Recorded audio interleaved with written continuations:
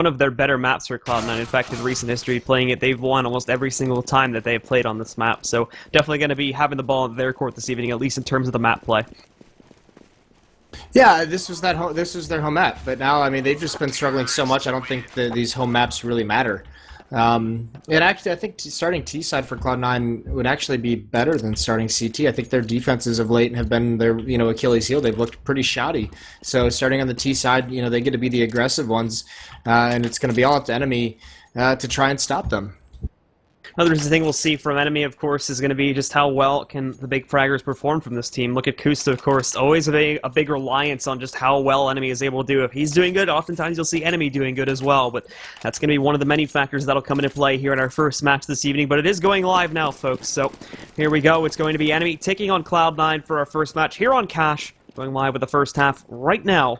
Cloud9 starting on the T side, taking things nice and slow to start things off.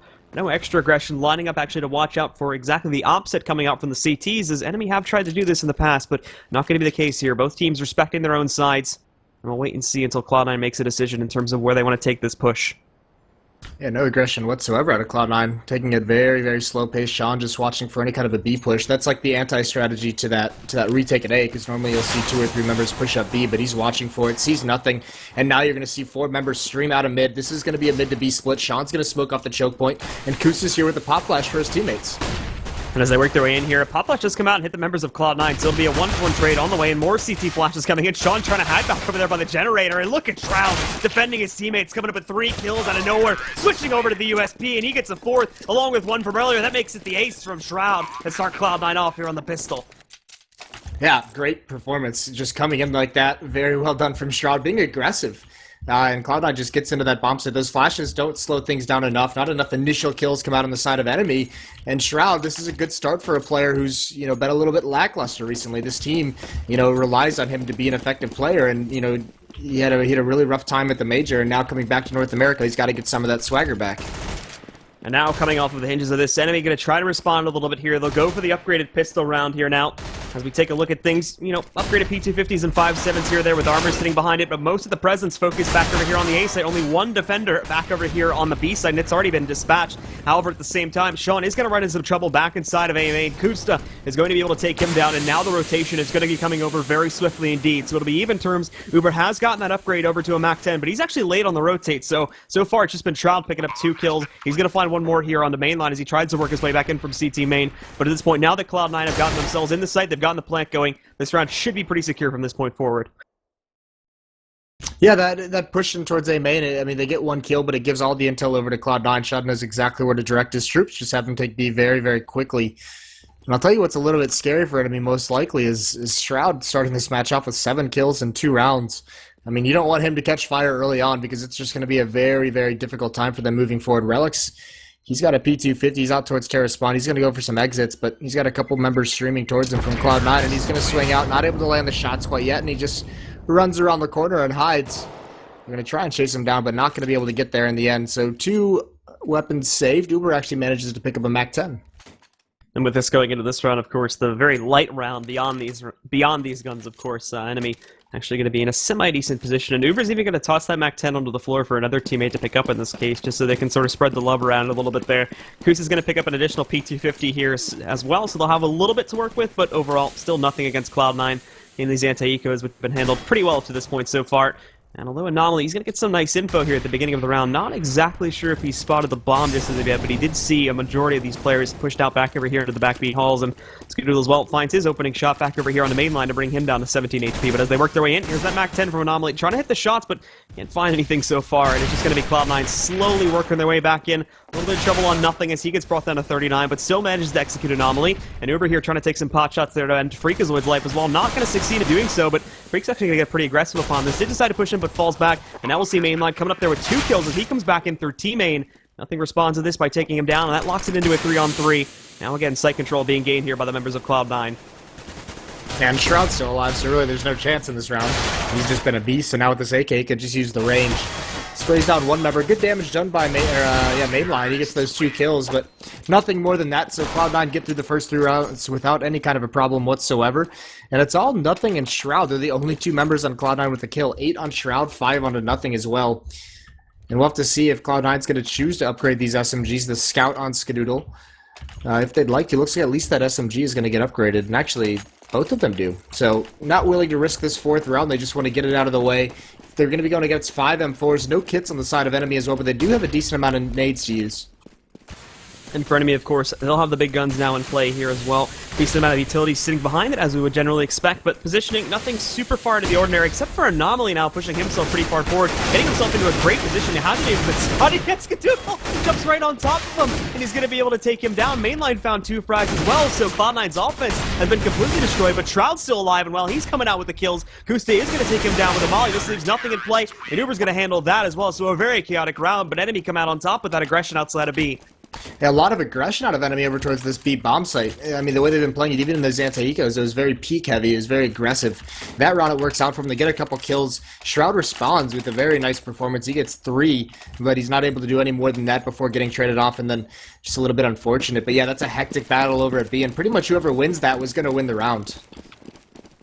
And now we'll see again here how the members of Cloud9 will be able to respond to this. Still with plenty of cash coming off of those anti-ecos, so they are going to be able to go for another AK buy-up here. A lot less utility in play. In fact, some of it already being used here.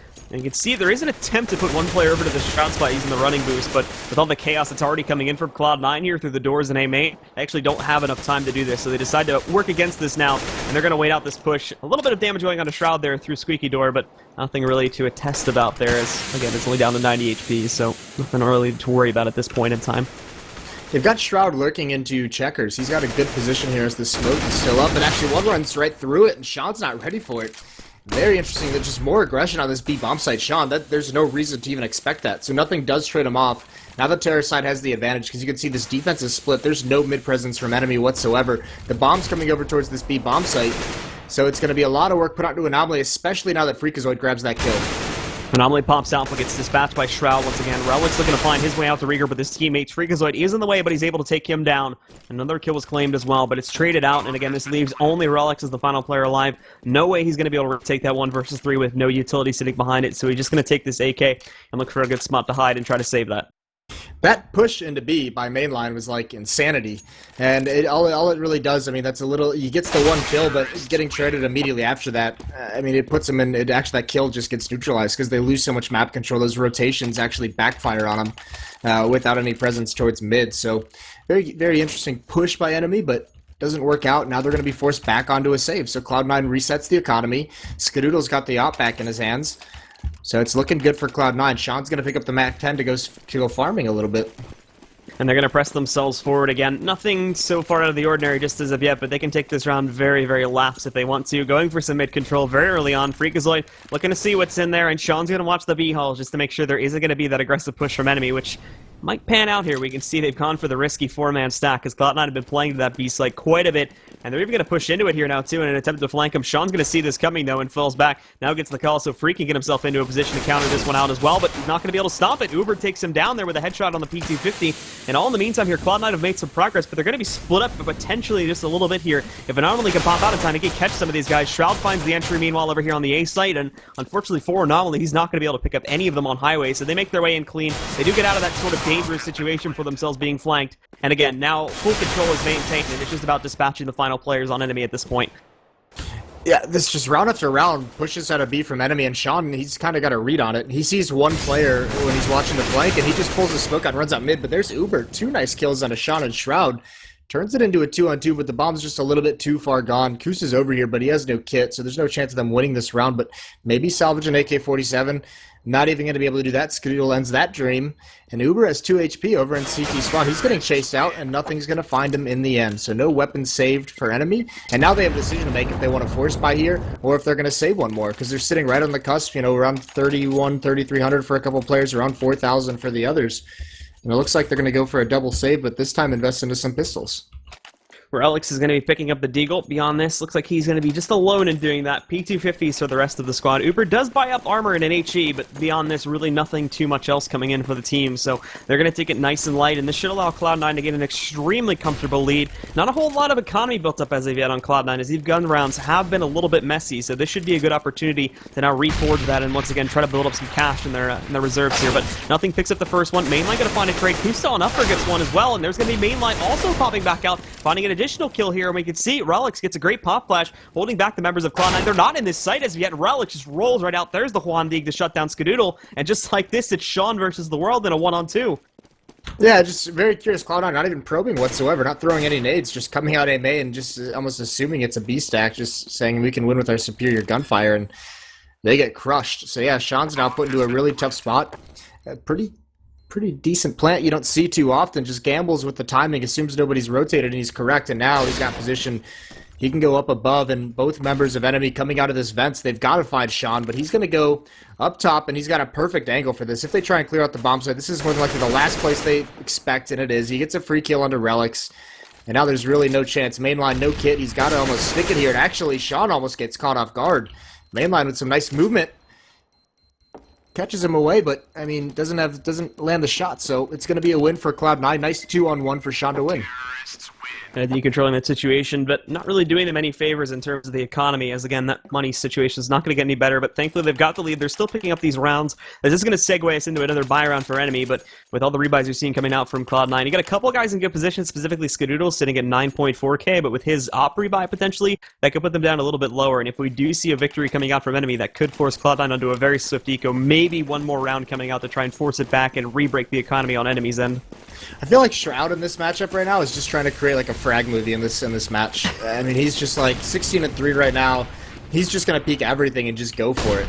And actually, Relics is in the open. He's got to be careful. They could have already peeked this angle if they were a little bit more aggressive, and Shroud's been brought down to 15 HP. That's no good whatsoever. Yep. So, speaking of frag movie, he's going to have to just hang back this round. So that was a bit of a mistake by Nothing, actually. A couple of hits connecting onto him for some reason, as that was a misposition on the spray, so that's going to bring him down extremely low.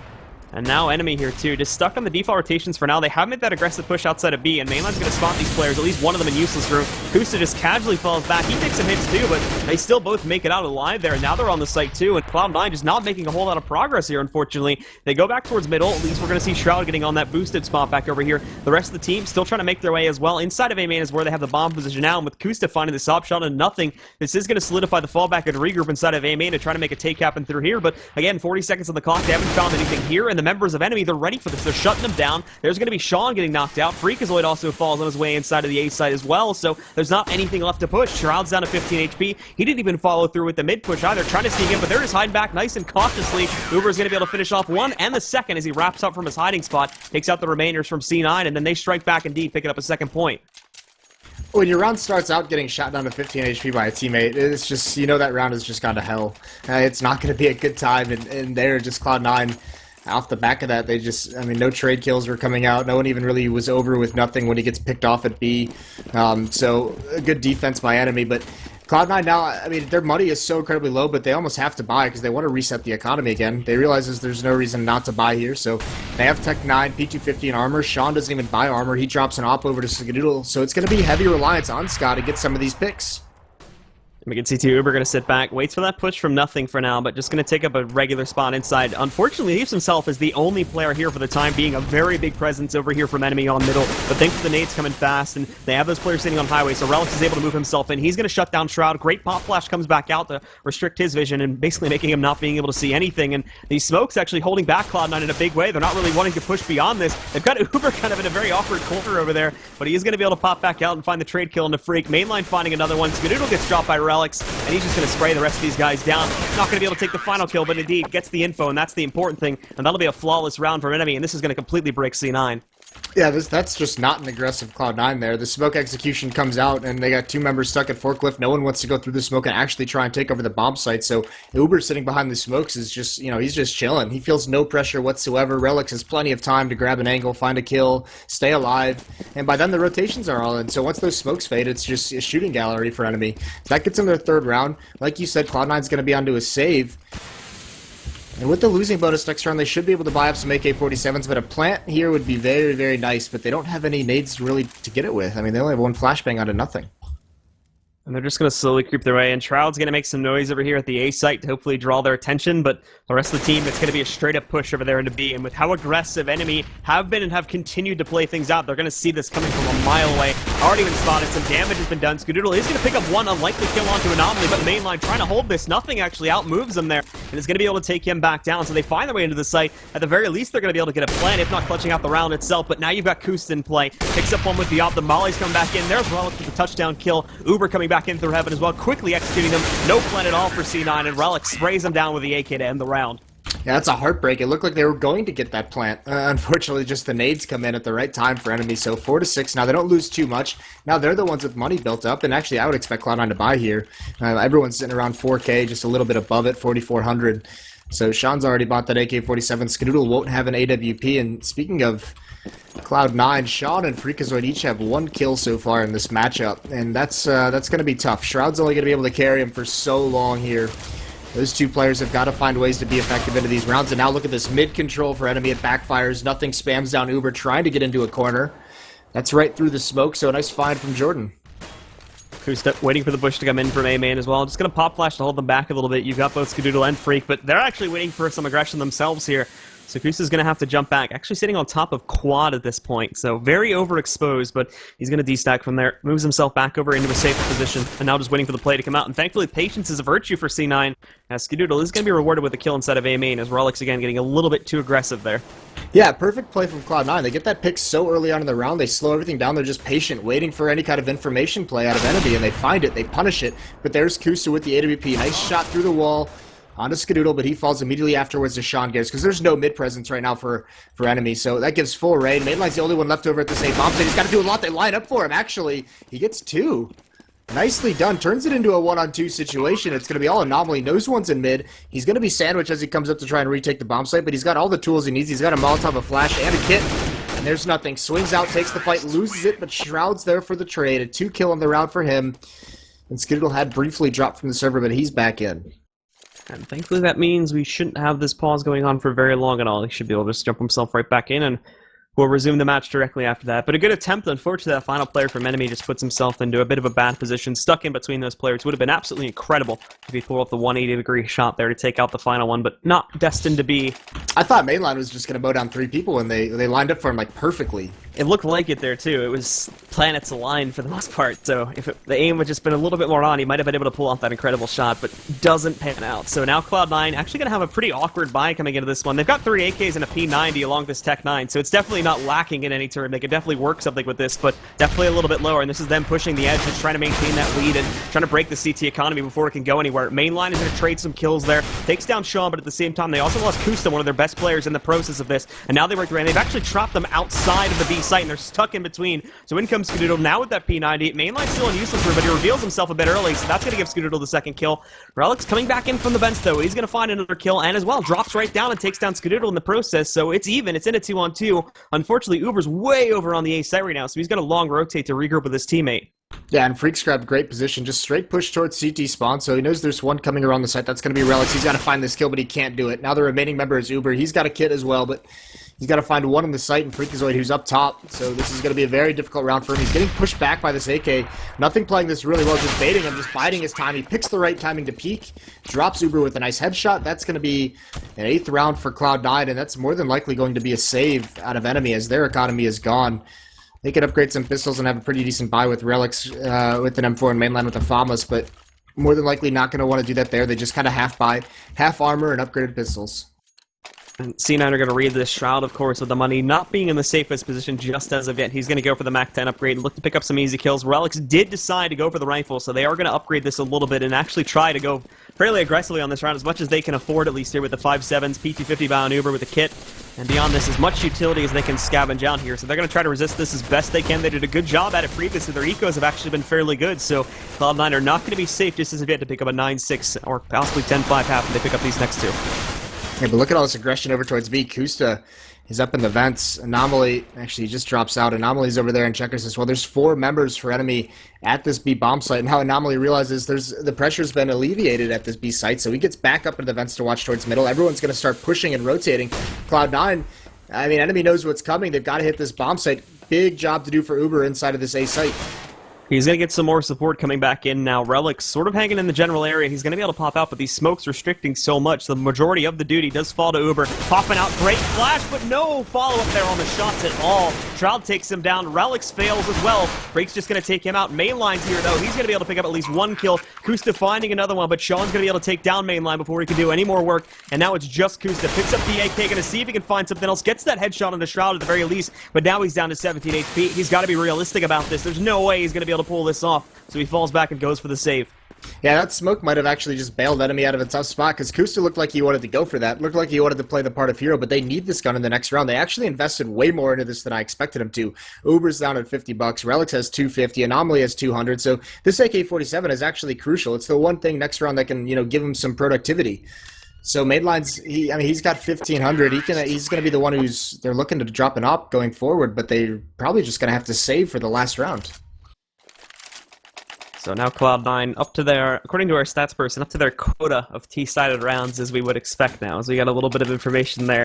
Usually we see Cloud9 picking up a whole load of T rounds when they play on this map, and they're exactly at their average right now of about 9. So growing upon this is going to be the icing on the cake for them. And they just go for the full AK buy here. Enemy, basically, they're going to force this. They're going to try to get everything they can here.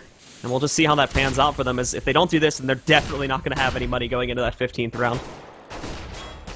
Yeah, this is where they need to make that stand to get these last 2 rounds. If they lose this, they're just going to drop the half 11-4 more than likely. And there's an opening kill from Freakazoid. He's got 3 on the half so far, but that's a crucial one on this force buy out of Enemy. Finds that. Now look at the defense. It's completely split, full mid control for Cloud9. They can do whatever they want, but Mainline still aggression being applied, pushing everything. He gets traded off though.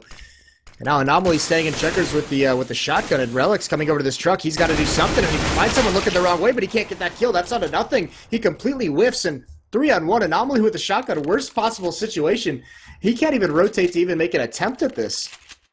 And he's basically stuck back now, hoping Cloud9 get a little bit aggressive. I don't believe he's revealed the fact that he has his shotgun as yet, so that could possibly be a little bit of a surprise, but of course, Cloud9 now putting things into this perspective, you have to remember that their money isn't necessarily in the safest position in the world, so going hunting for this kill might be more of a pest than it is actually a reward for them. A pesk. I don't know. That was probably not the correct way to say that, but you know me. I'm like horrible at sentence structuring. Well, yeah, this shotgun, it just can't do much. And yeah, despite the economy, Cloud9's going to be fine next round, especially, you're right, they don't go hunting. They understand if they lose 2 or 3 guns here, then there's no reason to put their economy into that situation for the last round. They know no matter what happens for Enemy, it's going to be a very horrible buy. So Cloud9's got them right where they want them. 10-4 now, and what comes out for the CT side? So the shotgun on Anomaly. Famas is on Uber and Mainline, and actually Anomaly's going to drop 1 Famas over, keep the shotgun himself. So 3 rifles at least on the board for Enemy, which is good, but they're the weaker rifles, and they've been getting bullied by Cloud9. So now we'll see exactly how Cloud9 will try to close this out. They've got everything they need to work with here, so it's not like they're going to be missing essentials and whatnot. Enemy really struggling to get even some smokes out onto the table here for some of their players that have invested for those rifles, so it's to be very limited when we look at them, and this could hurt, of course, as we've already seen, too. They like to play aggressively and whatnot, but they've got the flashes and without smokes and whatnot to try and hold things off from Cloud9, which has been, one of the main things that has allowed them to get some progress here in these rounds, has been really good smoke setups and whatnot, and Cloud9 getting hesitant on that. And unfortunately, I don't really predict them doing that well in this round, and Cloud9 could very likely hold an 11-4 advantage here. And Cloud9 also, they know that, Enemy's been aggressive throughout this whole half. Some of these timing pushes outside of the B bomb state, they can't really do it with the shotgun, but you could see Cloud9 just hanging out far back for the first 40 seconds or so of this round, just waiting for any kind of play like that. And actually, Kusta and Mainline have a pretty decent crossfire set up in mid right now, but it's only going to be one player. That Molotov is going to force Mainline out there waiting for him, but they can't land the shot. Enemy should know this is becoming a B hit. Mainline's got a big job to do. He gets the first one. A Skadoodle can't get the second one. Shroud comes in for the trade, keeps up his tear. And he's going to drop a nice flash to Code and Clear, but he's got the bomb, so he just heads into the site to get it planted. Kusta not wanting to go back in just as of yet, waiting for some team support to roll back in. They've dropped out through the vents itself, but still waiting for the opportunity to move in for the retake. There's Kusta, though, picking up one, traded out by Shroud, but at a heavy cost to his own health pool. He's down to 15 HP. Relic's very low, just out to his left, though, and he's going to pop flash just to try to peek it. Goes back over to the ramp, hasn't spotted Relic just as of yet, so he's going to sneak up and find the kill. But in the meantime, Sean's found another one. It's 20 HP versus 4. Sean's got the op, doesn't really realize just how low Relic's is as of yet, so he's going to sit out, wait for him, goes back, is going to stick the defuse for now, but as he moves in, he comes off it, and unfortunately for Sean, he's not going to be able to pick this up, so Relic's is 4 HP, clutches it out with 2 kills. He's got plenty of time for that defuse, and Enemy will at the very least sneak through at the 5th point before this half ends. Tough spot for Sean to be in there with the bomb not planted for him whatsoever, so the members die on the bomb site, and he's just got so much to do. Not a lot of health either. He can't take a single bullet. Fortunately for him, Relix is going to win, though, and Relix probably could have won that if he just sticks to the original defuse, but he does it the hard way, gets the kill, casually defuses the bomb with plenty of time left with that kit, but either way, it's a massive half for Cloud9, 10-5 on the T side, going into the second half, going into the defense. They've got all the rounds they need. So another thing that we saw tonight that I've been seeing a lot of NME recently is we talked about that aggressive playstyle, but also, especially when you look at their economy choices going into the later parts of the half there, NME just always try to play the CT side almost like they're playing their T-halves too, very aggressively, just trying to buy up, just trying to force their opponents basically off their game plan right from the get-go there, and they just try to go right into their territory. But unfortunately, this doesn't work against a team like Cloud9. That's usually just, against a lot of teams, to be completely honest, that's usually like a one-off thing you try once or twice at the half, and it works out great the first time, but then they adapt to it, and that's exactly what we saw from Cloud9. They just started sitting back, they were waiting, and they started picking up those kills a lot earlier, which is what allowed Cloud9 to swing back after that little bit of a rough patch and really take the lead by a big margin there coming into the end of the half. Yeah, part of those buying powers for NME was that I mean, they get started so incredibly slow, and they got to that point now then where Cloud9 starts racking up the rounds, and they're like, all right, we need to put a stop to it. They can't win many more if we want a chance out of the second half. So I mean, those force buys were kind of born out of necessity. That tear shroud went on, in the first 5-6 rounds of the half was nuts. He just established dominance early on, gave Cloud9 a big lead. But you're right, even when that rough patch came around, I mean, they already had all the rounds that they could have wanted on their T side to set themselves up for a solid defensive half. So a little bit of a brutal beatdown. Enemy just overly aggressive sometimes at that B bomb site. And here's the thing, that can catch teams off guard, and that's a good tool to use. But they did it relatively consistently, and Cloud9's used to playing against that kind of stuff against teams like Virtus Pro, like world class teams, Fnatic on this map, Envy. So they're going to be prepared for that. They know exactly how to deal with it. Thankfully, going into this T side now, this is the half that NME are a lot more comfortable playing on, just due to their playstyle, due to their calls, and due to their overall strategy that comes in from the leadership on this team. This should be overall a better half for them, but at the same time, Cloud9 as well. If they can build up a strong economy, and Skadoodle can do work with that op, as he always tends to do on this map time to time, then it might get a little bit rougher, and we could see a quick closeout from Cloud9. All that, though, can depend on how this pistol round goes, so we'll see how it starts itself off. A big mid-push coming out here from NME, moving, I believe, 3 players into it here. They jump down. Kusta gets the mid-air headshot, takes down Freak, but they haven't checked over there towards the sandbags, so Shroud's going to sneak in a kill. Picks up a second one as he pops back out. They did lose Skadoodle, who was actually the player from sandbags, but they're trading these out sufficiently. They put it into a 2-on-3, and now they've got the plant going down as well. Yeah, really solid defensive setup, but Cloud9 not prepared for the aggression, not prepared for that kind of an explosion, so they actually dropped the ball that should have done way more damage than it did. Now they're in a tough spot. No kits on either of these 2 remaining players. 1 member of NME in A main. They're playing this very well. A nice triangle set up with some members in quad as well. Nate comes out, deals some damage, but Sean falls, and now Shroud. What can you do here? Stuck at forklift, can't get out. Uber has the angle and just drops him with a nice headshot. So good entries by Kusa and mainline with 2 kills, and Uber's just going to finish things off. 6-10 for Cloud9. Enemy's bought himself a little bit of a window with that pistol win. And this is going to be a good opportunity for them to bring themselves back into the game by a big margin. They're not going to waste any time with it here. 3 rifles immediately coming into the play here. 2 SMGs going on to Anomaly and Relics to try and work a little bit more of a build-up here, but the other guys are going to sit back, and for Cloud9, of course, it's the pretty big buy-up from them. Actually somewhat limited when you look at players like Skadoodle and whatnot, but Sean, Freak, Nothing, and Shroud all going to invest this time to try and get some damage in, and hopefully put some hurt on them before they can build up too strong of a bank. Sean playing over towards the B bomb site all alone. He's got 1 smoke to use, and he just uses it there. And there's Nothing in the open end. Freakazoid as well. Some delayed aggression on mid, and they just get slaughtered coming out. So 3-on-5 now. No damage being dealt either. Shroud's got to find something with this scout. That nade's going to drill him. Brings him down to 45. Jumping scout. He lands one on Uber. So Uber's down very low, but Sean's going to be the one with the job to do. He's the only player in checkers underneath the vents. He's got to be prepared for it, and he's not. Relics comes out swinging with the MAC-10, opens up that B bomb site. Skadoodle's rotated over, but what can they do here? Shroud just looking for those shots again, but he's going to get challenged here at this point. Thankfully, the smoke from the T's actually saves his life, but he's going to get up close and personal there. Thankfully, able to take down Relics at the very least, but now he's the last player left alive here, and everybody from NME has full control. Nothing he can do at this point. He's got that scout, so it's definitely going to be wiser to fall back and save it. Crucially, Skadoodle didn't buy anything that round. He's the only member of Cloud9 who doesn't buy up, so he's going to have the op going into the 4th round. That's a big deal, but still, this is the scary part. You had 1 player, Shroud, who dominated the first half so much at 26-10. I think he had only like 23 kills in the first half, but still, monster performance out of him. But now that they're on the CT side, I mean, NME can just ignore him. They can say, all right, Freak, you only have 3 kills. All right, Sean, you only have 5. You're going to be the ones we test. We're going to head over towards your bomb sites. So that's going to be the thing for Cloud9. These other 2 players need to step it up. Now, we're going to have a fairly light round coming out from the members of C9. In fact, doesn't look like there's going to be any investment at all, except for maybe 1 or 2 buys here in the last couple seconds, and that's what we'll see from Shroud, along with the Leaf Freak here upgrading to P250s. The rest of the team, though, 6 on the default pistols, and no armor, no utility else coming into this round. Very, very light indeed, and we expect this one to be exactly what is happening right now, the run-over, essentially, from the members of NME, as Uber picks up those first 2 kills. And now they just have to sit and wait, essentially, figure out what's going to be the cleanest path, and as soon as they figure it out, it's just cleanup duty.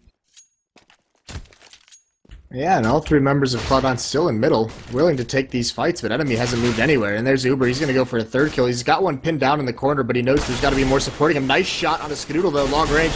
Now he swings out, get his 4th, and he can go for the ace, but Sean's all the way towards the A bomb site. And actually, it's just going to be a cleanup from Relic, so he takes the last kill of the round. Well done for Mover to alleviate some pressure early on. And it's 8-10 now, and this is a big gun round, actually. This has all of a sudden gotten very, very close. And this is definitely going to weigh heavily on who takes the lead here in the very early portions of the second half. We'll take a look at the buys now. Skadoodle should be able to afford his op. Just waiting to see if he goes for it, and that's indeed going to be his choice of buy. Now, it's a smoke behind as well, so it's a fairly decent buy up and whatnot. No head armor, though, but again, keep in mind that now that we're going against the T side, it doesn't really matter all that much here. Kusta getting his op as well, so some work to be done from both sides here.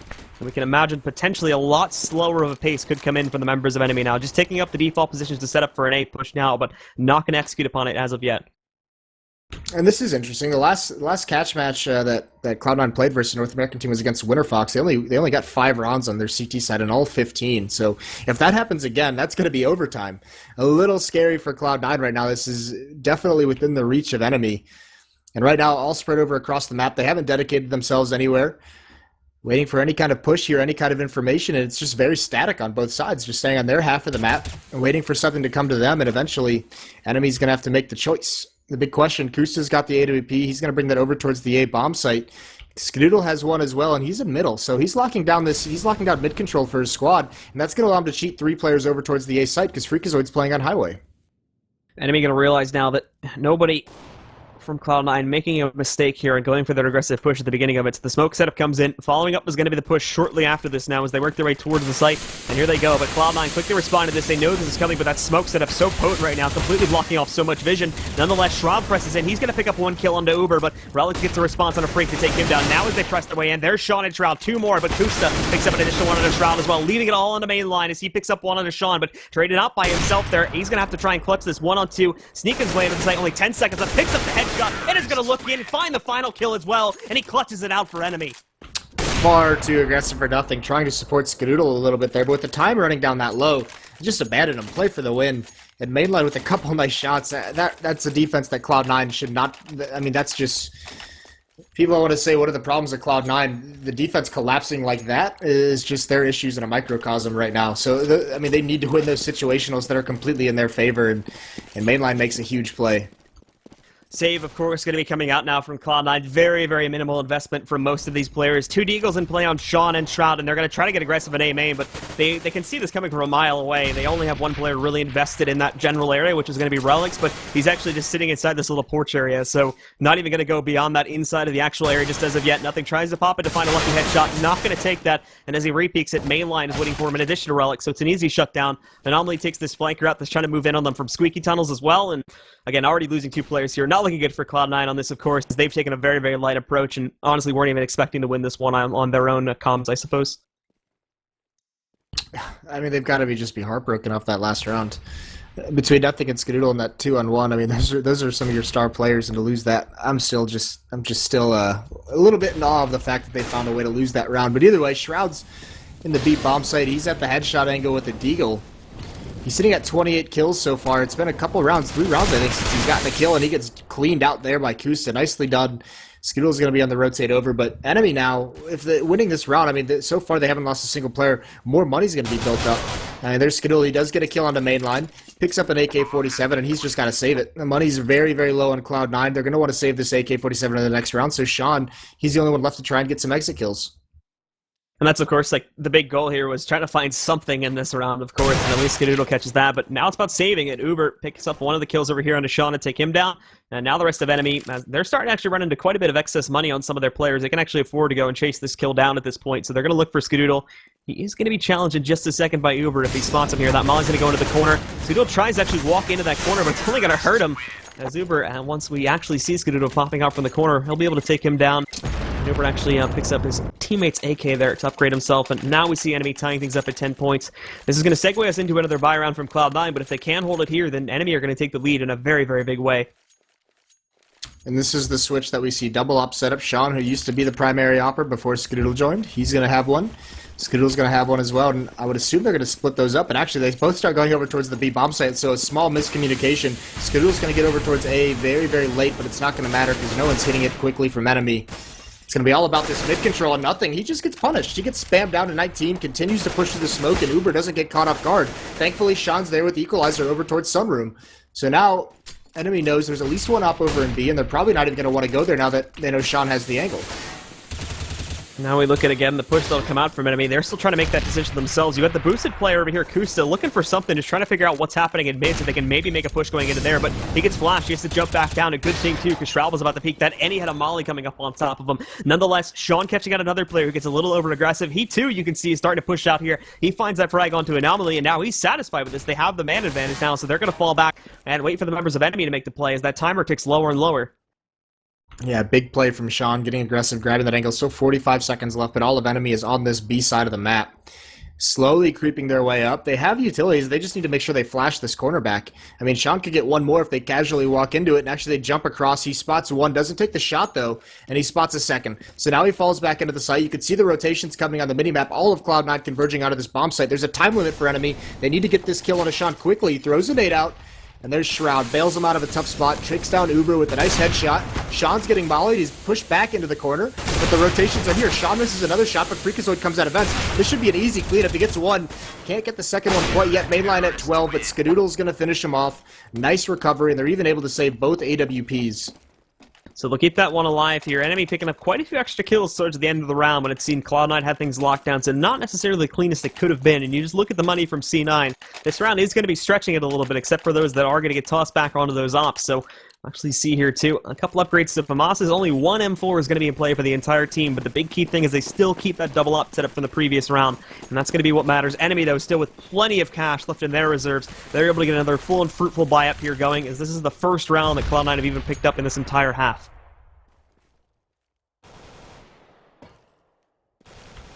Lining up for this A execute. Enemy's just going to go for it. And there's Shroud. He gets the opening kill. He gets a second one as well. Shroud boosted up. He finds 2 free kills. Now he's got a quick flank opportunity. This A hit has to go perfectly, and it's not. Nothing's going to trade off Freakazoid. Down to just 2 on 4. Shroud's still on the flank, still applying pressure. And Mainline and Anomaly, they've got a job to do now. One over towards Forklift, one still inside the door. They have a minute left, but I mean, they're boxed in right now, and Shroud's going to keep coming, but Skadoodle raining death with that AWP. And Shroud just plays the part of hero. Boosted over, gets those initial 2 kills, and the hit's pretty much over from there. And again, Anomaly just sitting back at this point. Nothing he can do. He just has to sit back, hope somebody tries to go inside and hunts him down. But again, we discussed this before. Cloud9, only one player over $1,000 at this point, so not necessarily going to be worth it to go hunting him down. Probably not going to be able to catch any fish, and with 40 seconds left, it's not like he can really hold back and save, so he's just going to pop right out and get shut down by Sean. Gives himself to the Blood Gods, and that will be the 12th point going onto the board for Cloud9 now. Yeah, Shroud's just being a monster right now. I mean, the rest of his teammates have got to be so happy that he's sitting at 31 and 15, because this is a really solid performance when it's basically an off night for everyone else. Enemy putting up a really, really good fight here, but this is going to be a crucial force buy for them. They do have the money. They pick up an AK-47 on the main line. Tech 9s for everyone else. Uber's still got plenty of money. He could have bought up an AK, but maybe they're saving that for an AWP into the next round. But the economy is still pretty low for Cloud9, so any damage that Enemy can do would be huge. Winning a round, and they might be able to force a save. That would bring them right back into a tie game. And once again, lining up for an A execute. Shroud jumping up and down, back over here inside of the quad corner, looking to see if he can catch this push before it begins, but you've got to keep in mind, he's one of the other players in the site right now. If smoke setups come in, and it blocks Sean off, and it's going to be troublesome for him to see what's actually going on, and indeed, that happens, so Sean's going to try to push forward. Shroud as well, moving in, gets aggressive, picks up one kill. He's traded out by Relics, but Sean's going to move forward. He catches that kill onto Uber. Kusa trying to flank these guys out. He's going to catch one, almost catches the second, and indeed, he's going to grab that extra kill onto Freak as well. So now the members of Enemy looking to take back control, but the flank opens up from nothing here. He's going to move in, shuts down Kusta. And the members of Enemy, they get this plant going. They've got some guns back in their hands here, too, now to work against the members of C9. And Mainline gets that shot through the smoke. Skadoodle finding the response. Relics trying to sit back, see if he can hide behind this box. Doodle has no clue where he is, and indeed, Relics is going to close it out. Enemy strike back. They're still in this game, just 1 point behind Cloud9. I'm saying that force spot, maybe they could do some damage, keep the economy low, and instead they just flat out win it. Kusa with some very nice entries, a pair of them as he comes into that bomb site with a Tech 9. And now Cloud9, I mean, this is a situation where maybe they want to force buy, but if they force buy here and lose it, they're at such a deficit for the rest of the half. So they're going to make the conservative decision. They're just going to upgrade the pistols. 12-11 though, now Enemy keeping this one close. And Kusta's back on the AWP, and we haven't really talked about the players on that side. It's Mainline with 25 kills, Kusta with 20, and just all around a team effort, mostly Uber and Relics at 18 and 16, so not too far off. Now Cloud9 once again looking to get that pop flash going into there, seeing if they can get this response going on to somebody for Enemy, but there's very, very little presence inside of A main at all. In fact, nobody's in there right now. Mainline sitting over here inside of the squeaky transitionary room, but unfortunately he's going to be able to hear that push, so he knows that there's a big presence there, and this might sort of open up some investigation over here onto the B site, but for the time being, just in case they try to pull a page out of their opponent's book there, or of their own book as it would be, Nominally's going to sit back in the useless room and wait for a push before Enemy actually make any decisions here. Cloud9 are on pretty much a full eco at this point. Couple deagles and upgraded pistols here and there, but that's all they've brought into this round, so there may be some weird stuff going on, and Enemy don't want to take the chance on running into it and losing any players they don't necessarily need to lose.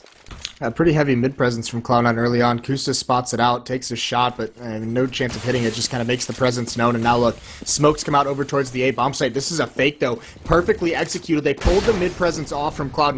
Now they're going to hit the B bomb site. It's only nothing in here. He's got a Zeus. What are you going to do with that? They're going to come around this box, and they'll maybe get one, but Freak's got to stay alive. He's got the Deagle. He falls at nothing, gets absolutely nothing. And there's Shroud. He drops out of vents, and Kusa's going to drop him with a nice shotgun off shot to the chest, and they clean house from there. So 12-12 now for Enemy, and they only lose one player that round. They salvage the AWP, so they don't have to reinvest into that weapon. But they're looking good so far. Even looking at Sean here, too, Cloud9 are going to have to buy this round just so they can try to keep things close, but Sean's sitting at 3k, so this is going to be a bit of a light round for him. He can't even get a rifle. He's just going to be still stuck on a CZ armor buy up here, while the rest of the team gets their weapons of choice for the time being. Thankfully, because he's gone for this and not this crazy, like, FAMAS buy with nothing behind it, he is still going to be able to get a decent amount of utility, but still, now that Skadoodle's also gotten his op in play, he doesn't have much else behind that. Will be sacrificing it there. That's brutal from Enemy. They get boosted up into a Molotov, and they kind of, you know, just... It's not a very decisive decision. Half of them want to run through it, half of them don't. So a couple of them burn down to 64, 60, and 51 HP. So a lot of early damage dealt from Cloud9, and that helps too. Skadoodle with the kill onto Uber really opens things up. And now as they take that back down here, still a lot of players taking damage. Nothing maybe going to pop out here in just a second or two. But again, Kusta, not really. Oh, he doesn't actually spot Kusta, so Kusta's going to be able to take down nothing. Thankfully, Skadoodle's quick on the draw, and he's able to find that trade. Shroud almost catching one more inside of the useless room, but he is going to be able to successfully fall back. That's going to be Relic stuck in there for the time being. But now with them losing all these players, again, and the timer also getting below a minute here, Enemy are going to have to make a choice, and it looks like they're just going to move most of their assets over here to the B-Hills to try to make a push in there. Yeah, and as Sean decides to get aggressive, go for a little bit of information, he gets executed doing it. Now Shroud, the man of the match so far, he's got to come up with another big play. Throws out a pop flash, trying to delay as long as possible. He's mollied out of position, though, and Mainline takes him out with fire. And now, there's no smoke for the cross, so Skadoodle, he can have free reign, but a pop flash comes in. Oh, and a nice shot on him, jumping across his main line, but he gets dropped. Skadoodle can't land the second one, so it's down to a 2-on-2, but the rotation from Freakazoid is already here. They're at least going to get the bomb planted, and there's Anomaly covering Skadoodle, and Relic's even on a Freakazoid, so another botched retake from Cloud9, going in very early while the bomb is still being planted, but they get dropped. And they're going to be able to pick things up there. Now they take the lead. Again, another reset coming out for the members of Cloud9. They picked up 2, but now with nothing else panning back in, they're going to have to sit back and save once again here. Not enough money to go for it, and it's going to be a full save. Everybody goes for the P250. Almost nobody, in fact, nobody having armor and 2 HEs, so I imagine there might be an attempt to make a little bit of a push for that, but nope, even those two are splitting up as well. So Cloud9 feeling a little bit more broken right now, and Enemy definitely have the ball in their court in terms of this match right now. And this is insane. The rounds we've seen Cloud9 lose, this is not a world-class team performing right now. And a couple nades come out towards Skadoodle. He's dropped down to 73. He's going to take a fight, but there's a member at door as well, so he's pretty much pinned in. There's Shroud. He falls, an anomaly onto Skadoodle. Now NME starting to believe, starting to nail some of these really nice shots. And Cloud9 are collapsing underneath the pressure. And enemies, they're going to get up towards, enemies going to get up towards 14 rounds after this. Sean's the last one left, and what do they have left in the tank to pull out? Enemy just having a field day at this point here with some of these rounds. There goes Anomaly taking on the final player. No survivors from Cloud9. Not that they would have been saving that much anyway. And nobody from Enemy even going down that time. Anomaly even keeps himself alive with about 3 HP left at the end of the round. Cloud9, they're going to get another buy going here, and it's finally going to be a fairly full one. Sean's still a little bit low, but again, he's got what he needs, and Skadoodle's going to be able to get the op buy up this time as well. So it's going to be a full and fruitful buy, but if they can't work a defense with this, then Enemy might have the game in their pocket. Yeah, this is really the last stand of Cloud9. They've got to make something happen here, and even when they've had good starts to these rounds, they still end up losing some of them. And look at this door pressure from Cloud9. 2 members push in. This is scary. If this doesn't go well for Cloud9, they might just collapse. Freakazoid swings out. Shroud's there for the kill, though, and no one else from Enemy really wants to contest against him. But now they're pinned trying to come out. There goes Skadoodle. Uber might keep peeking with it, but it's Kusta who gets aggressive in door, drops Shroud from the side, and they're not ready for Freakazoid to be there, but Kusta spins and gets the kill. Now the A-bomb site is open, and Cloud9 is reeling from this. And as they move back in here now, too, nothing going to look for a quick possible retake. Just sitting on the corner right now. Sean going to come his way up highway as well. Who's just sitting back? That flash is going to roll out. Uber even catching nothing before he can get himself into a good position. So Sean with nothing left to do, trying to save, but Relics, he's been doing some work. Goes back inside of the mid-garage, shuts him down before he can even escape. And there's Enemy up to 15 points now. They've got huge stacks of cash, and Cloud9 are going to have to force here. This is incredible. Not even what, just look at Shroud, 33 and 20. Next closest is 17 on Skadoodle and nothing. So this is a brutal performance out of them so far in this matchup. And now we'll see exactly how well they can compose themselves here in this final round. 2 Mag 7s on Skadoodle and Sean, and then 3 FAMASas. Not a single M4, and the utility, you can look at it. They don't have that much. They've had a couple more smokes that you can't see now because they've already been used, but no mollies, nothing to use here to try to use on that retake situation. So if Enemy get control of the site, it's going to be very, very rough indeed, as Cloud9's CT side has essentially fallen by the wayside. Kusta, too, catching that mid-air shot. That's going to take down nothing. Waiting for more by the white box. He unscopes, might have had an opportunity, but Cloud9 decide against it. They don't peek out towards there, and they're just going to stick to their guns for the time being, splitting things up into a 2-2 rotation. This is insane, and they've been punished before in this kind of a setup, trying to go for information. Sean tried to push B earlier, just a few rounds ago, and just gets dropped for it. So they've got to make their decision wisely. Now they've got the hint that it's going to be over towards the A bomb site. They're going to gamble to rotate, and they might even get there in time. But 2 shotguns. What can Cloud9 do? Skadoodle's inside the bomb site. That fire's not going to reach him whatsoever. But still no committal from Enemy. They're trying to bait out some of these peaks, holding their perches. They're doing it wonderfully so far. No one's fallen quite yet, but here comes the A-hit. There's some nice kills from Uber and mainline. Down to a 3-on-2. Skadoodle and Sean, they're the ones left, but Uber and Kusa just going to sweep them aside, and that's going to be the victory. 16-12 for Enemy, and surprising upset. And that will put Enemy versus Cloud9. Those two, that was the second match they played, and Enemy actually takes victories 2-0 over Cloud9 for the season. So a big victory for that team overall there, and trying to climb the ratings and bring themselves up a little bit higher and trying to keep themselves in the running for that land position. And again, a very interesting stat spread when you look at everybody from Cloud9. Shroud having the game of his life up at 33 frags. Meanwhile, Freak having probably one of the worst games he's ever seen, down at 4-25 at the end of that. Yeah, that's brutal to watch, how the mighty have fallen. And even worse about the situation is that puts Cloud9, they're now in 6th place. These are matches they just can't lose. I mean, they're going up against CLG next, who has that 4th seed for the playoffs. If they play anything like that, they're just going to get trashed by CLG. That's the scary part. So Cloud9, I mean, they're on the verge of just watching their playoff hopes slip away. It's this next matchup is going to be very interesting for them. That's going to be... any minute now, the players are going to take a little bit of a break, walk it off, come back in, see what they can do. But that matchup against CLG, that's going to be on cash again. So you can bet that CLG was watching this match. All right, guys. Well, that's going to be coming up in a few minutes. Stick around for it, and we'll be right back with match number 2 between Cloud9 and CLG here at the ESL ESEA Pro League on Twitch. They always have had their ups and downs, and it's always been like Shroud and Scoodle were like the consistent, good players for Cloud9, and then one of Nothing or Freak had to show up. And then now it's just like Ska's not even playing well.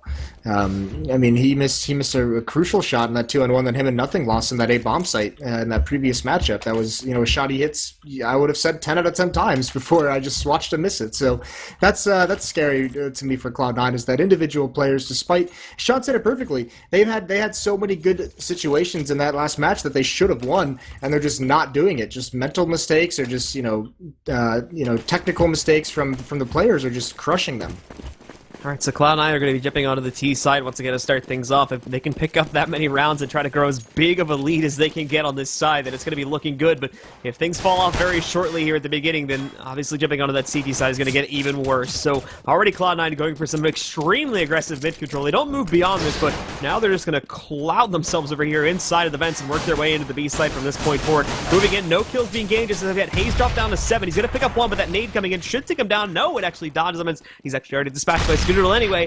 Now Cutler looking for more, but they do get their way into the site. The plant coming down now. There's going to be no way they'll be able to stop this. Leaving things into a 4-on-4 in a very, very chaotic round here so far as they switch their way in there. There's going to be Scoodle and Freak picking up 2 more. Tarek popping back in to find at least 1 more kill. Finding a second one, looking for this 3rd one, but finally shut down by Shroud. And now it's just Finesse trying to close this one out. He moves in, picks up the first kill, but caught off guard by Sean. Is going to be able to dispatch the final player, and Cloud9 will pick up the pistol here once again.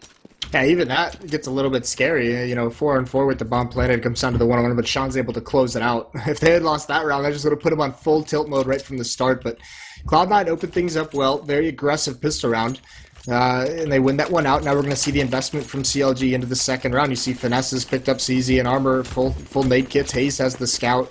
The only one who's not picking anything up is JDM. He's that AWPer. Where you often see those guys save in the second round, so they can have that AWP going forward. And now Sean going to press himself forward as well to try and see if he can find anything inside of Checkers or just in the general vicinity of B, nading the hell out of it at first here.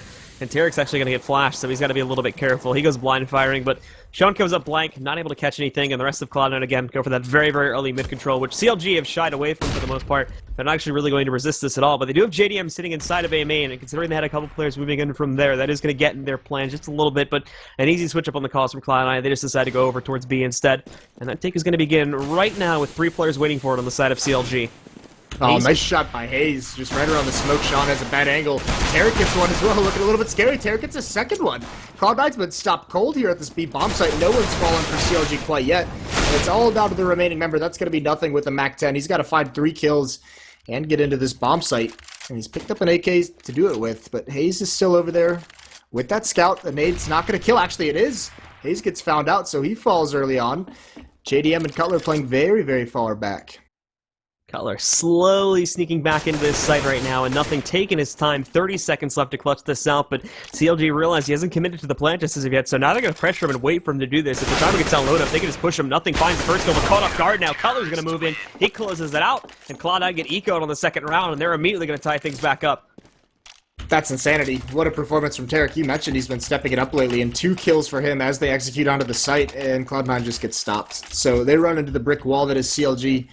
They get ecoed on the second round, and now you're going to see a 4-step out of them. They don't want to give it away. They buy up the Tech 9s. They buy up the armor. Skadoodle's got a scout, but look at this purchase out of CLG. 2 FAMASes, an AK-47 that they salvaged from the last round, and an M4 and a P90. So such a superior arsenal out on the board for Cloud9.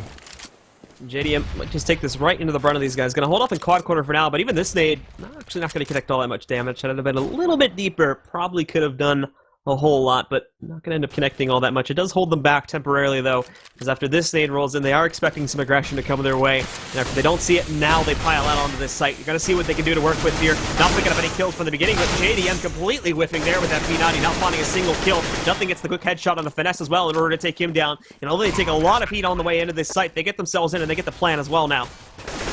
So it's going to be one of these kinds of matches where they just trade eco rounds for the start, but either way, Cloud9, strong position now. 2 kills come out for CLG, though, so down to a 3-on-3, but there's no kits on the board. That's a little bit scary. They got to get into this bomb site, take this quickly. Hayes finds one as well. That Molotov is going to force Nothing out. Now with a 3-on-1, this should be a win for CLG. And it is, as Tarek's going to get that last kill. Already sticking the defuse. Doesn't even matter. There is 1 kit over in the corner, but it's not going to be needed. So CLG, scary position to be in, and they retake the bomb site. And now this is going to break Cloud9. They're going to have to go for the light eco round here before they can afford those big rifles in play. Could force it up again if they really wanted to stretch those bucks, but they need to afford those rifles, and that will lead into a very, very light round indeed. CLG, of course, not necessarily squeaky clean on that one, so their economy's not going to build up that much either, but they still went out the round. And after losing the pistol, that's the best they can hope for at this point. After striking back immediately, picking up the second round, and now they've got to build back up from there themselves here too. But for Cloud9, just a very light round. A couple Deagle upgrades, a Tech 9 over here on a Sean, and a PZ50 on nothing, with a little bit of utility behind those two. But beyond this, should still be a round that CLG easily close out. Should. We'll say should. They definitely should. And Cloud9 playing very far back. No armor. They do upgrade some pistols. And they're going to boost some players up towards mid, but Cutler's going to be here spotting this, so this shouldn't catch anyone off guard. He's waiting for it, but it's going to be a timing push out towards this A bomb, so they're going to try and pitch onto it from highway, so Cutler's going to have a huge role to play here in mid, and he's actually just going to get a little bit more passive. He sees the door open up, mollies it out, but if he stays blind, they're going to come from behind him. He's got to be prepared for this. He turns around now, the one's already there, sprays him down, not ready for Skadoodle, who's the second one in. Skadoodle gets that kill and trades him off, but JDM still holding strong over in quad, and he's got support from Hayes and Finesse, who come in just at the right time. Freakazoid, he does get one with an AK-47 that he picked up, but not enough for him to do. He's going to fall as well, so 3-1 for CLG. No plant that round for Cloud9. And now CLG up to the 3 points as well. Fairly comfortable lead moving into this one. That round, of course, being just a little bit better than the previous one. Able to hold a little bit stronger. Cloud9 still finding those bits of trades, though, as actually do have some success on that highway push, but ultimately end up failing there. And as you said, no plant. So we'll see the buy coming out on this round, but utility-wise, we'll see the basics being brought into play, but you're not going to see those huge stacks you could have seen had they have been able to get the plant in that round. So this time, they've got what they need, but a great nade stack already comes back over here just behind Boost, and it's going to do about half the HP of 3 players here for Cloud9. Nonetheless, they trade that back in excess now. Shot of nothing, picking up 2 kills on their way over here towards middle. Cutler finds the trade back, but still, now we can see they're down a player at this point too, and they've got their choice of a site. As CLG, they don't actually know for sure with mid control being obtained. They don't know where this is going to get pushed into as of yet, and they have to go for an even split. This is a really good adjustment by CLG, though. Tarek just gives up the B bomb site. He comes to support over towards mid. They don't actually execute anything, and Skadoodle free shot up into the A site. Now Cutler, he's got to flash over the wall. Try and do something. He's going to peek over at Van as the second flash comes out. He spots someone, but the smoke boom's just in time. He swings wide, does get Skadoodle, but him and Tarek get cleaned out immediately afterwards, so Cloud9 respond with a very nice mid-take, and they win the round off that, 2-3 now. So now Cloud9 back in this match, striking their way back in here, and as we talked about before, CLG having some decent progress on those rounds, but never really coming out of it with 4 or 5 left alive, so they're immediately going to get forced into an eco here, and this could very well be the tie happening once again. All we're going to see is CZs, 5.7s, P250s, nothing really too big here from CLG in this round. 1 kit on a JDM, so if they do clutch it out with those eco kills, then they can definitely grab it a few. I imagine Cloud9 shouldn't have too much trouble taking a site itself, but we'll see here from the beginning. There's Skadoodle, just sits back, and they realize that this aggression could possibly be a thing, so they're playing this a little bit slower, but fairly direct on going for this take. JDM, at the very least, is going to catch 1 inside of checkers. He drops Sean, but Sean's holding back, picks up those 2 kills. Finesse and JDM both go down, and now they've already got control of this site, so this round, for the most part, is over. Should be. That's what we're going to say with Cloud9 from now on in these situations, is it should be. But yeah, blocked off by these smokes. This is more than likely going Cloud9's way. CLG trying to do some of that B aggression. 1 pop flash could have just done wonders there. You saw Hayes just turns the corner and just tries to peek it, with no flashbang whatsoever, and just gets cut down. But 1 flashbang there would have blinded probably about 3 Cloud9 members, and that could have been very, very productive for him. Either way, Cloud9 aren't going to lose a second anti-eco so early into this half. And they're going to get this round, and Cutler's just going to go for some kind of exit. Cutler dropping back down here. He's going to be able to catch Skadoodle, so that takes him out of the play at least. Tarek, of course, still way far out of this, and with Cutler running out of ammo from this one, he is going to end up getting traded by Shroud. So Cutler will escape this round with a 3K. Scavenges the op off of his dead teammate, and Tarek looking for something, but not going to find it here as he pops up. Oh, almost grabs a kill on a freak, but Shroud, thankfully, quick on the shot with the op, is going to shut him down. That was a little bit scary. That kill by Cutler was on the opper, so if they didn't manage to get that kill quickly and fall away from the bomb, they could have lost that, which would have been absolutely heartbreaking for him. So they do get it, though, and now we see JDM's got the op out on the CT side. He's going to take that over towards the B bomb site, and I mean, there's a lot of discussion this summer who is the best hopper out of Guardian and Skadoodle, and now with this drop-off of Cloud9 and Skadoodle individually, you now have to have the conversation who's going to be the better hopper between JDM and Skadoodle. He's been playing fantastic lately, and with this gun in his hands, CLG's been a force to reckon with. So Cloud9 taking it slow once again in this round. Cutler just placing himself just outside of the mid garage here in case there's a push from there. But Cloud9 have actually split themselves up pretty heavily here with the main push working its way through B halls right now. You know, with some noise being made outside A, and ooh, both Freak and Nothing just get completely destroyed in sequence there. JDM still holds strong too. Sean finally coming in for the trade and looking for more here too. He's able to spot Cutler inside the vents, but can't connect those shots. He's down to 50 HP. Gonna toss this Nano. That won't connect anything, but in the meantime, Finesse is dispatched along with some more of his teammates, the rest of this entire team, so it's just Sean. He doesn't have bomb control right now, but it's easily recoverable as he works his way out. He actually has this site open, doesn't realize it, so he might just try to grab the plant here at the very least, but time is running low, and he's taking it as much as he needs to try and find the situation a little bit more palatable so we can at least find that plant, but with how slow he is taking it, I'm actually surprised CLG haven't moved in for the kill just as of yet. I like this from CLG though. They want to make sure, one, they have 4 people alive. They don't want to lose 2, and also the one way they could have, maybe lost this round is getting caught off guard by Sean pushing towards CT spawn. So everyone played far back, but there's a kill for Sean either way. Gets the first headshot, trying to find 1v1s around the boxes, but Hayes grabs the angle with the AWP and just ends that dream very, very quickly. So 4th round for CLG now. There is going to be another buy, especially with that plant. Cloud9 is going to be fine in terms of money, but the economy for both teams is in the situation where the loser of this next round is going to have to save. I mean, CLG had a very weak economy. No one was above $1,000 before that round ended.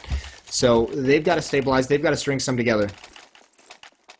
And now this match will remain very, very close for the time being, but CLG are going to try to widen the hole now as we take a look at both Tarek and JDM. They're going to go for that double op setup, full rifles investment, only looking at SKDC getting his op on the T side so far, so they're not going to try anything like that on Cloud9's end, but this double op setup could definitely yield some fairly good results, but it's going to be full force from both teams at Cloud9 using the boost here. 2 players going to go up on top, and actually they press through it. Shroud just moves in. He's going to get that spray, but at a cost of his own life, he burns alive, and Hayes picks up another kill after this. Freak's able to drop down to try and recover the bomb, but now he's kind of stuck here. He has some support from his teammates. Thankfully, SKDC's sitting behind him. He's going to grab this kill, but although they take out Tarek too, so this awkwardly somehow works out after Shroud kind of kills himself there and finds that one kill. They trade it back, but CLG a little bit too over-aggressive on that, and they managed to trade all those kills back and put it into their favor with 2 more added on.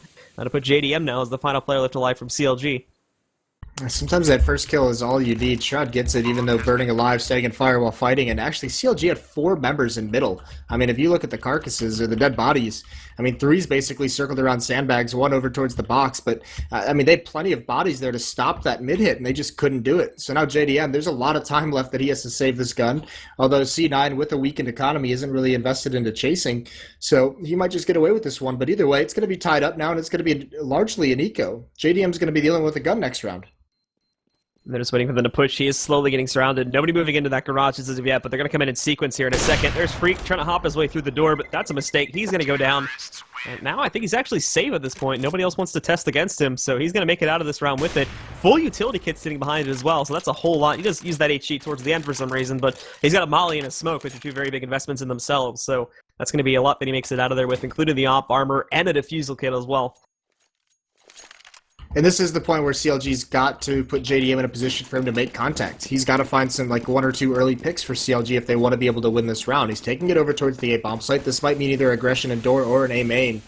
But getting away with 1 kill early would be massive. He's going to throw a pop flash for himself, and he is going to grab this angle in A main. No one's going to be... Actually, they are. They're right behind those boxes, and he misses the shot. It's going to be Freak is the way he takes him out. Nothing follows up on a color, so the A bomb site is open, especially now that SKDC clotheslines Hayes. And quickly down to a 2-on-5. Yeah, this round, unfortunately, already done at this point with the eco still being in play from CLG. All 5 alive from Cloud9. Tarek and Finesse are going to get up close to personal so they can hopefully work this double team to find at least like 1 or 2 kills here towards the end of it, but for the most part, it's secure now, and they're going to expect this push coming. If they both try to work their way in as soon as the smoke fades, they're going to know it's coming from a mile away, so it's going to be fairly easy to close out. Even nading them out a little bit here, too, so there's nothing they can do. Cloud9 are going to be able to take the lead here, finally. Yeah, this is pretty good stuff from Cloud9. One thing to keep in mind, though, is, of course, we look at just how, of course, Cloud9 had some good results back on their T side on the last map, too, when they played against NME, but, you know, just how abysmal was their CT side. So keeping it this close is not what Cloud9 need. Cloud9 need to take a huge lead and bring up something like 11-4, 10-5 if they want to even have a chance of winning this game. Yeah, that's a really good point. And it is, we see it, you know, even in international competition, we just saw it last match, like you said, is the CT side for Cloud9, and that's something that goes through on all their maps. It's just the weaker side for Cloud9. So they're going to have a big half here, because we saw they had a huge 10-5 lead going into their defense last map, and they still lost it. So, I mean, CLG Although they're being economically controlled by Cloud9 right now. They're not out of it whatsoever. And now we're going to see here too, Cloud9 really spreading themselves out here at the beginning of this round to work for a couple picks at the beginning. JDM gets the heat back over here as the molly gets tossed over, so he's going to fall back. Makes it out without any additional shots coming his way, so he is going to survive this encounter, but now he has no clue what's sitting back over here in the B hall, so not really going to be able to investigate too much. And ooh, the perfect nade from nothing. After that molly had done some damage, the nade comes in from nothing to close him out there, and that's going to eliminate him. So unfortunately, already one down here. And now Cloud9 kind of have their choice of a pick here. They can go either way. And this is going to be another eco from CLG anyway, so it's not like they're going to be in their way too much, but this opening kill is definitely going to help them out. All CLG really has to do this round is find some damage. I mean, that's the big thing as well. They're not getting a lot of damage on their eco rounds with just these pistols. Cloud9's done a very, very good job of neutralizing that. Finesse is going to have to make a play here behind the smoke. He flashed himself through, finds one, but can't get a second. And no one's even moved out of this B bomb site for CLG, so Tarek and Hayes, there's nothing left for them to do except for go for the exits. They're moving out now to get themselves in a position over here towards mid-garage, but they're even waiting for it this time. Nothing is sitting here with his own op. Just trying to see if he's going to be able to catch any of this. They're taking a long path to wrap around towards T-spawn, which nothing currently isn't looking towards. He does adjust his aim, but a little bit of trouble there, so he's going to call in for some reinforcements. Missing that second shot, too. Down to 42 HP, so not going to be one to really re-peek this. And Tarek gets up against the wall. He's going to jump out. Now sees more of these players moving in, and Shroud's here now, so it should be easy to close out. Indeed, him and Scoodle are going to combo those final 2 kills. Cloud9 pick up the round, and now we should be seeing another buy coming up from CLG here. Hayes more than likely going to drop that AWP over towards JDM, and this is where they've got to make a little bit of a stand. There's a double op setup on the Terra side. Skadoodle has one, Nothing has one. That can slow things down a bit, so that could actually help CLG out in the future. They really struggled in the past few gun rounds that they've lost is that mid-execution from Cloud9. That was something they did really well on this map when they were, the dominant force in the summer for those 3 months. They've kind of fallen away from its effectiveness, but this double op setup, they've got to be very, very careful they don't get picked off. And Tarek right now is the only one over towards the B bomb site. He's protected by one smoke, but I don't think that's going to stop Freakazoid from flashing his way through it. So he's going to have to get some support at some point. Cloud9 again, mainly pushing themselves up here right now, but as you mentioned before, Tarek is going to be the main defenders over here towards the B site. Going to have to try to hold things off on his own, but Cloud9 are getting ready to move in as a storm at this point. As soon as the time gets low enough, they're keeping Sean Garris out in the open, but one thing they may end up missing here is that Hayes is slowly trying to sneak his way inside of the mid-garage, and if he succeeds in doing so, they've only got one player watching this, so if he falls, then that's going to be an easy push, and now nobody's watching this either. They've all completely moved away. And you've even got Sean, kind of has his attention inside of A main as well, so we can just see Hayes move in and basically do whatever the hell he wants to do once the stake begins. Yeah, Cloud9 plays that so incredibly slow. Now JDM up on the box, he gets that first kill on a Freakazoid. Now he grabs an angle for Skadoodle to peek into it. He gets blinded though. He just barely misses the shot. That Molotov, he doesn't even know people are so close up to him. Skadoodle does find that kill. One was swarming him into the bomb site. Finesse though, he comes right through the smoke, aggressive, and Hayes is going to be the one coming from the flank. Now Nothing inside this bomb site. He doesn't have too much to do. He's got to be playing a little bit patiently, but 20 seconds left on the clock. He knows where both of them are, one on his left, one on his right.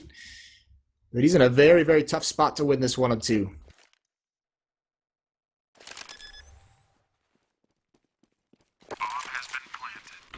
Now he's going to get that bomb planted and just holding for a CT spawn push. CLG's going to have to do this coordinated. Nothing jumps, grabs the intel. That causes Finesse to come out and Nothing. He finds the shot he wants, but he just can't land it.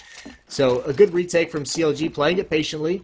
But still, they only survive with 2 members, which means their economy is going to be still pretty weak into the next round. They're going to have to drop some guns over. They do salvage 2 AWP, so that means they can put 3 of the weaker weapons towards mid if they choose to. So it's going to be 5-6 now for CLG. Plenty of money on the Cloud9 side, especially with that plant. You're going to see the buys come out one more time. Skadoodle, he can afford the AWP as well. So how is this mid control going to go? This is actually a much stronger buy than I expected out of CLG, but partially because Tarek, he doesn't have a rifle. He's just keeping a 5.7, more than likely just dropped a rifle over to someone so they could get full nades. This is actually a pretty good, a really smart decision from CLG in that buying practice. And JDM, he's going to have an op over in the A bomb site. It's going to be Cutler with the op over towards B, which we don't see Cutler opping that much. But look at this. There's a gap in the smoke. So JDM, if anyone tries to cross to behind the smoke from Cloud9, JDM's going to have basically a free shot onto him. And now these guys, again, they're going to try to find their way into this site. But CLG, they've got that pretty good setup moving in for themselves here as well. So JDM is going to be the first line of defense against this. But it's going to explode out on him pretty quickly. Nonetheless, he's sitting on the top there, so we should be able to see over these smokes. Picking up the first kill there. That's going to be able to drop out Freak. More moving in, but he falls back now into a safer spot. He's going to get mollied up and finds another kill anyway. Finally going to get taken down here, and Cloud9 work their way in, but CLG still has the man advantage. Nonetheless, we can see Sean clear things out one by one. There's Tarek with another trade, and now it's just all on SKDC at this point. He's made no progress on taking this site. He's going to sit up on top of Red, but he's surrounded now and has to play this very, very carefully. Moving in, he's shut down by Finesse from the flanked angle, and that's going to be another one for CLG to tie things up at 6 points. Tarek, more aggression on that take from Cloud9. Their forces have been whittled down so much. Those 2 kills from JDM were crucial. That gave so much space for Tarek to just do whatever he wanted. He just pop flashes himself through a smoke, finds Sean not even expecting that kind of a play. So 6 rounds now for CLG, tied up.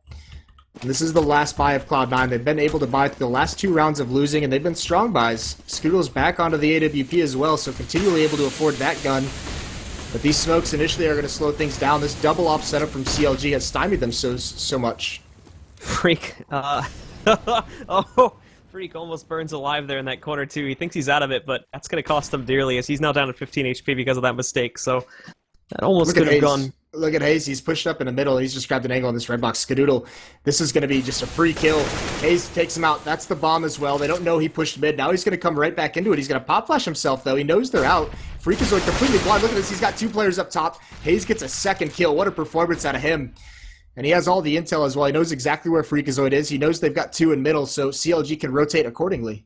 And the problem is, too, is again, no bomb control being maintained here by the members of CNR at this point. They should be able to go back and get it, but they don't know exactly what's happening outside of A main right now. Somebody could have pushed in, so they've got to be extremely cautious on this. A whole lot of time is going to be wasted in the process of recovering this bomb, getting it probably back inside of A main, and then trying to push, but they're actually going to regroup themselves outside of mid. There's Finesse, he catches one of these players. CLG have caught on to exactly what's happening now. They're going to move some more presence towards mid, but they still have Tarek here to defend things, and as soon as he spots this, and actually, no, Cloud9 call it back off. They're going over towards A instead, so same story, but with JDM here. As soon as he spots this, he can call his rotations back in, and Finesse is even going to open up a lurking angle once again.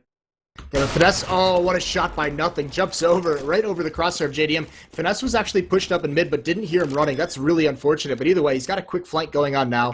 They only have 1 smoke to use. Cutler has the angle against nothing with the op. He wins that battle. It's just up to Sean with an op and quad, and this is not a great gun to use in this kind of a situation. He almost doubles him up. He stays alive as well. And he's still trying to peek wide, trying to find the more, and he finds another one. One-on-one battles for Sean right now, and it's just down to FNS, but he can't land that shot. Finesse is going to clean things up with the USP right through the corner of the box and get the defuse. So almost a 1-on-3 win for Sean, but he can't pull it off. Sean doesn't even take that shot. That actually might have been a bit of a technical error on his end, as he just switches the gun completely, thinking he might have taken the shot there. So that might have been hitting the keybind just a little bit too quickly there, as that's going to cost him the round now. CLG not only have tied things up, but they've taken the lead once again. Cloud9 still might have enough money to force things up here, and that is indeed what they're going to do coming into the 14th round. They've got to try to keep these rounds close, and they've got to try to, at the very least, take the advantage, because that CT side is coming up here very soon, and CLG right now are looking like they may end up holding the advantage coming up on these last couple of rounds. Yeah, you got to think, too, Cloud9 got 10 in their last matchup and couldn't win it out on the CT side, so only having 6 right now is a scary situation for them, and they decide to be aggressive over towards the A bomb site. This run boost has got to come in quick, but they screw it up. Cutler's just got to fall away. They only had 1 chance for that, and they feel the pressure at the A bomb site, so they're actually going to double up inside the site. Finesse and Cutler. Throw some mollies out. They feel the execution coming. They see some nades coming out of door, but no rotations quite yet. 2 players in mid. That's Tarek and Hayes. They're going to be able to very fast rotate over. They got to come quickly, too, because Cloud9 already pressuring to stream into the bomb site. And there's going to be 2 already for CLG. They try to push in. SKDC catches the trade, but Cutler immediately finding that one out. Nothing trying to work his way towards Quad through that smoke, but again, the trade's so strong from CLG. They come out on top of the 2 free kills they found at the beginning of this round, and now it's all in the hands of Sean, who's been sitting back. They're trying to make those calls, but he's called into action once again, and he can't perform. Tarek's going to shut him down, and CLG officially sort of have the advantage here coming out of the half, and with Cloud9 continuing to force, they're left with not a whole lot of cash here in this final round. No, especially without a bomb plant. The only reason they had that buy in the last round is because they got the bomb planted. So this time, they have a full losing bonus built up, but still, they're going to be stuck mostly on Tech 9s, and that's just so they can have all the utility. This is just going to have to be like a massive execute. They can't really go for picks against an AWP and M4s, but they have 3 Molotovs to use to try and get into a site, and 3 of them are heading over towards this B bomb site where JDM is perched up in checkers with an AWP. This might just be a slaughter. Tarek's here to back him up, and actually JDM spots one jumping, can't win the shot, and here they come. He gets dropped. No response from JDM. Nicely done from Freakazoid. He gets that kill, but they don't spot out Tarek. He's hiding in this corner. He's completely blind. He can't do anything until now, where he pounces. He grabs 2. He can even get the planter. He sees the side of Sean, but this round is virtually over. Sean inside the bomb site. He does get one, and nothing's still alive. Coming over towards the B bomb site. He's a little bit late, though, but this is a one-on-one for Sean. He hasn't committed to the fight yet, and Tarek living 3-on-1 now. Sean, it's just a matter of time, my friend, and you get mowed down by Finesse, and a nade comes in right at the end. Cutler says, that's my defuse, bro. So he's going to steal that away, but again, that happens on the final round, so not going to matter in the grand scheme of things. So they'll bring it up to 9-6 to take the advantage here coming out of it. And for Cloud9, that does not look too good switching sides. All the issues that were popping up on the CT side with communicating and trying to hold off the offensive from NME, now they've got to figure out, or we have to hope, I should say, that they figured these out in between this match and the previous one, as now they're going to be tested in a very big way, and they're not going to have that huge 5-point advantage that they had starting off the previous map as well. This is looking dicey for Cloud9. I mean, I would like to say that this is surprising, but after that first match, it's just like, God, these guys have fallen so far. Yes, indeed, and I honestly think it's not too far out to say that CLG, along with, I mean, even if we bring Liquid into this conversation a little bit here too, I think it's fairly safe to say that with the recent performance from Cloud9, that it's pretty safe to say that both of those teams have sort of surpassed them in terms of placing as North American teams. Hey, here's the thing, and this might be part of the problem, is that Cloud9 knows it. I mean, they used to know that they were the best team, hands down, in North America. No one could even really contest them on it. Now you're seeing these interviews, and, you know, I believe it was it Sean? Or I think it was Sean. It was just like, you know, we might not even be the best in North America anymore. I mean, and this thought is just in their head, and you can see them, like, this is the only explanation, because strategically they don't, you know, necessarily do so much wrong to be at this level. It's just the confidence of these individual players, the performances is not up to par. And it's just because that little thought has just grown so much, like an inception thought, where they're just like, all of a sudden they have the idea that they're not as good as they used to be, and they're playing to it. They're playing down to those. And now we have to see just how well they can bring themselves back. We saw before there just how few of a round score they were able to stack up on the previous map here. And this was against NME, not against CLG, who, of course, have a lot more international experience and a lot more overall experience at this level of play compared to the team they just faced off against. And that is going to lead to some troubles indeed here. Just waiting for the ready-ups to come in from both sides. We're immediately going to get started with it. If Cloud9 can pick up this pistol, then there's a good chance. And again, we've seen them fairly strong on these pistols, but if they're able to swing this, then there's going to be a chance for a tie. But then when we get into those gun rounds, that's where things are going to get tough for them. CLG pick it up, though. That's going to be a hearty advantage for CLG, and they're going to have no reason to worry at all.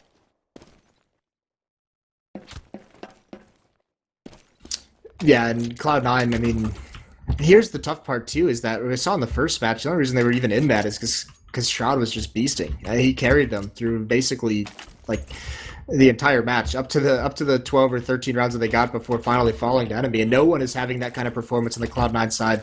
It's Skadoodle with 13, Shroud and Nothing with 11, Sean with 9, Freak with 6.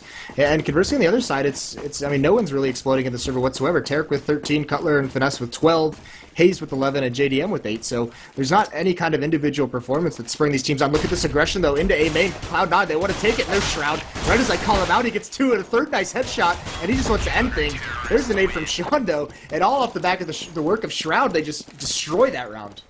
Shroud's back, and he's ready to party here. There's the 7th point from C9. They get the advantage once again starting off this half, and now it's their time to build it. CLG just shut down inside of the steps going up into A main. Nowhere to run for these guys.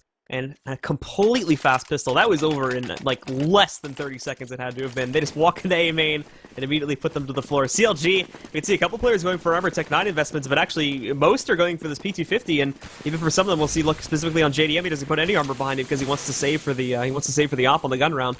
And they're heading over towards the A bomb site. It's like they're saying, like, Shroud, I bet you can't do it twice in a row. It doesn't even matter if Freakazoid gets that first kill and the second one. Still alive over at Fork with a P90. Shroud's not even being pressured. This is just another cleanup for Cloud9. Quickly, just down to the last player, that's Finesse. He's over in Highway in middle. He gets a nice dink on a Freak, eventually cleans him out, but Sean swings wide. Just erases him off the map. So a good anti-eco from Cloud9 once again. And now again, they're bringing it closer and closer at this point. CLG, this is going to be the light round for them, so we'll be expecting too much coming out from these guys, but we'll see just how well they can defend when it comes to the actual rounds itself. The CLG probably just going to do something fairly straightforward here. No nades or anything brought into this. This is probably just going to be a full stack moving into either of the sites. Probably looking like A with a combination mid-play coming out here over the next few minutes, and maybe they can get the plant, but at most, they're looking for a couple pickups on kills, and that's about it. They're being rather tactical about this, boosting up, but they want to explode through this smoke in middle. But, I mean, this is round. They only have these P90s. Why not just get aggressive? Skadoodle's going to get that first one with the scout right to the chest of Tarek, and he's going to fall away. No pressure put onto him. Hayes does get close, tries to do what he can, but Skadoodle's already run back. And there's Freakazoid with the kill over in A main. He's boosted up in the site, so Finesse not expecting that move. And yeah, there's really nothing that CLG can do from here now. They're going to move the 3 remaining players inside of the vents to make an attempted push into here. Sean's ready for it, though, and he does have off the side a little bit the support of nothing, but he's here to help out. And there we go, 1 kill. Waiting for the second one, a little bit of trouble, but he does grab it. Now number 3 is just waiting inside of Checkers. He's trying to play with him a little bit to find a kill, but not going to happen. Perfect round from C9 once again to tie things up, and in the course of all 3 of these rounds, we actually only lost 1 player, so that's going to be a lot of money sitting in excess for them here, even if we do see CLG pick up this first round. Big gun round as well, because it looks like Skadoodle, he upgrades right at the last second, but Sean still got the P90, so playing a little bit of the economic game, not upgrading to a rifle in terms of Sean. And if they're able to win this one, there's really not a lot of utility on the CLG, so they have 2 smokes and 4 flashbangs, that's it. So Cloud9 to win this round could just propel them to a victory just based off the fact they have so much money. They'd be able to buy so many rounds, they'd be able to buy through a massive losing streak. So, big round here, and Finesse opens it up very, very nicely. Great shot on the Freakazoid. He's playing over at the highway box, and nicely placed headshot just takes him out of the fight. That's going to leave only 1 player still alive and running back on towards B. Shroud moves over a little bit closer to Z, just in the event it is going to be an explosion play there, but because they've left middle completely open here too, a lot of progress has been made by CLG in taking control of this angle. They're scouting it out just to make sure it's safe, and Skadoodle's looking back down towards Highway. If he sees these players, he's going to take that shot, and that's indeed what he finds right there. Takes out Hayes. And that's the response from the earlier kill, so that evens it back down to a 4-on-4.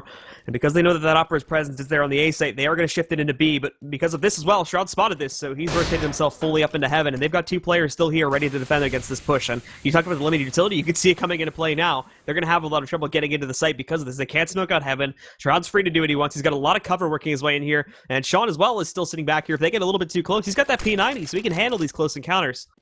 Yeah, Cutler's the one with the smoke, and he was boosted up in vents. Now he falls out. Now he smokes off CT spawn. Finesse has got to be the one to entry here out of the bomb site, and he does. Sean's not ready for it. I don't know if he didn't hear him whatsoever, but he doesn't even fire a shot. Finesse gets away with the free kill before Shroud trades him off. Cutler and Checkers, they only have 1 player on the site, actually, and nothing. He can't do anything either. Cutler drops him with a nice headshot, so a 2-on-3 retake. Skadoodle's got that AWP. Shroud's got the M4. But Skadoodle just holding an angle. They're not giving him anything to work with, so it's got to be Shroud who's going to open things up, cause peaks that allow Skadoodle to be effective on this retake, but JDM just shuts him down. Skadoodle coming in. He's going to find 2 frags on the JDM and Tarek now on the site, but it's a very, very hard plant situation to work with. He gets Tarek out the, or Cutler, apologies, out in the open, and he's actually going to shut him down. A big clutch from Skadoodle there. Comes out with the 4K. I don't know what's happening anymore. Like, why are you peeking, man? It's a 3-on-1, and he's got an op, just like, hi, the plant's 4 Checkers. You don't have to take that fight. Cutler tries to, I'm assuming he just tries to catch him off guard, like, not prepared for that peek as he's jumping into sight, but it just backfires. So, nice route from Skadoodle in the 1-on-3 for sure. So Skadoodle comes out with the 4K there. Cutler, a bit of a mistake being made by him as he does end up peeking out there, trying to catch a surprise, but only catches a bullet to the chest from Skadoodle there. He's going to be given the chance to clutch that out, and now Cloud9 take the lead back here against CLG. And CLG having a little bit more work to do before they get this victory into their own court here now. Going to go for a pretty much an all-in take on A. This could potentially be a fake, but it doesn't look like it now. Everybody's already working into A main, so it's going to be a direct attempt at this, and it's going to come very, very fast as well. They explode into the site. Skadoodle jumping up, gets 2 good damage on the Haze as he's going to leg him, and Nate comes back to respond to that damage, and Skadoodle's actually going to mess up an A here too, and he gets flashed by a pop flash from the T side, so Haze is going to move in, shuts him down. Freak gets the trade, but Haze trades that trade, so he takes down Freakazoid, now leading 3 left alive from C9, but they're quick to come back in here. They surround JD, and he holds his ground, picks up 1 more kill before falling to Shroud, and now you can see it's just Shroud on the site. Sean is coming in to support a little bit, but Shroud takes him heat. He's going to get popped off. Tarek's still in this smoke, and Hayes will come in to close things out, takes out Sean, and CLG respond right back with a 10th point themselves. That could have collapsed for CLG, though. Cloud9 has a very aggressive retake. While the smokes are still up, Nothing tries to smoke off Quad and get in to stop the plant. He gets dropped off, but they're not expecting a second player to be in there as well, so Cloud9's almost able to steal one away, but a nice recovery. Gotta say, too, Tarek plays that so patiently. At Forklift, a lot of times you'll see him get aggressive through that smoke out towards Highway or out towards Truck. This time he just sits behind it, waits for the rotations, wait for that smoke to clear, and now, with all the damage that's been done, winning that round, getting 4 kills in the previous, they've destroyed the economy of Cloud9. Cloud9 could have force spawned here, but once again, playing it a little bit safer. They want to have a full arsenal into the next round. CLG taking their time here as well, as they don't know exactly what to expect. Freak popping in, looking for a couple deagle shots, but not going to be able to find anything just as of yet. He falls back outside of A main. The rest of the team, they've actually gone for this 4-man stack here too, leaving only Sean to try and defend things from within the B site. If CLG catch on to this, could be a great gold mine for them in terms of taking the site, but they're still pressing themselves over here on towards A. And Finesse is going to find that opening kill on the Freak, but here comes nothing as well. Picks up this deagle. Smoke is not necessarily where he needs it to be. And as he peeks in here, not going to be able to spot anything, taking some damage himself, and this is just not panning out very well at all. But CLG also not making a whole lot of progress. So, of course, so they're playing this purposely. They just want to try and pick up as many kills as they can before they go for the take, so it'll be as clean as possible. And there you have it. SKDC, though, catching these players off guard, and Shroud comes in on the assist. He's going to steal that kill away from his teammate there, takes down Hayes. Now it's going to be 2 left alive here, but Shroud's got this AK now, so he can work with this. Gets 1 kill on the Finesse, and now it's even. It's down to a 2-on-2. Sean's still rolling with this CZ, but he's got it to work with here. And overall, CLG, they don't seem to have the courage to move into this site now. They're trying to push into it, but they don't really know what's going on with Shroud at this point. He's sitting up on top of Upper here, and he's going to see if he can find these kills, just waiting for them to cross over towards the plant spot. They're going to come underneath instead, at least JDM is, but they don't have enough time to screw around with this anymore. They've got to get themselves on site. Shroud, thankfully, has fallen back a little bit, but with 10 seconds, they've got to move in. They've got to get this plant right now. JDM, he's sitting back. He gets that kill, and he's going to have... No, he doesn't have enough time to plant. No. He's not going to get the plant in time. Alright, well, there's that one gets gifted over to Cloud9. The fear of Shroud is just put into these guys, and someone who's dead, someone's got to notice the timer and make sure they know, but JDM gets that kill, a good entry, and he has plenty of time to plant it. I don't know if he didn't realize he had the bomb, or he's just taking too much time to clear it out, but free round just gets given over to Cloud9. So they get away with one. And CLG, that's 2 rounds between that and the 3-on-1. I mean, those are 2... you can't throw those kinds of rounds away. So, Cloud9, as you said, basically being given a gift at this point, too, and also considering that just how lightly they are invested in this one, it's going to be a very big buy going into this round. JDM has his op. He could start things off well, but that's not going to be the case. Shroud picks up the first kill and the second. Tarek will trade things back with that P250, but now he's stuck back here as well. He can't make any progress. They've got to recover this bomb, but the pod flash is still rolling in from Cloud9. They're not too confident in their ability to move in, but the smoke from the CTs actually should re-enable it. They've got to get close to this, though, and Nothing is trying to push forward upon this as well. Moves in, is going to get a spot on a Tarek, but doesn't actually want to take the risk on going for the full kill, so he does fall back, and now they're going to know that this, they should know at the very least that this rotation is moving over towards that A site. They do have to hold back for a couple moments just in case they're going to fall back and then switch it right back around to go into that B site, but it's definitely committing to A now, and this puts a lot of pressure on SKDC to try and hold things off. That smoke took a little bit of time to plume. They knew there was an opera at trucks. They don't want to commit. Now the Molotov comes out, just delaying things even longer. Now the rotations are... Actually, Cloud9 choosing not to rotate everyone over. Still, Freakazoid's still in the B bomb site, just now leaving. Nothing as well, just halfway there. So with 3-on-4, Hayes with the op. He's got a good perch. He's boosted up, and it's going to be Tarek, who, oh my lord, 2 shots from him. Drops Sean as well. Hayes boosted up, looking the wrong way. He's got to get down so he can't be seen, but all of a sudden, Tarek's put him in a great spot. But now Tarek just looking for more at this point. He's going to wait for them to get a little bit closer here, but Nothing's crept up. You can see those shots moving. He gets the spot on a Freak here just around the corner, and Nothing's pushed up. Gets the first one and the second one. That's the ace from Tarek. And CLG, again, will tie things right back up at 11 points. Beautiful round for Tarek to get that ace. Comes up huge when they need him to. Right off a crushing defeat in that loss, in that timeout. But either way, CLG ties it up at 11-11. It's going to be a save round for Cloud9. Double op setup now for CLG as well. And this is kind of scary because the last time they were on an anti-eco, you know, they lost due to the round timer because they were being too passive. These ops automatically make you a little bit more passive because you want the ops to have a chance to go for the pick. And there's a good find. Cutler opens things up on a Shroud long range. So now a huge advantage and plenty of time, 1.5 minutes left, and they can still just probe. But at a certain point this time around, you know they're just going to make the decision. They're not going to let that happen twice.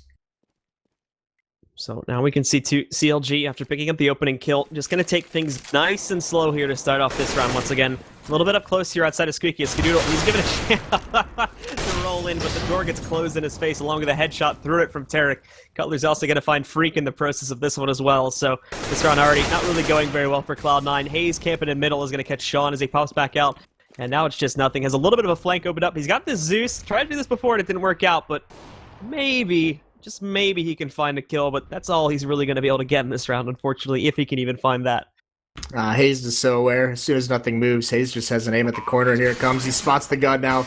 Nothing knows he's too far away for the Zeus, so he's just got to fall back, try and find another close angle, but no reason to chase that kill. CLG playing it smart, although all 5 members now coming over looking like they want to hunt down this one pistol. That could be expensive with the Zeus. Nope. Now they all just stop and sit back, so they're going to be content to let Nothing get away. He's going to rotate back to this B bomb site where he's going to find Finesse at a long range. Now they know he's in checkers. Still nothing, just has nowhere to go. He's now just going to push him underneath the vents. Oh, he wants it. I think JDM spotted the Zeus, actually. And all that build up for nothing. Finesse is just going to take him down from long range anyway. Not going to lose on that much, of course, as it was a very small investment, but CLG now have the lead here finally. A double up setup for the T side, which will be interesting to see how this pans out. It could definitely work out very well in this map if positioned correctly. And Cloud9, to be honest, it doesn't even look like they're going to be able to go for another buy. This is going to be another save round from these guys. And P250s and CZs at the most, still no armor or anything behind it. This happens twice where they get, they're tied up around 11 or 12 rounds and they just kind of drop the ball in the end. They're going to go for another reverse boost, though. Last time it was Shroud. He had an M4, though. He was able to deal the damage they needed to win a huge round for him. This time it's just pistols, though, and they actually can't manage to get up. Nothing finally gets up there, but one spotting it. So they spot out that boost, so no more damage coming from that. JDM gets another nice opening.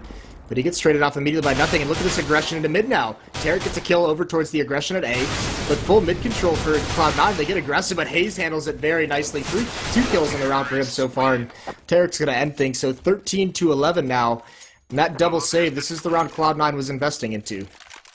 CLG now in a very, very good position here as they pick up that 13th round, just a few more away from closing it out, and these previous rounds have done wonders in terms of building up their economy now. Everybody's got enough money to rebuy for potentially 2 rounds, and in some cases a lot more than that. Tarek specifically floating at over $10,000 now, so he's got quite a bit, but this is the big round from C9 too. They've saved up quite a bit for this. Sean gets the op, Skadoodle gets the op, 3 rifles with full utility sitting behind most of them as well for when you look at Nothing, Shroud, and Freak. So these guys are armed to the teeth. They want to try to strike back here, and they're going to absolutely have to do it. Otherwise, things may fall too far out of grasp, and we'll see a 0-2 night once again from C9, and that would put them up to a 7-map losing streak here at the ESL ESEA Pro League. Which would just be unheard of for a team that a lot of people, myself included, thought would just be a lock to the top 4. They're having a really, really rough time in this season, as you said, a huge losing streak going on, and there's Hayes, not doing him any favors by just dropping Nothing, who just goes for a peek at the sandbags, just trying to grab intel, and he gets just erased. So 5-on-4 now, still a minute left. CLG playing this very passively, very patiently. Chance for a couple more picks. Shroud, he's got himself into vents. So 2 players at B, 1 player at A, and 1 player at Freakazoid on Highway, and he's just playing supportive between the bomb site. Freak again, looking to see if you can find anything in middle, but the signs against peeking it out, obviously, with his record on this tonight not being the safest.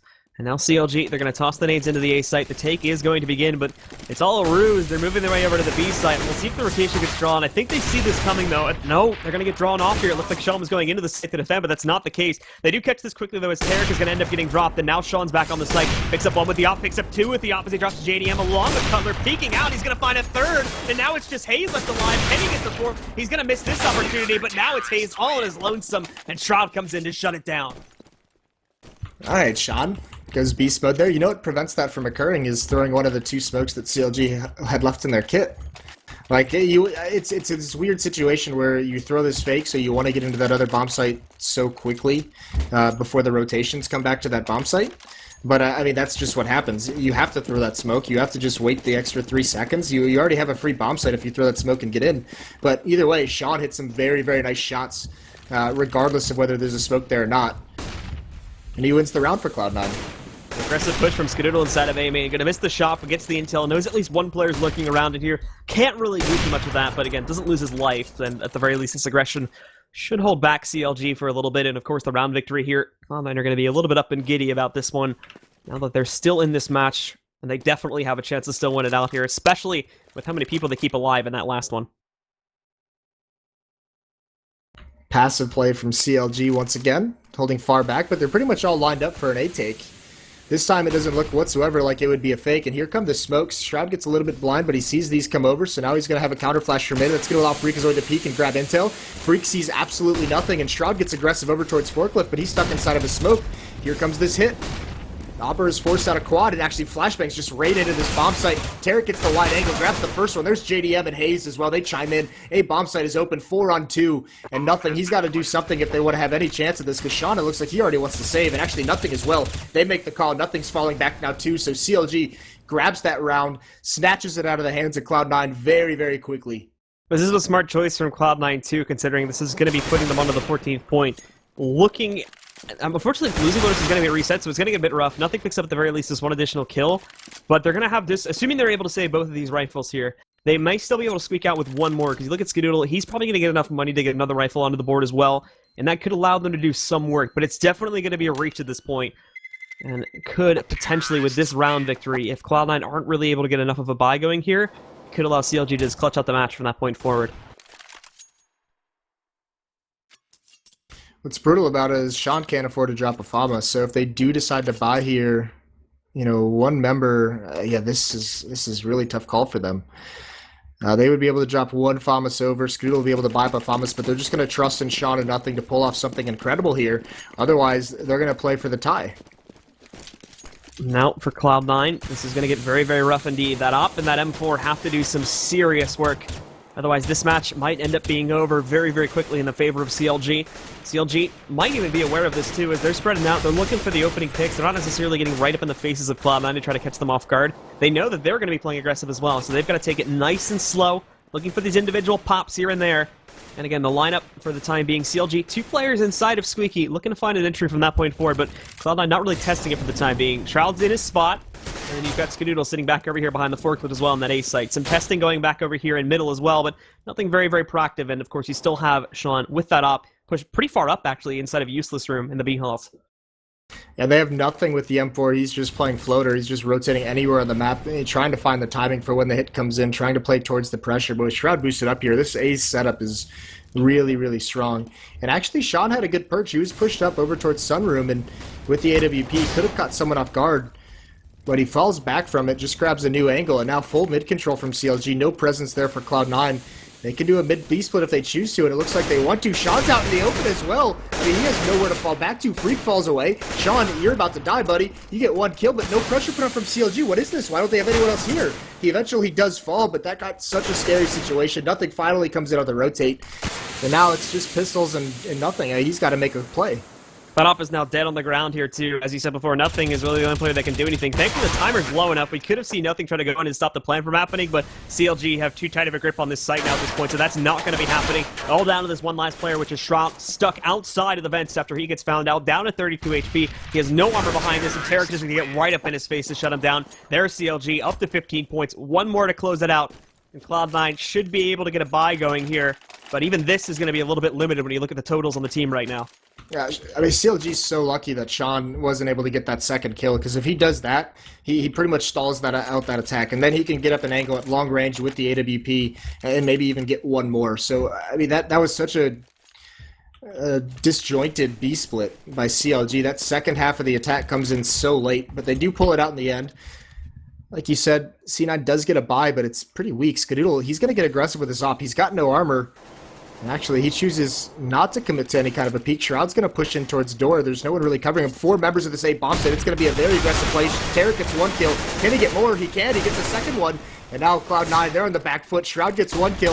Skadoodle, this is the shot. And Tarek runs out of bullets, though. And now he's down to the 5-7. He's got Skadoodle trapped into the corner. But he's just spraying away, trying to pre-fire the fallback. And now he himself is just going to play it safe, get away from that site, and things stabilize. 4-on-3 with Skadoodle extremely low, and even Sean is going to get cut off by Hayes, who takes an advanced positioning in towards CT spawn, so the B bomb site is open. It's going to have to be a retake, but that smoke is going to slow things down. This should be it. This should be the victory for CLG at 16-12. Ska's down to 12 HP, nothing he can do in terms of actively pushing out against this. He's 1 shot away from dying, no armor either, so he's also going to be very careful even with those op peaks. Moves out, steals that kill away from Shroud at the very least to take one of these, but now they've got to find the other 3 here, and they've got no utility left. No flashes, no smokes, no mollies, nothing. And Tarek's coming around for the flank. He's probably going to get found out by Shroud as he is checking that here and there, but sneaking in right now. There's 1 kill, and no, not number 2. Shroud's going to take him down at the very least, but still, time's gone by too much. Shroud, there's nothing he can do about this. He's just got to run to the site, and they're already set up for this. JDM's going to miss his opening opportunity. They know he's in here, though, and all finesse. Nope, he's going to pick up 1 kill, but again, that timer's still way too low, and no kit. Shroud just moves in. He gets the kill, but Shroud realizes it's all over, and CLG are going to win things out here. 16-13 is going to be the final score. Yeah, it's brutal evening for Cloud9. Very, very brutal. Now, I mean, just with the way the standings are, everyone's so close. They fall so incredibly far. They went from like 4th to 7th now. just based off tonight. That win gives CLG 11 kills. They're tied with Conquest and Luminosity. Your top 4 at the moment are Liquid at 13, Conquest, CLG, Luminosity with 11, Complexity at 10, and then it's threes up, Cloud9 and NME at 9 wins for the season. So C9 go 0-2, and now they've got to dig themselves out of a hole, and they can't really afford to lose any more matches. And that is going to close out this match, guys. We have another one coming up here in just a few minutes. It's going to be SKDC taking on CLG coming off of that victory. CLG is going to be looking very good heading into that match, but we'll see what SKDC is up to as well. Jumping into it in just a few minutes here, guys, so stick around. We'll be back with more of the ESL ESEA Pro League right here on Twitch. On that, of course, you're still working against CLG, who's sitting as one of the top prospects to make the LAN and probably one of the better teams in North America right now, so doesn't look too good for you going into that matchup. And CLG are also going to take the knife round, so they'll get their choice of side. And I would, this map, it can go either way. CT side, though, is generally favored, but this is the thing. How dominant can JDM be with the op early on? Because that would be a big thing for SKDC to do, is if they can keep the op out of JDM's hands early on in this half, keep them, at a really weird economic position, that alleviates a lot of pressure if CLG can't have, their beast opper not able to use that weapon. And the SKDC, they had really good spawns for some kind of very fast hit towards the B bomb site, but they choose to go over towards A. This allows Hayes to get into the pit. Nice pop flash, though, is going to blind him, so he's got to fall off. So Tarek takes this fight. He gets gooshed back, but there's Hayes for the save. 3 nice kills from him. Very quickly, a 4th as well. All in one clip. Hayes, 5 headshots, 1 clip. What a pistol round. He starts things off so nicely for CLG. And that's just a good start for CLG. Can't put it anywhere else. SKDC, they try to take him down, but it's just a shooting gallery for Hayes, 1 by 1, shutting him down. He's got all the money he needs. They pick up that round, and already SKDC are going to fall behind, and they'll have to go for the second round force up here with the Tech 9 armor buy.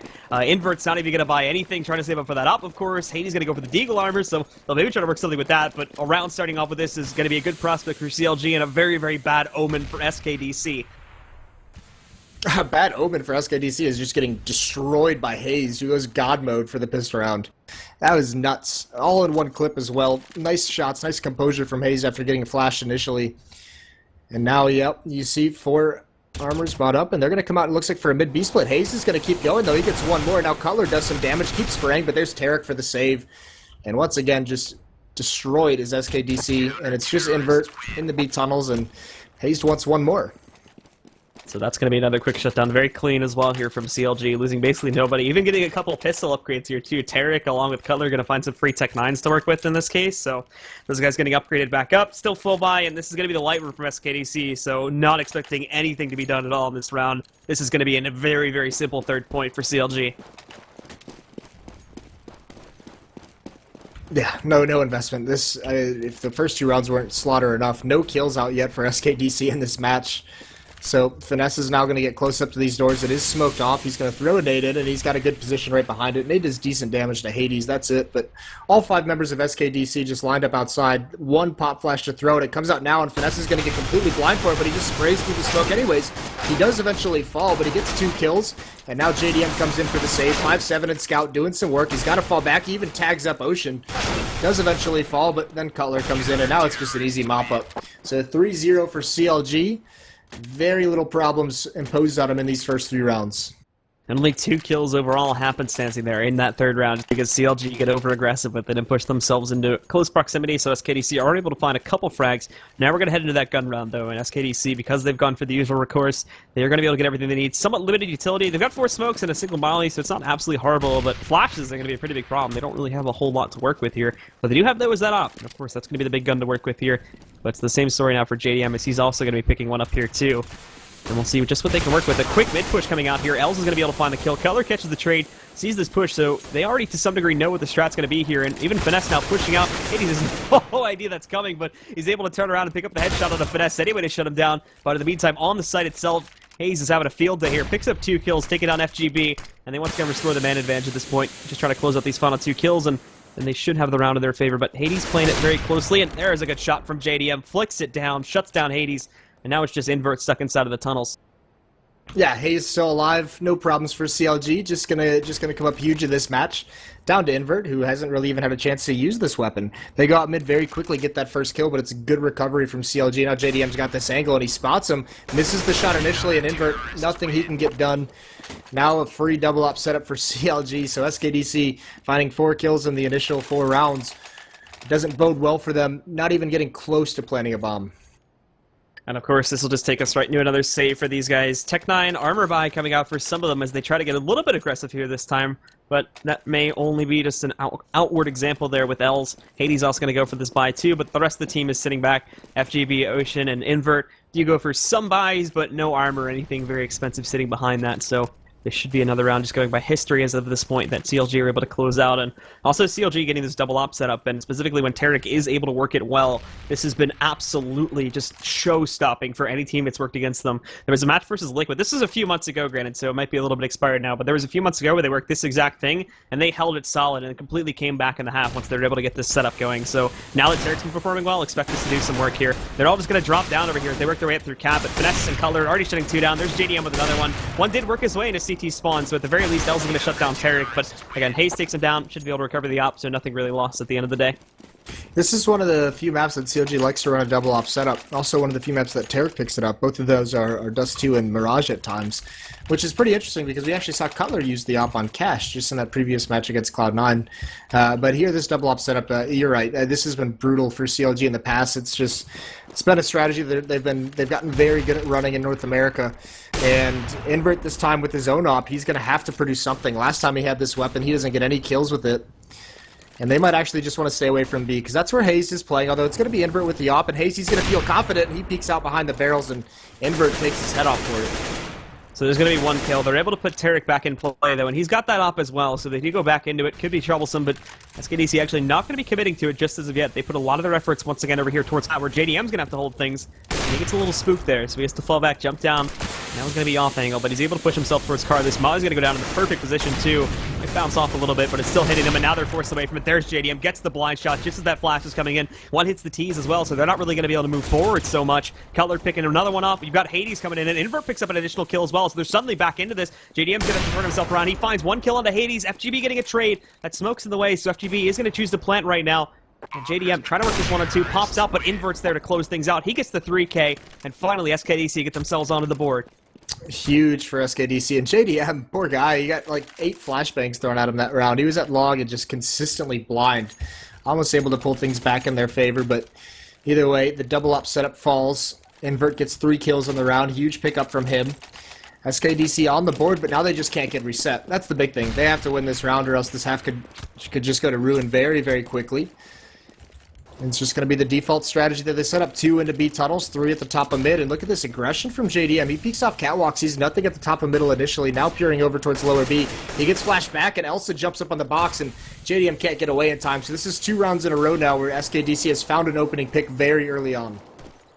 And these players, once again, grouping themselves up towards middle just to make that cat push. Pretty straightforward from SKDC, not a whole lot of innovation. So CLG are going to see this one coming. They push into it, and we can see here, too, Cutler trying to make a run, but he doesn't realize they moved in, but they can't find the shots. There's hesitance. Els finds 1 kill, Cutler getting a trade, but now he's super low, so Els, that's going to be an easy pickup for him. He's already up to 3 frags, potentially with the ace as they move in, and we can see here, too, the defenses from CLG are not looking all that great. Tarek down to 12 HP, stuck inside of CT spawn, and Hayes working his way back in over here, too. There's another one for Els, and now it's just Tarek, and again, he's going to run headfirst into Els potentially, so that could be the ace coming up here in a moment if he's able to execute him, and he only needs 1 bullet to do it. Els keeps throwing the bomb to his teammate. He's like, yo, I don't want to plant this. I've got 4 kills. I can go for the ace. I'm just going to watch the flank, buddy. So he's perched up, and actually the bomb was down on catwalk through most of that hit. That was a very awkward catwalk take, both defensively and offensively, with that smoke down. And if CLG had known that the bomb was down right at the top of Xbox, basically on catwalk, they would have played that differently. But either way, Tarek makes the smart play, 12 HP, no real chance at retaking this bomb site, so he grabs the op, and he's going to try and save it, although he's got Hades close up to him. And he hears this running. Now he's going to perch out, but he misses the no-scope, and Hades is going to clean that up. So the op gets handed right back to Invert in this next round. So there's SKDC again. Some good consistency coming out. We've still got a decent amount of cash sitting on Hayes, but for the rest of CLG, for the most part, they've been broken down, so they're not really going to be able to do too much. It's just going to be a save called out this time. A couple pistols being donated from Hayes to alleviate the buy. from the rest of the team, but beyond this, it should be a round that SKDC are going to be able to close out, and again, they'll keep things close for the time being, possibly bringing this up to 3 to 5, assuming they don't have any problems with this eco from CLG.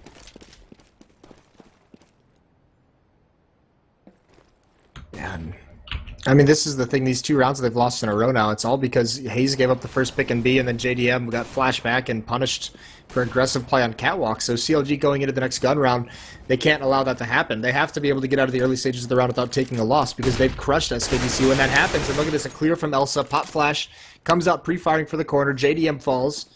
Catwalk stack from Finesse and coL, but they don't have anything put onto him. Just now, SKDC starting to work their way up. Now they're going to push in. Perfect flash, too. Finesse, it doesn't last as long on him, so he's going to pick up 1 kill over here, but FGB finding the trade with an additional kill here, too, to pick those guys off. Hayes sits wide open for the taking now. Hayes is going to try to move his way in to catch some kind of leftovers here towards middle, but they don't see it at first. Hades picks up 1 more, and he's even going to close out Tarek as well. So there's the finish off there from SKDC. Only going to lose 1, so very... Once again, let CLG at the same time only have to save for this 1 round, so they're going to go directly into another buy here, which includes the op going back over to JDM. Yeah, Hayes had so much money, so he's able to drop that over. That's a crucial weapon for them to have on their defense. I mean, they need that in JDM's hands. So 5 to 3 started out really, really well for CLG, but they've been shut out in these past 3 rounds. Now they're going to put 1 over towards long. That's going to be Finesse. A nice pop flash of smoke from coL and JDM. Finesse is going to be able to cross over to the pit with no pressure put onto him whatsoever, so the default from SKDC still in effect. 2 players now in lower B, and they're just setting up far back. And this is the thing, CLG, they've been trained. They don't want to do the aggression. They don't want to lose anyone early. They want to get into the mid-round with all 5 players alive and see what SKDC has to offer when they're forced into an execute. And again, it's a cat play here from SKDC, working their way up towards it here. No resistance from CLG whatsoever in the current point in time, but JDM, he's got that op pointed at it, so when they do push in, that's where the damage is going to come from here from the members of CLG. The smokes line up so they can get some progression going over here. Molly's coming back into those typical spots as well, but unfortunately not going to initially catch anybody here, and they do seem ready for this, but it's all a ruse. They're falling back now, and these smokes cover their tracks on the way in, but Tarek still has his eyes wide open to this push coming out from middle. He's going to pick up 1 kill. CTs will smoke things off, but FGB just walking in, nobody expecting the window pushed off. So he gets it extremely clean. Hades will find that kill. Ocean picks up another one on the Tarek, and now they're in the B site with 3 left alive from CLG and very limited amounts of ways to get back into this site. They don't have any utility at all left. Yeah, this is a safe call immediately. Finesse is already running up mid. coL's going to follow him, so that B defense, they get the first kill, and it looked like they were going to be fine. Tarek smokes off the double doors, but I mean, 1 player from SKDC just gets up to windows so quick it distracts both members inside the site, and that's when the pinch really comes into effect. So CLG not able to get in good positions to defend against that after the initial victory, and it's going to be a 4th round for SKDC. And now these guys, once again here, we'll see what they can work with going into the next round. If they can keep all 3 players alive, which is looking likely right now, SKDC not actually going to directly challenge them too much here. But keeping all 3 players alive, it's still going to be a pretty sufficient round for them going into things here. So it's not like they're going to be very limited at all by this. Might even have a little bit of leftover cash to try and drop the extra rifles or so. We'll see what that's going to be. But with 3K sitting on coL, same story for Finesse. They could go for that, but doesn't actually look like it, as they're going to get their utility rebuy-ups going here. There'll be 1 more rifle drop for coL at the very least, and they'll indeed just give Hayes the scout to work with here. Bank building up, though, for SKDC. CLG's got to make a stand on the switch they've made. They put JDM in the middle, so they're running a 2-1-2 setup now. They've changed that. JDM's also going to be in the B bomb site with an AWP. That could catch SKDC a little bit off guard, but Tarek's going to be the sole defender in mid, and he's only got a 5-7 to work with. And there's an opening pick. That's a nice find from Finesse. Hades coming out long, trying to do something a little bit differently and go for a 1-on-1 duel, but he gets dropped immediately. So 4-on-5 now for SKDC. And now the flashes and whatnot come back out here. SKDC kind of going back to what's been working for them so far. FGB testing to see what he can find back over here on Cat with his teammate sitting just behind him. You're going to see L's coming up to regroup with them too, and they've got the bomb carrier along with 1 additional. It's going to be Ocean sitting up on top mid. Tarek able to handle things on Cat for now, but L's comes in, finds a trade kill to take down coL. And now, because of this play, they are actually going to fall back. And they're trying to make the choice now as to where they want to go, but right now just mainly looking out for a flank that would come in from the tunnels. Not going to find it, and in just a second they'll probably end up recommitting to Cat and then actually trying to go for the take at this point. But CLG, they've already seen this coming, so now all their aim is basically going to be pointed towards this, so this is going to make it a little bit rougher, especially without utility to make it happen now. They've got 1 more smoke and 1 more molly to work with, but they're not using it at all to get into this site. There's Ocean getting almost a kill. He, in fact, finishes it off, and there's Finesse just finishing off the final 2 players, too, as Ocean and Els both fall towards the end. And CLG indeed pick up a 6th round and maintain their own lead. Yeah, nice shooting long range from Finesse over towards the cars. Invert actually lands a shot onto Tarek, who's over at that ramp, just spotting for the head. But because he doesn't get the kill, that attack kind of collapses from there. Now we see the switch, the response from SKDC. They lose one round, and they pick up a double op setup. Hades has one, Invert has one as well. And they actually leg Hayes as he crosses, but Hayes makes him pay for it. A headshot onto Invert with the scout up middle. Nice duel taken. The Molly here is going to hold off that tunnel push as well. They wanted to follow this Zach up, but there's Hades catching the option on that Tarek. He gets way too greedy there. And there's the trade. Now they need to get more players over here because the bomb is going to commit itself into this. Hayes getting one more shot with that scout, but he is going to end up falling here. Only damage that's been done besides this is L's down to 28, and once again, they're smoked off at this point. It's going to be rough. They've got some utility to work with this time, but now they're a man down as well, which is going to make things very rough, and they might just have to make another save call here, to be completely honest. That double op setup really screwed up CLG. Once Hayes gets that pick, they think the op is down, and Tarek peeks into the B tunnels and gets punished. So, really nice shot from Hades to open things up, and you're right. There's a smoke and a flashbang, and you can see the save call coming out now. They don't want to lose this AWP. They know if they lose these weapons, they'd be forced onto a save. So, they want to have these guns to fight into the next round. And SKDC, they're putting up a struggle here. They're not going down quietly. It's going to be 5 rounds for them. They're about to even things up. And again, CLG making that wise choice very early, so they're able to get themselves into some very good positions. Ones which, again, SKDC, this is an interesting thing too, is they're really not contesting these saves all that much here, not trying to go out and go for the kills, despite the fact that their banks on quite a few of their players have built up to an extremely high amount. They don't want to try to go out and drop some of those guns, so they're basically going to let another full buy round happen here from the sides of CLG, and that last one worked out great. They're able to immediately strike back and keep the +2 advantage, and the very same thing may just end up happening here. JDM still has the op, though, so that's something. Hayes is back onto the scout. They throw a nade to cover their cross, but JDM's going to go for the peek. He's got to be careful. Both oppers still in T-spawn. They're coming out mid quickly, but JDM uses that op like a shotgun, drops Elsa. FGB can't get the spam kill in response. So nice performance from him. He slows down that attack. That was going to be a very, very fast mid-play from SKDC, but they get dropped cold, and actually JDM picks off one more. FGB trying to come up, and Hades finally responds, takes out the sniper of CLG. But Hayes is right there, and Finesse is still alive over at A ramp, but it's going to be down to a 4-on-3. 4-on-2, excuse me. Hayes still doing work. Hayes comes in with a nade, shuts down Hades. Now Invert taking some damage from this one as well, and as they move in, Finesse is going to see this, so he can call for the rotation, but for the time being, the only player here to defend things, but a great nade moves in, as you can see. Brings Ocean down a little bit there as well. He's going to find this peak, brings Invert down to just 14 HP. Ocean makes some progress on getting himself to the site, but he's flashed, so he actually can't get this kill on a Finesse just as of yet. They've got a good hold on this. They've got to try to find a way to get this plan at most, as that's all they're going to be able to grab out of this round, but Invert's so slow. Moves up, catches at least one more kill, looking to hold his ground here to find something, but they're going to jump up, looking for the Kukli shot, but not going to happen. Tarek's going to be able to jump up and take down Invert there, and that will indeed be a CLG. Coming back, same exact stories we just had from the previous 2 rounds. They lose one, and then they immediately come back with another one to keep that +2 advantage going. Invert with that op is trying to provide support and cover for his teammate with that AWP. He's staying back on catwalk, but because he also had the bomb, he eventually had to give up that position and get into the site. Unfortunately, it just took so long. They didn't find any production from that setup that the rotations were already in, so he couldn't even get the bomb plant in the end. But this is their last buy. They've run out of money now. 7-5 for CLG, on the verge of breaking the economy of SKDC. And it's a double op setup, but once again, Tarek and JDM both manning the sniper rifles. So now SKDC again. Not, as I said before, not really a whole lot of innovation when it comes to their positioning here. Most of their guys just set up over here towards middle right now, trying to work their way over towards Cat once again. This has been one of the very few things that's worked, and they just go right towards it here. So I imagine as soon as they spot even a hint of this, CLG are going to catch it from a mile away. And no other really big avenues are being pursued here. They have a couple players probably trying to make some noise just outside of middle, so it's not going to draw on the rotation just a bit, because it is plausible there's going to be a mid to B split, but Cutler shuts down one of these guys. FGB tries to sneak out, but here comes that pop flash. Not going to hit him head on, so FGB is going to grab this kill. That flash from a teammate came in just a little bit too late on CLG's side, but now Tarek knows this is here. 1 kill, 2 kill, as Ocean and Hades both fall down. JDM finds a third on the Invert. Oh, FGB is going to come in. He actually finds 2 of these kills, so the round's not done just as of yet. But he's lost bomb control, and the CTs are basically both pointed exactly at that, so not going to be able to get the plant going here.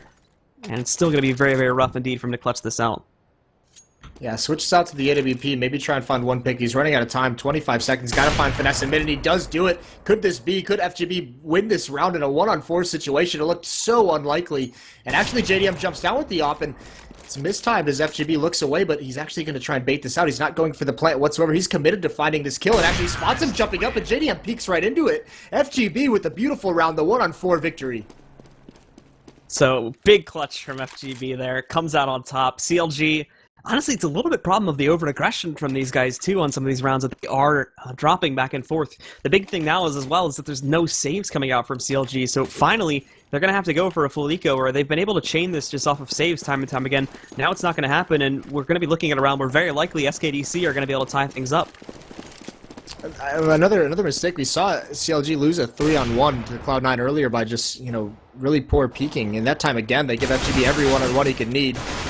Towards the end of that, this time it's going to be Invert and Hades just cleaning things up, although Cutler's not done yet. He gets 2, and there's Hades with a 3rd kill in the round, sprays down Finesse, but that one round FGB just wins is a huge swing. That's the difference from a 9-6 half, and now it's like, this round's going to be up for grabs now. Another buy coming out from CLG. A little bit lower than they would have anticipated it being, though, as we take a look here. Finesse, along with Hayes, both have to go for FAMAS buy-ups, and even for Tarek as he goes for his AK, no head armor behind it, and as well, only 2 flashes, so very limited utility for quite a few of the members of CLG at this point. They just want to strike back. They want to make sure that they can maintain this lead at the very least, and of course, with it being the final round, they've just got to buy out whatever the heck they can, so SKDC, knowing that utility is limited, if they can bait out some smokes, or they don't even have a molly actually looking at it right now, if they can bait out just some of these smokes very early on, then that's going to leave the members of CLG very, very vulnerable indeed for any sort of retake. Finesse, pop flash into long cave. He finds absolutely nothing. Hades isn't aware of this, though. He gets caught with the smoke out. It's traded off immediately, and there's some intel for Finesse. He also spots one coming into cave, so maybe try to bait the death cam as SKDC, but Finesse gathers a lot of info, and look at this map control now being gained over towards the B tunnels. Tarek and Hayes feel no pressure, so they take complete liberty to just push into B tunnels. Hayes is going to run all the way towards T spawn, but Cutler's under a lot of pressure over towards long. He's not even going to be. He's going to be able to get one. He gets traded off, and there's JDM at the corner. Or excuse me, on catwalk. He grabs a kill as well. So now in this perch with the AWP long range, he might be able to get a couple more as they work their way up long, but he can't spot it. They might get close enough, and he might not realize it. Although he comes over to rally, he's going to get that kill. Invert now is the last one left. He does take out JDM, 1-on-2 situation, but he's being flanked from long, and he's got to be a little bit aware of this. Going for some no-scopes through the smoke. Not finding Tarek, who sneaks into the smoke. This is a very clever play from Tarek, and Invert is so distracted that Hayes is able to clean him up from long.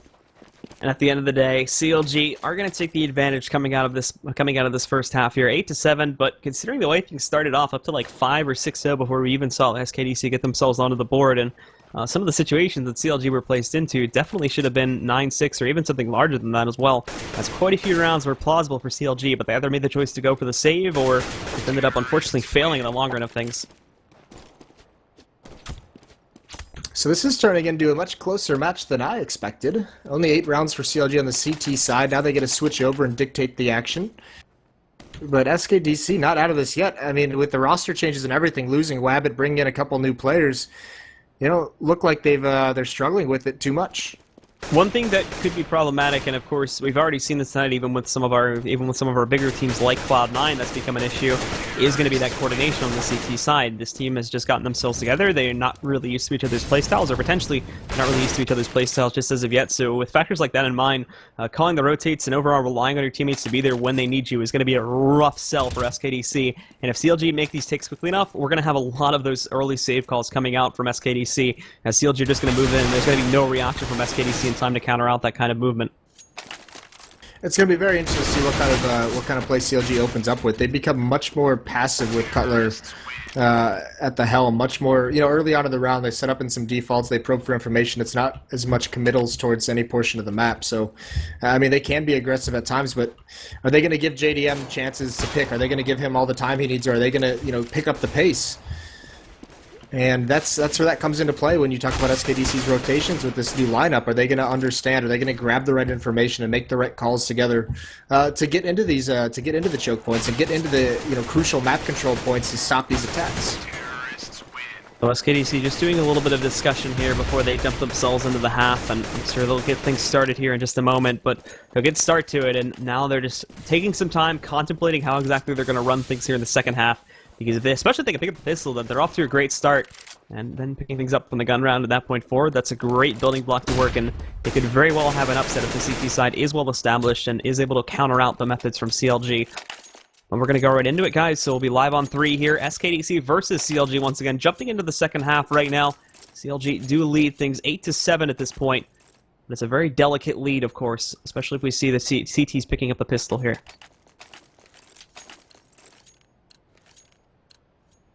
Finesse, the only one with any kind of utility. He's got a smoke and 2 flashes. All of CLG heading out towards long. And actually, look at this push from SKDC, just rushing up middle. One player's there to spot it out, but Tarek might be committed. He is. He gets 1 before being traded off, but he spotted so much. And now look at CLG. They make the right call. They even lose 2 players. It's a 3-on-4, but they're already going to be in the A bomb site. They still have... No, excuse me. Finesse fell with the smoke and flashes, so they're going to push up towards Catwalk, and Hayes is caught in the open. There's 2 members here. They've got to be careful. These battles have got to be won by CLG, and so far it's going in their favor.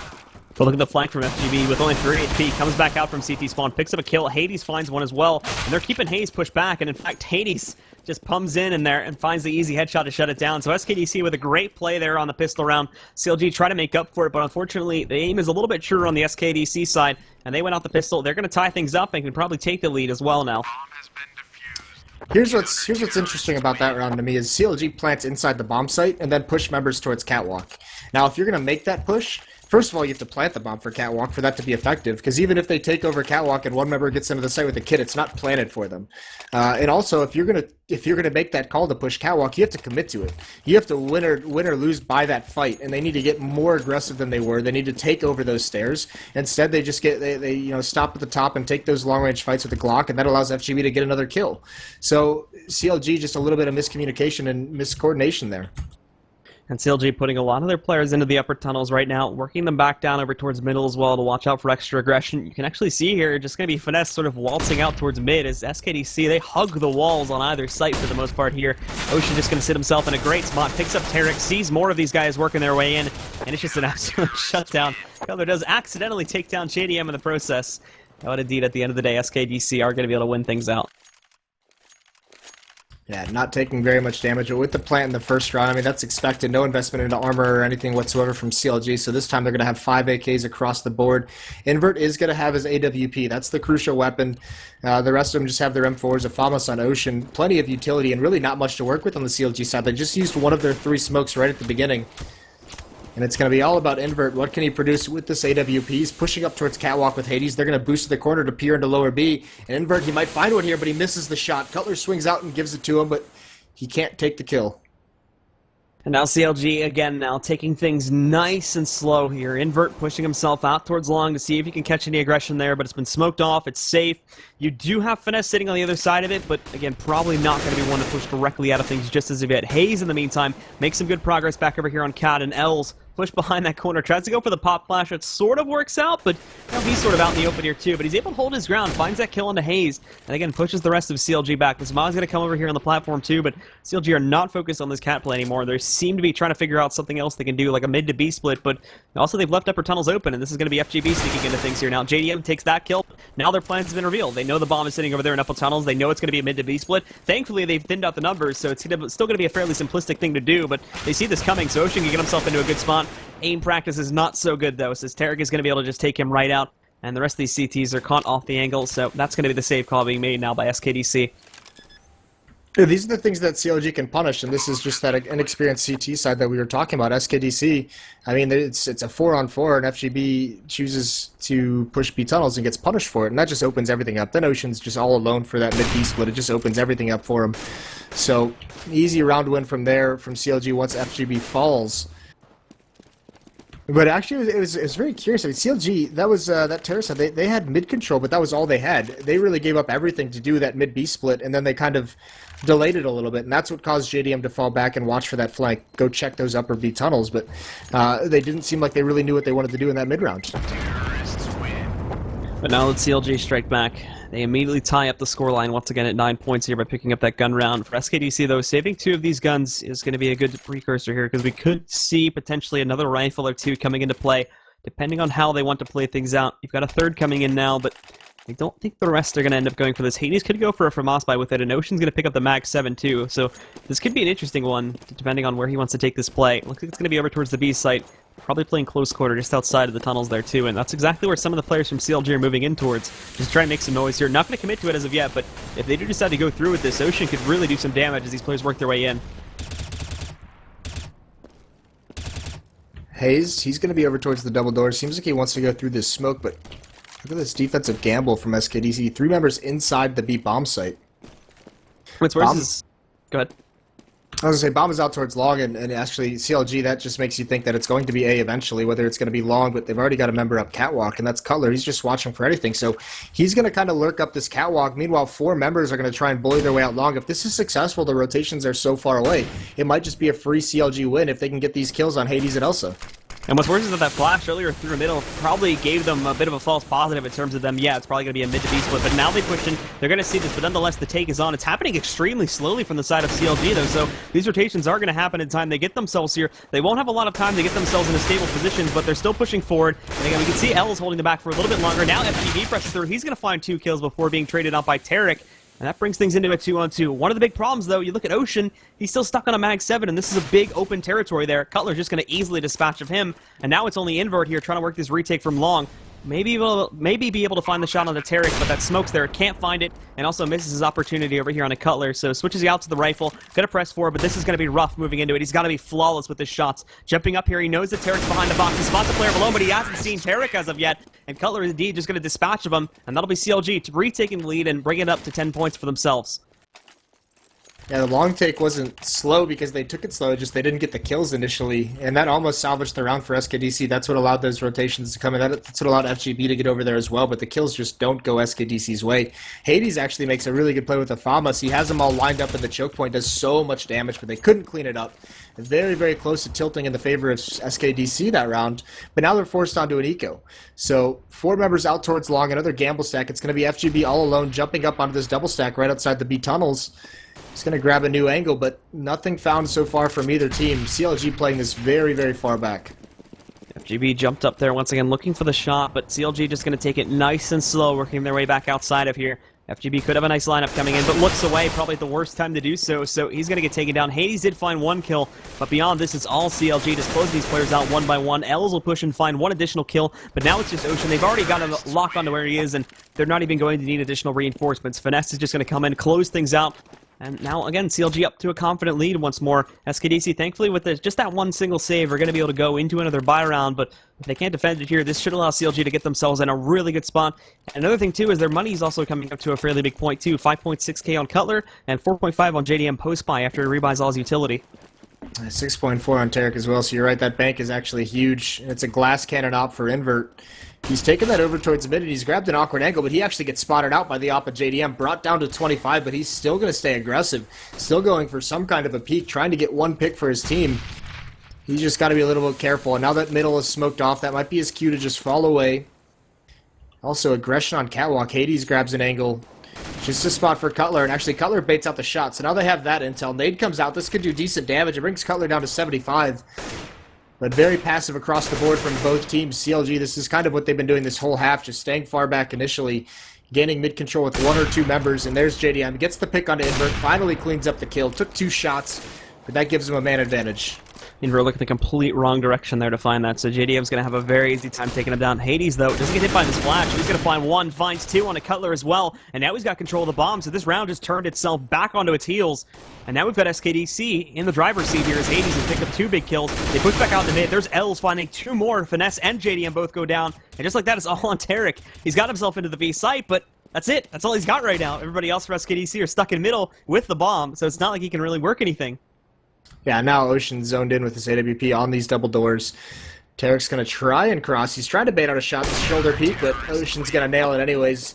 Nice shot from him, and that's a 10th round for SKDC, and CLG makes a small mistake there. They assume once JDM gets that pick and mid that it's going to be clear, that there's not going to be anyone peeking it, and actually Hayes and coL walks out with a smoke in his hands, just ready to smoke off CT spawn, but they just get mowed down. So small mistake there leads to a round loss, and now they've got a rebuy, but it's not a very strong one. We talked about all that money they had, but it's gone now. Op back in JDM's hands. Galil on FNS. AK-47s across the board for the rest of the players, but can't let this get turned into a streak for SKDC.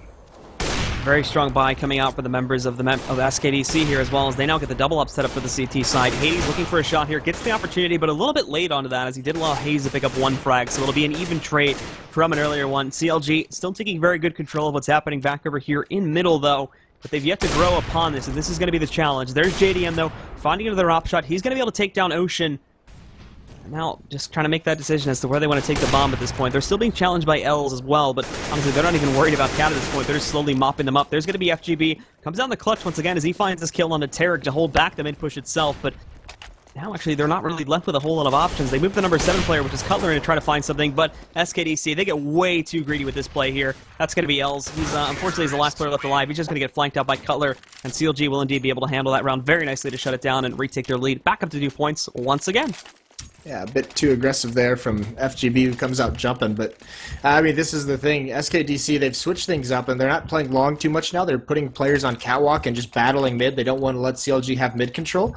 And that round, it's just JDM. They're just having a field day, picking people off one at a time as they try and duel him, and he's got the angle, so he wins everything in that fight. So SKDC back onto a save now, 10-12. Can't get anything going in terms of rounds strung into a row. And CLG in the driver's seat, but there's FGB in mid, jumps up over the smoke, but he gets returned about. He does great damage onto Hayes, down to 12 HP, but he falls in the end. Invert going to try to work his way in, but JDM takes that shot way too early. Almost timed it correctly, too, which has been unfortunate, but thankfully some more kills now coming out for the CLG guys. Cutler is going to find a kill over here onto Invert.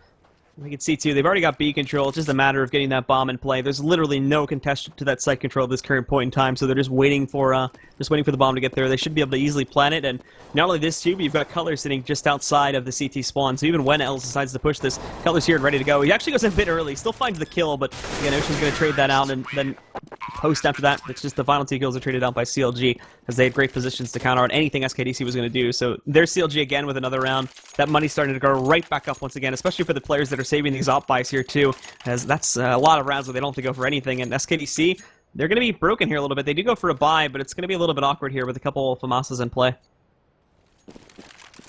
Yeah, and actually, curiously enough, Hades decides to keep the op. We've seen Invert as the primary for most of this match. Nice shot from JDM, or Tarek, one of the two with his double op setup, brings FGB down to 36 HP, but Hades buys the op, and Invert's stuck on the scout, so doesn't drop that one over. And back to the long play, back to 3 members over at A with 2 sniper rifles here as well. So Els is going to be the one with the rifle. He's going to man up at long. Hades is playing swing position at A, and it's Invert with the scout. He's on the railing to defend against this. And actually, Hayes has himself into a very advanced position very early, already on the stairs at catwalk. Invert's going to have to come out big here, too, if the play does materialize back over here towards the cat push. As, again, you do still have Hades way back on long. He's grouped up with Els right now, but they're making an investigation themselves. They're going to pop flash out. Very loud, so they see them coming from a mile away, but thankfully JDM's going to miss with his own shot there. I believe that's JDM anyway. Actually, it's going to be Tarek that misses that opportunity, so he's not going to pick that up. They do flank right back around, but this is pretty obvious. All they've got to do is catch this, and there's Tarek. He's seen Els coming down suicide, knows he's hiding behind the box, and all this time it's wasting a lot of time, but they still have no clue where the take's happening, so Tarek's going to get that mid-air headshot, takes down Els. And now the take just has to go somewhere just due to the pure necessity of time. It's going to come back over here on Cat. Invert's going to spot this, get some damage back over here onto FGB as well. Bringing him down, or apologies on FGB, get some damage on the Hazed, but now they switched up once again. They're going to go back over here, going for the mid to B split instead. As they work their way in, there's Ocean with a good hold, drops the bomb carry. He found 2 in that process. Finesse gets the trade, but Invert coming in, finds him with the scout. There's going to be Finesse picking up a second kill. Bringing it into a 2-on-2, but the time is so low, and FGB and Hades just shut it down for SKDC once again. Yeah, very awkward hit from CLG as they come out mid, but SKDC unlikely handled it very, very well. And that push out long, that was very curious. It did it did run the clock down as they searched for that flank, but nothing really coming from it. Elsa comes out, doesn't take any fights, just kind of sits in T-spawn, waits for an execute. I don't even think he knows that they spotted him, because he makes a play that just was very, very aggressive, and Tarek punishes it. But CLG, they get out mid, but they don't even get into the bomb site. And now we're seeing an early opening kill for Invert. He grabs one. That's over towards long. And that's JDM down with that AWP, so 4 AKs left to try and do something here for CLG. And look at this, Hayes, has already found position out middle. He's just lurked his way out, going to try and grab an angle at a CT spawn, but he spots nothing. Oh, this is a ballsy play. He's going to have a very quiet flank. He's telling his teammates in B tunnels, just wait, I'm going to get these kills, don't worry about it whatsoever. No one inside this B side is expecting it whatsoever. Hayes, he gets the first kill and he drops down, he grabs the second one as well. Didn't even know FGB was there, but it's perfect. Smokes off the doors now. This is a good B take for CLG. Hades now trying to see if he can grab something with the stop wall jumping. Not going to be the case. Takes some hits. He's found out by Hayes to eliminate some. Now they've got to save. The final two are still way back over here onto the A set. There's nothing they can do to stop this. So CLG, again, with a little bit of a bump in the road, but they strike right back with some big force here. They've got the round in their pocket at this point. They've even got the stop in their place here still. They just want to recover that. And for the final two in SKDC, it's all going to be about saving and picking up a couple exits. Thankfully, Invert's going to oblige us, picks up at least one more, but now he's dropped by colors. So that's a very big gun going on the ground. And only Els is going to be the final savior at this point from SKDC.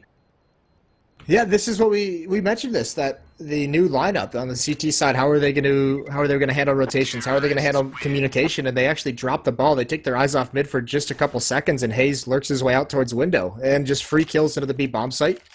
So that's something SKDC probably wondering whose responsibility it was to watch that.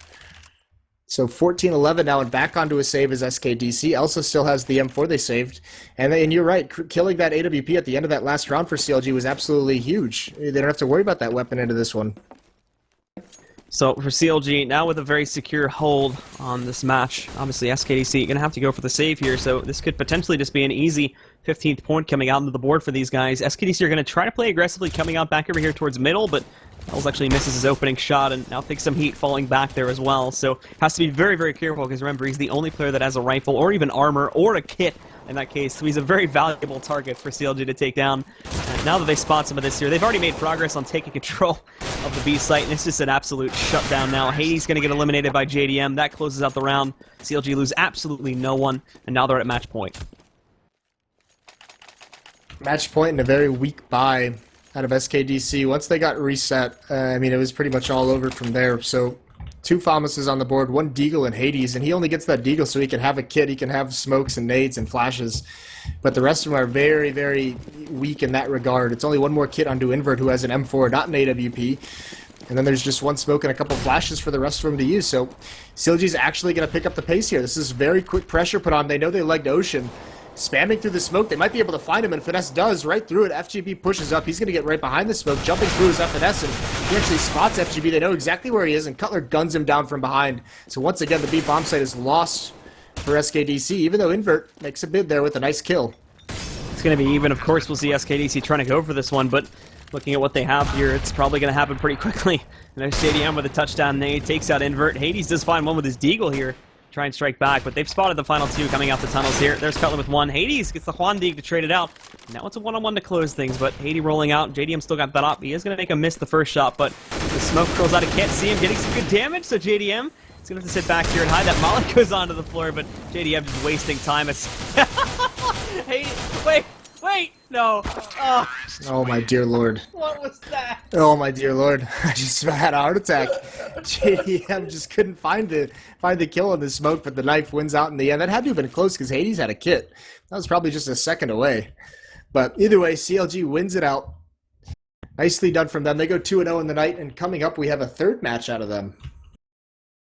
All right, guys, so that is going to indeed close things out, and as you said, our next match should be getting started here at any moment. It's going to be now Complexity taking on CLG, so be sure to stick around for that coming up here in just a few moments. And if you have missed any of the action tonight, guys, once again, be sure to go ahead and check out the Score Esports available on both the iOS App Store and Google Play. Got a great little feature in there. You can keep up with all the scores, the individual match scores, and the stats on all your players, teams, along with news from Counterstrike, Dota 2, and plenty of other games as well. Be sure to go and check it out. But once again, folks, our next match coming up here in just a few minutes, so stick around. To sneak into the playoffs, that would be nuts. I mean, because even Luminosity's not exactly in a great position to make this land. So, scary situation for some of these teams. And I mean, Roka, he's one of those young guns in North America. His aim is pretty sick. And then Automatic and Zanx. I always talk about these guys when we watch Complexity because when that duo is on, if those 2 guys are playing really, really well, then it gives their opponents a lot of trouble. I actually kind of compare them to Nitro and Elige on Liquid. Just their entry capability, their ability to get kills when they're entering bomb sites is massive. All right, guys, well, we're going to go directly into things here. Complexity versus CLG, starting things off right now. And we'll see who ends up taking control of the pistol round and then bringing it up from there. But CLG are going to have a little bit more work to do here, starting off on that T side, but we'll see what we can do as We've already seen some prowess on their T side tonight against Cloud9 in that previous match against SKDC, but they work, almost everybody working their way through the white halls right now, trying to find a push in the back B, but it's going to get scouted very early by Semphis, so they can call the rotation out nice and early, and CLG even unsure about whether they want to continue with this just as of yet. They move some of the players in. Finesse is going to be scouting out what he sees, but some more are also falling back, and they're going to investigate a possibility of jumping down into ladder room as well.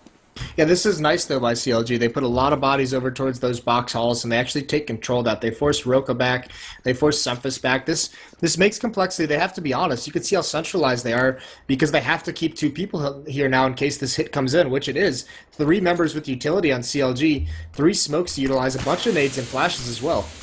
The flashes come down here. The push is going to come in mainly from ramp. Nobody coming in through back. The bomb's not going to move in just as of yet in case this goes badly. They've got a smoke to cover the escape as well, but they're going to roll in. There's Sanks picking up one, and they just fall right back. They've drawn the rotation, but they're going to see this coming now as they come back outside of ladder here. They push in. Good opener from JDM. He's going to be able to take down automatic, but Valen's on the flank. He's going to catch one. Roka catches another one as they push back in, looking for an additional frag, and he might be able to find on the JDM. He's going to grab this, and they just shut it down as soon as they work their way out. Cutler's the last player coming outside of ladder, but he too will fall to Valen's.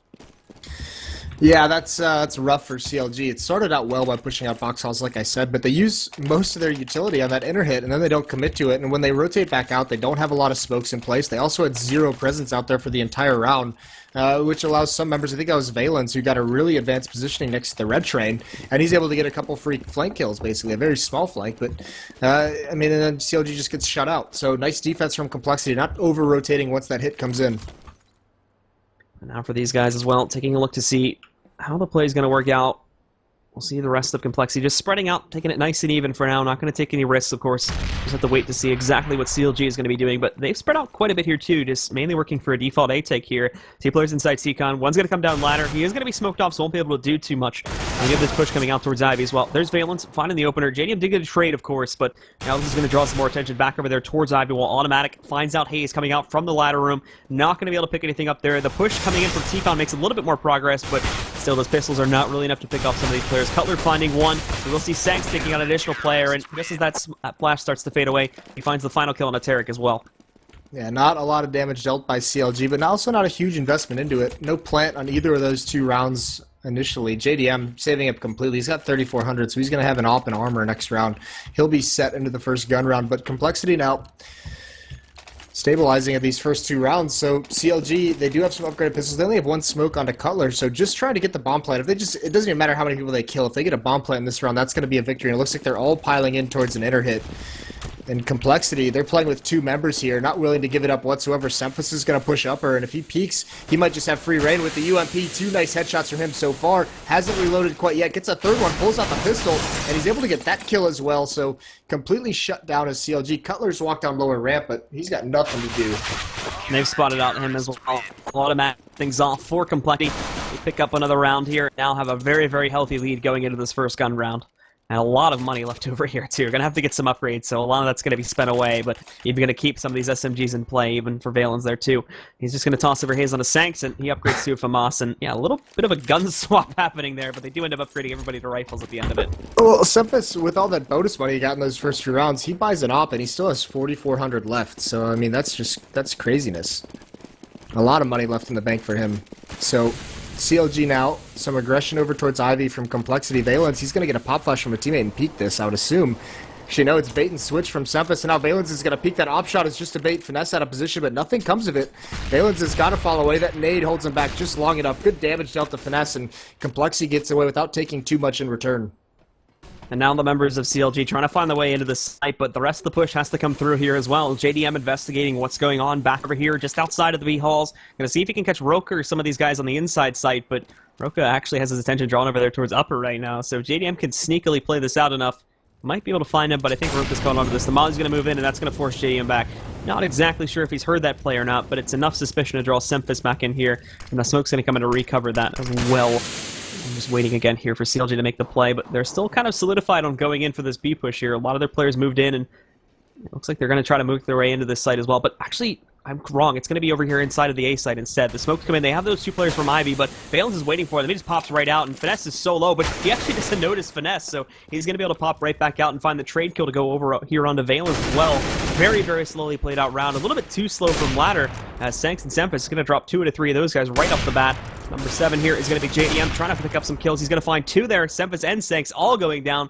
And with 15 seconds left on the clock, the plant should finally come through. But they do have to be careful because Automatic has been quiet as a mouse up here from heaven. And they haven't even heard him as of yet, too. They don't even realize he's here. Yeah, now they know what's above, and he actually drops down. Thankfully, he clears the corner. JDM, he's in the bomb set all alone with this off, but he can't do anything. Doesn't know Roka's that close. 2-on-1 victory for 2-on-2 victory for Complexity. And that was a little bit, that got a little bit closer than it needed to. Complexity actually had 3 members just zoned in, right at that bomb train, zoned in towards Ladder. No smoke there for CLG, and they just get beat up as they come up. But JDM almost pulls them back into the round. Either way, they get a plant. This should be a save out of CLG. So next round they'll be have a really strong buy with that plant. But Complexity looking good early on, up 4-0, even bringing the op into the next round for Semphis. So, of course, Automatic there, being a big player up from heaven, gets all that intel. They don't even check it for some reason, as he just keeps himself super quiet. So he's able to jump down, make that play.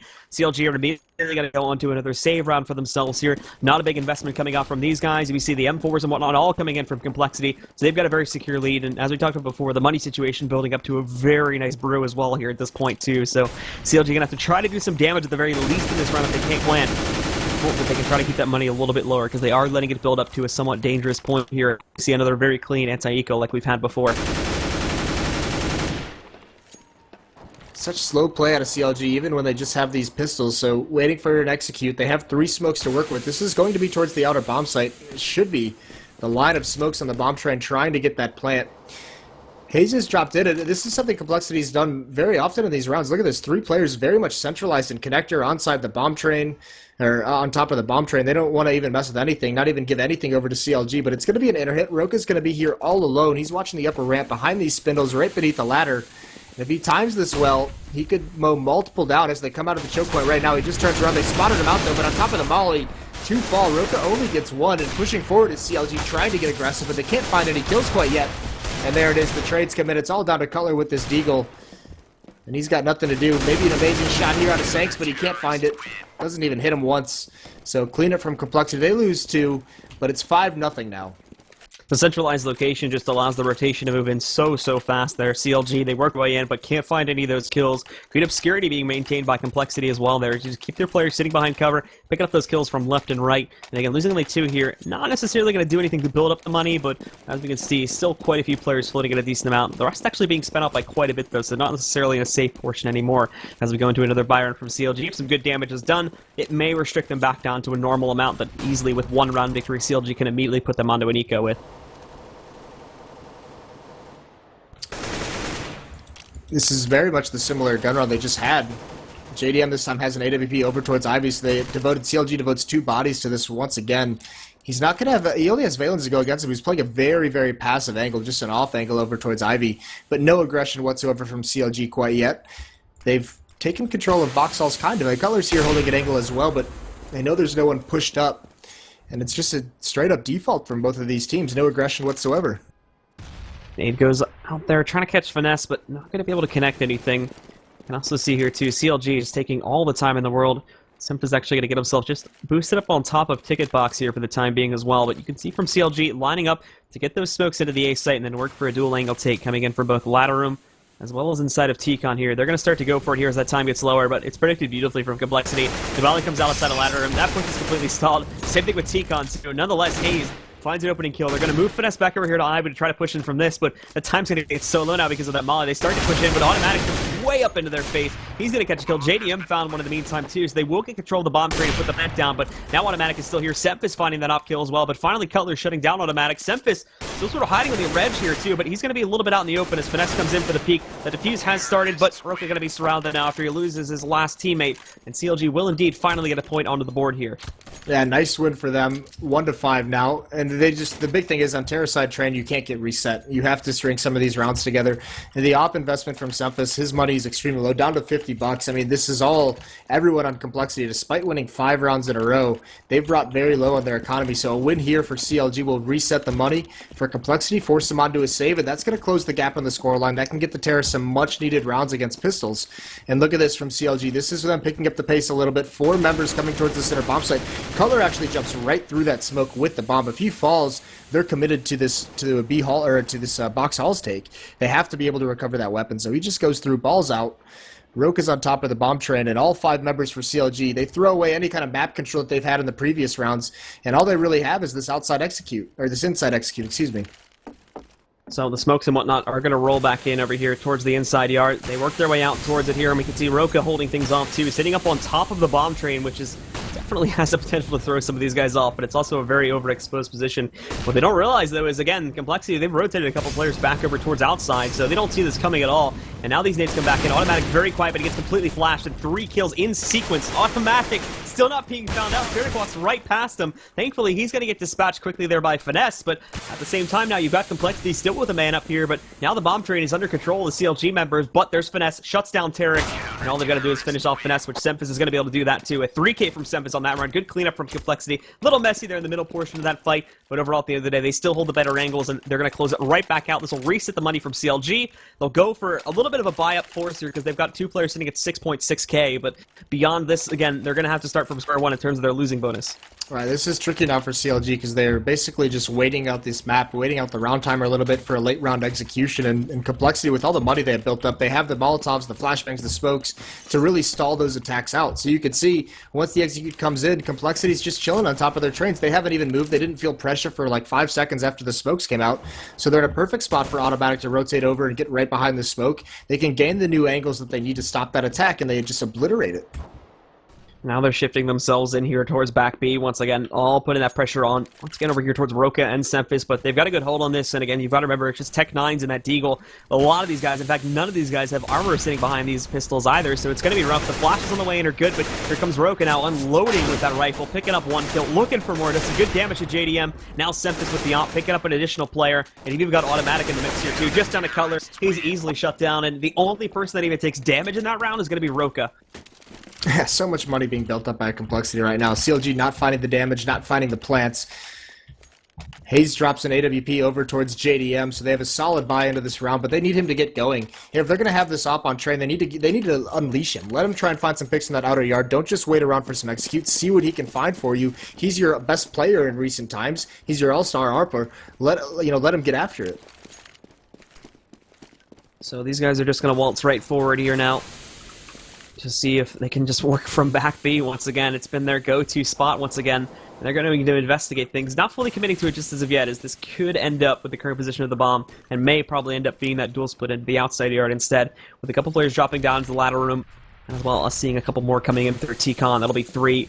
Maybe we'll see Finesse as well, try to work his way out towards Abby, but that hasn't been going so well, and Valens is also pretty far pushed up on this, so if he goes for it, I imagine he's going to be a dead man, but Semphis actually takes the opening initiative here, finds that first stop shot. Tarek's going to move in to find the trade, but now Sanks is here with some more kills. Cutler trading that back out as well, so remaining even for now, and Finesse going to miss his opening shot here too to try and take out one of these players from the CT side. Sanks finding Finesse a little bit later after this. Complexity still having a good hold here. Hayes trying to make his push, but it's going to ultimately fail as Roka just has a superior angle. CLG try to waltz their way in, but not making progress on any sort of control. Complexity, no reason to worry, and they find these kills in all sorts of situations. Again, no plan for CLG, so they're going to be forced onto another save, and this is just a really rough sequence for them, back and forth on save and buys. And Complexity's doing such a good job in the early portions of these hits that, I mean, they shut CLG down basically immediately. And they bring it down, they get 2 kills as the execute comes in, and from there it's just an easy mop-up for them. They have all the positions, no one's being flushed out. Automatic's been a nightmare up top in the heaven position. And there's Roka. Now it's going to be a fast intertake, but no trade. Semphis with the up finds one. Roka finds one. JDM, he can't push forward whatsoever, and when he does, he just gets sprayed down. So, no joy for CLG in this round. They even have 2 players over towards Ivy, but Cutler, I mean, what's he going to do? It's going to die outside of Ivy. Yeah, I mean, this is the thing. Now, Cephas is warmed up. I mean, he's got going. He's 13-3. He's out-opping JDM, and he's just being a beast, and there's nothing CLG's done to really stop him. Even when they have their smoke execute, Cephas is always finding the spot on the map that's not blocked off by a Molotov or a smoke. He's not blind, so he's getting an initial kill. So the op of Complexity is just winning out over the op of CLG, and there's nothing you can really do from that because there's so many angles he can hide. He can find his one-on-one battles very, very efficiently on the CT side. So now, once again, the guns get into the hands of CLG, but it's all about working for something here. They go on towards the outside yard, but they're shut down left and right. They do make some progress on the train lanes here, but again, they're not looking out for their flanks. That flash holds back the two other defenders here from the members of CLG, and one's left wide out in the open. Even Hayes pushing forward. There's not a lot of support coming in for him. He's going to find one kill on his own, and Tarek's moving back over here towards the Iva tunnel as well, but there's automatic with the peak. And although Tarek picks up the kill, Valens is there for the trade once more. Complexity can easily eat those deaths with the money they have, and now they're up to 10 points here. Yeah, Cephas again with the first kill, and that's the thing. Once the attack's getting whittled down so much, CLG, it's in like a 3-on-5. I mean, they can't afford the trades. There's so many angles to clear out, and Complexity's doing a great job of not letting players on CLG get multi-kills. They're just trading these kills efficiently in the outer bomb site. And now, look, even Roka's got the auto sniper now, so it's about to get even more difficult. As if CLG wasn't in enough trouble, like going against an auto sniper, I mean, he can lock down a bomb site all by himself. Now, CLG, to be honest, look even afraid to leave their spawn here when you look at some of these guys. They have made some progress in pushing back over here at the very least to get themselves above ladder room to set things up there, but they're actually a little hesitant to push back out against Ivy there, and Sanks just aggressively pushes up to T-Con. He finds an opening kill on a JDM. I mean, these nades are going to be mute points. They already know it's coming into this site now. Thankfully, Hayes has luck with an opener, but there's Semphis with the op, and he's lurked against them. They've switched the positions up here. We can see Hayes is going to move in. A great save there from Sanks. Actually, he's going to be able to keep his teammate Semphis up and running there, and from this point forward, Sanks just finds the final kill too. So still no progress being made by CLG, and now they're even being made fun of to some degree by Complexity. They're being flanked as they're taking the site. That's the thing. Cephas gets 2 more kills during an outer hit. I mean, Hayes makes a really aggressive play. He's just saying, screw it, I'm going to go out and I'm going to get this first kill, and he does. But then, with all the deaths they've taken, that allows Sanks. It gives him the opening he needs to push up along the wall, past the green train, past the blue train, and just completely flank around CLG. Make a very, very nice play, and that's basically what happens every time CLG hits this outer bomb site. Now they're in these desperation buys where they no longer have the utility for those full-blown executes, and they also don't have the arsenal to take any duels. So this is looking like a really, really strong half for Complexity if they don't drop the ball in these last 3 rounds. Setup coming in towards the outside once again, at least with a couple smokes working their way in. I don't believe they're actually going to go for it this time. Finesse will come in to make some noise, but that should be all that's happening. The take is finally going to switch up to an inside push, but they know this is coming as well, as Roka's already seen some of these guys, and he's trying to do damage with that auto sniper. Automatic pushes back up. He's going to find the kill onto Hayes, so now the rotation should be well on their way here. Tarek is going to have some luck picking up this kill with the Tech 9 as they work their way in, but he's got to push forward to actually get the plan a little bit further up on the bomb train because that Molly's gone down. So Semphis, this gives him an opportunity. He just cleans up 2 more kills on a Color and a Tarek, and now these final 2, they're not even in the site anymore. They got 1 flanking them from Z. Finesse could do some damage, and JDM's doing a good job of distracting, but they expect this now. You can see Sanks is sitting back, he's waiting for it, and he's going to be able to pick up the kill onto the flanker Finesse. Yeah, Cephas doesn't even need the op anymore. He just holds that bomb site down with a P250. A couple of very nice shots. JDM's the last one left. They've got to know he's here. Hits the first shot, but on the reload, on the recovery for that op, Roka just hops in and gets a nice Tech 9. So the op and the auto sniper are still alive into the next round. Roka doesn't even take any damage. And this is all Complexity, just mopping up CLG right now. 14.8k sitting on Semphis, 10.3k sitting on Roka. Obviously, Sanks a little bit lower because he's usually been that up-in-front guy that has to die in a lot of these rounds. Seems to win for automatic. Valen sitting at 5.6k, almost infinite money now, and easily enough money to make it through the rest of this half here for Complexity. And CLG struggling to get the basics. Only 2 AKs out of a possible 5. The rest are on Khalils. And in terms of utility, they've got smokes, they've got a couple flashes. No mollies, though. No HE grenades. Making this a very, very light buy indeed from CLG in the grand scheme of things, as they've relied on those smokes heavily to even make the small, minuscule amounts of progress that they've been able to make on these yard takes. Looks like CLG switches things up. This time puts 3 members over towards Ivy. They've got to wait these smokes out, though. This is a lot. Hayes gets 1 kill under Roka. Pushes up towards the inner bomb site. This causes actually a pretty big rotation. Automatic and Semphis fully rotating over, but now they've caught on the hits not coming in, so they come back. Valens is going to have a huge job to do over towards Ivy. Semphis is trying to rotate around. It's not going to be in time, though. Valens gets that first kill. They don't quite commit to it. Now Cephas has got his position, but Valens is going to go down. Cephas, oh, he misses that shot. They move at the last moment. He finds the corner. Look at Hayes in the middle with the auto save, but he gets taken out by Sanks.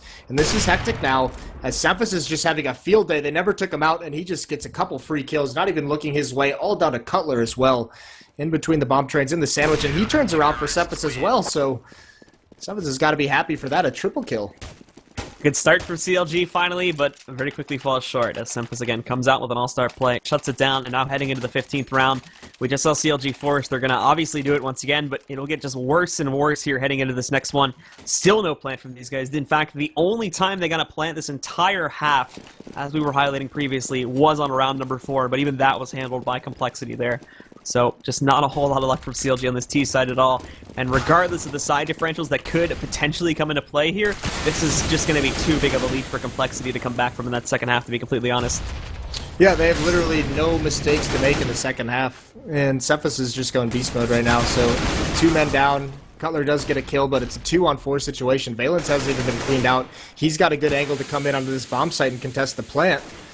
CLG just pretty much fully collapsed at this point.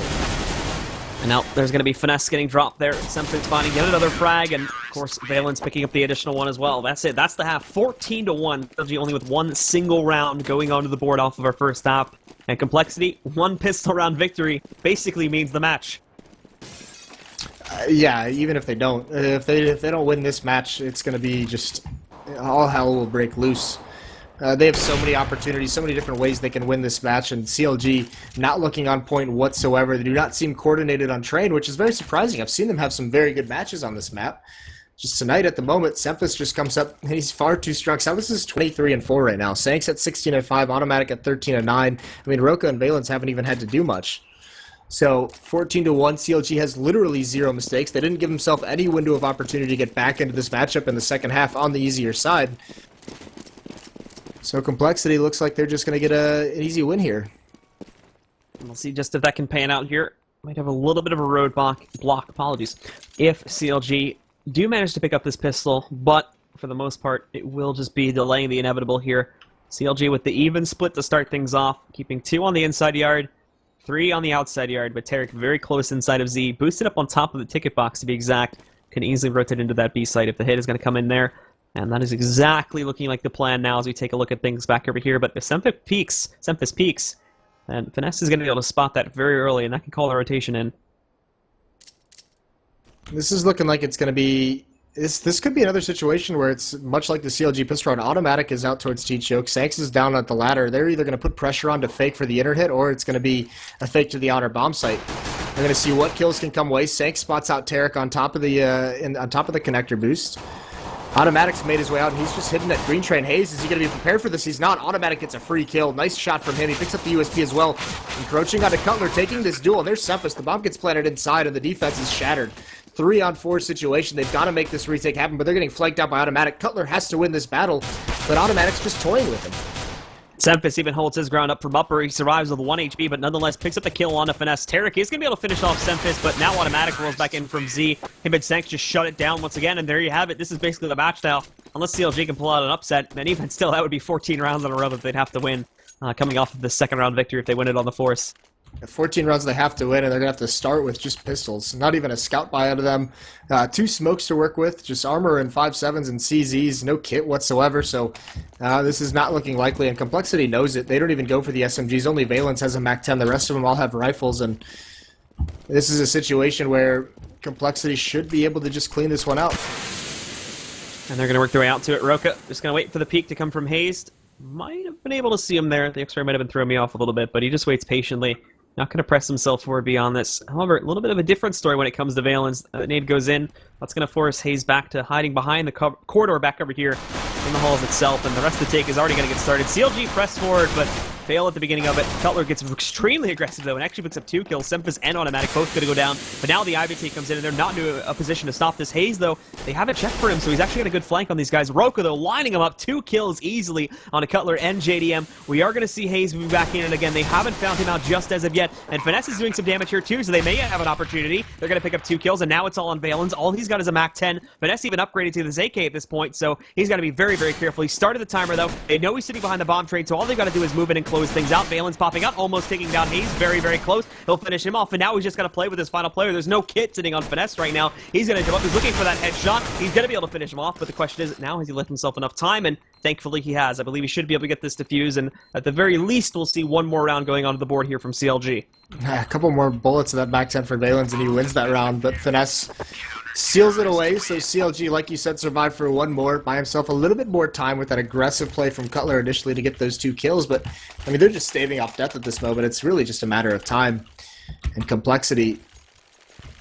Are they going to full buy here? Are they, I mean, they could just go right for the reverse buy and just make sure the economy stays low, but they're going to save up a little bit, wait till they get the rifles back in their hands.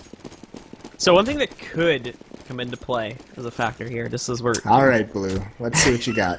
Just as we're waiting for this to work. Because on the T side for Semphis, historically, just looking at the past couple of weeks, it's actually been a lot harder for him to work his op play on this map. So if he still is going to try to play out the op here on this kind of round, then it could be a little bit more troublesome. And as I say that, the thing happens. So this point's going to be made invalid in about 120 seconds. Well, the thing is, as well, that's an issue with a lot of oppers that are now picking up, like a lot of riflers who pick up the op for their teams, like Semphis does, because he just transitioned to this full-blown op role like last season, maybe 2 seasons ago, and that's something we see a lot with them is more struggles on the T side with that AWP. The only player who's really kind of not mastered it, but has found ways around it is Neo. When I watch, is Neo, just with the positioning that he has and the good chemistry that team has. He finds ways on the terror side to be effective, even though he's not going to be a great duelist when it comes to peaking with an op on the T side. So we'll see what goes on here and what could potentially end up being the final round. Of course, complexity. Once again, now going to go for their full buy here. Everybody's got AKs, a little bit limited on the utility, but it's going to be Cutler that opens things up here on this round. Picking up the opening shot of the Semphis. Automatic's going to hold back here a little bit before he makes his entryway into the site. And that Ivy push is going to start as well, but we can see there, that's going to be Hayes, looking the other way, not catching on to it. Finds the first kill, popping out, looking for the second on the Sanks, but he does hesitate just a little bit here, and as that molly comes down, he's going to be able to wrap right out, lining up those kills. We also saw Automatic grabbing one just outside of ladder room too, so now the outside yard is open, the plant's going to be easy, and the members of CLG are trying to wrap themselves in, one coming from Z, another one's going to come out the mid-tunnel, so they're going to try to stop this, but Complexity have control at this point, and JDM, he's still stuck outside the site. He's got that molly to walk across, and he's only got a P90, and now he's lost Finesse, so this is pretty much it right here. JDM, there's not much he can do. He's got a smoke to use to try to get some movement, but he even has to wait all this time, and there was probably a kit somewhere on the ground, but he would have to spend time looking forward to this 1-on-3, and it's just far too futile at this point. So that's going to be it, guys. Complexity with the Barnstormer victory here on Train, and they're going to put CLG at least with 1 loss here tonight. Yeah, they had that triple header, so winning 2 out of 3, that's pretty nice. Obviously, would have liked to get away with all 3, but Complexity just showed it to play, and it was all Semphis. That all play in the first half was just brutal. He got so many. I would love to go back and see how many first kills he got on that defensive side, because he was just a menace, and CLG had no answer for him. JDM couldn't out-op him. They couldn't isolate him with smokes. They couldn't force him out with Molotovs or anything like that. So really nice match for Complexity, and that's huge. Looking good going in. We have Ciboland this weekend. They're not going to be there, but the following weekend is that iPad Power Tournament that all the North American teams are going to be at. So looking good for them going into it, and also in the home stretch of this season. Yeah, we've got about 1 more week of play coming up here, starting off next week once again, and there's going to be a lot of competition depending on what happens with some of these teams. You've got CLG still vying for it. Team Liquid, technically speaking, is not necessarily safe just as of yet either. And you've got Conquest. There's a pretty big race here, and a lot of teams sitting on either 9 points or 11 points here, all very, very close from within each other, and that could make things very, very interesting as we actually end the season to try to figure out who exactly is going to be in those top 4 spots. Yeah, and obviously, if you guys want to keep your eye on that outside of these broadcasts and outside of the ESU website, make sure you check it out on the Score Esports app from the Google Play Store, the iOS store. Just out the go is sitting on the train. If you're not going to be at your computer able to watch a match, you can always follow the scores through that avenue. And I think that's going to be it for that. Oh, also, while we're talking about the future lands coming up, IEM, San Jose is coming up. The draft was just tonight for the initial brackets. So those are all figured out. And if you guys are planning on going to spectate that, there's going to be a bunch of ESEA people that are going to be there, that are going to attend. We're going to have a little bit, not a meetup, but we're going to get together one of those nights, I think after Saturday night. But VIP tickets are sold out, but there is a discount code. Use ESEA when you're buying tickets to give you 20% off. And beyond that, guys, thank you all very much for tuning in this evening. We'll see you next week for more action here at ESEA, but beyond that, we're done for the day, guys. So thanks, and we'll catch you next week for more Pro League action. Night, the first match that he stood in with them, I can't remember what map it was on. I think it was Mirage, and they just manhandled a team on that map. So it'll be interesting to see. But now we're finally into the knife round. Method versus SKDC. We're going to get this one underway, Holden. That's correct. So obviously, you want to try to start on the CT side here over overpass. So if you win the knife round, SKDC taking the advantage early on. We'll see if they close it out. I imagine we'll see. Yeah, and there we go. Davey goes down. So they'll be able to pick that up, and I imagine switch over to that CT side. As they do. I can't imagine they wouldn't, yeah. That would be the smarter decision, obviously. Still a slightly CT-sided map, 9-6, 8-7 CT-sided map here. It'll be interesting to see where FGB plays on the SKDC squad, because I believe he was one of the B players on his former squad. Looks like he's aiming towards that direction right now, so it looks like he'll be taking up that cup over there at that B-bomb site to try to lock it down with Els and Invert, while Ocean and Hades lock down this A-bomb site. But they're actually going to go very heavy on B first round. They're actually putting all 5 players in B first round. Which may work out. Method putting a lot of players down there towards stairs, and they actually put Davey all the way up here. So they are working that direction early. Davey's going to come in and try to get the entry onto B, and then all of a sudden they're going to rotate the bomb towards the A side. Yeah, and this is actually dangerous because Davey already lost his life. They probed for that information, and the rotation is already over here. It's going to be Invert in the back of the site to try to find something. He finds one. Looking for a second one. Runs out of bullets, gets bursted down, but Hades is there to find a trade. Hades going to be looking for more. Justin extremely low. He's going to lose his life here in a second. It comes off the back of Ocean. Nice round from SKDC. I really like that idea, going heavy towards B in case there's a fast B rush, because the rotations are so fast for the CTs, especially when they left 2 players up there in heaven just to play that long pickoff game. So SKDC come out on top. They're going to have a relatively healthy buy here and a couple of chances at some anti-ecos to extend that lead. Yep, they'll just be facing off against those pistols, obviously, on the Method side. And see, again, Method heading a lot of emphasis here on the stairs, just early on the terrace. If you can get in and try to get any sort of CTs that are pushing aggressively there, can give you a little bit of an advantage, but nothing there. And they're going to head up towards bathrooms, but still leaving the bomb a little bit far back before finally rotating around. So the presence is definitely towards A, and there's 3 CTs actually coming back. I think that is Elsa actually has rotated back towards Bank, so they're going to have 3 CTs to deal with at that A bomb site. Yeah, this is going to be really scary for Method. There goes the flash, and actually Hades gets caught pulling an 8 out. He's going to come for the peek, but he's going to get tapped down by Silence. So a good early pickup there. And now the Tech 9 comes in from Toy. It's Elsa to try to lock this down while his teammates rotate back in. That bomb already being planted. He doesn't really have a whole lot of time to wait for his squad. Now they're going to be looking for these peaks, and look at how they just vacate that B bomb site. FGB is going to smoke one out, and Justin's going to find that frag. They are going for the defuse, and they are going to get that round, but at a pretty heavy cost. Oh, he almost got Ocean as well there at the end.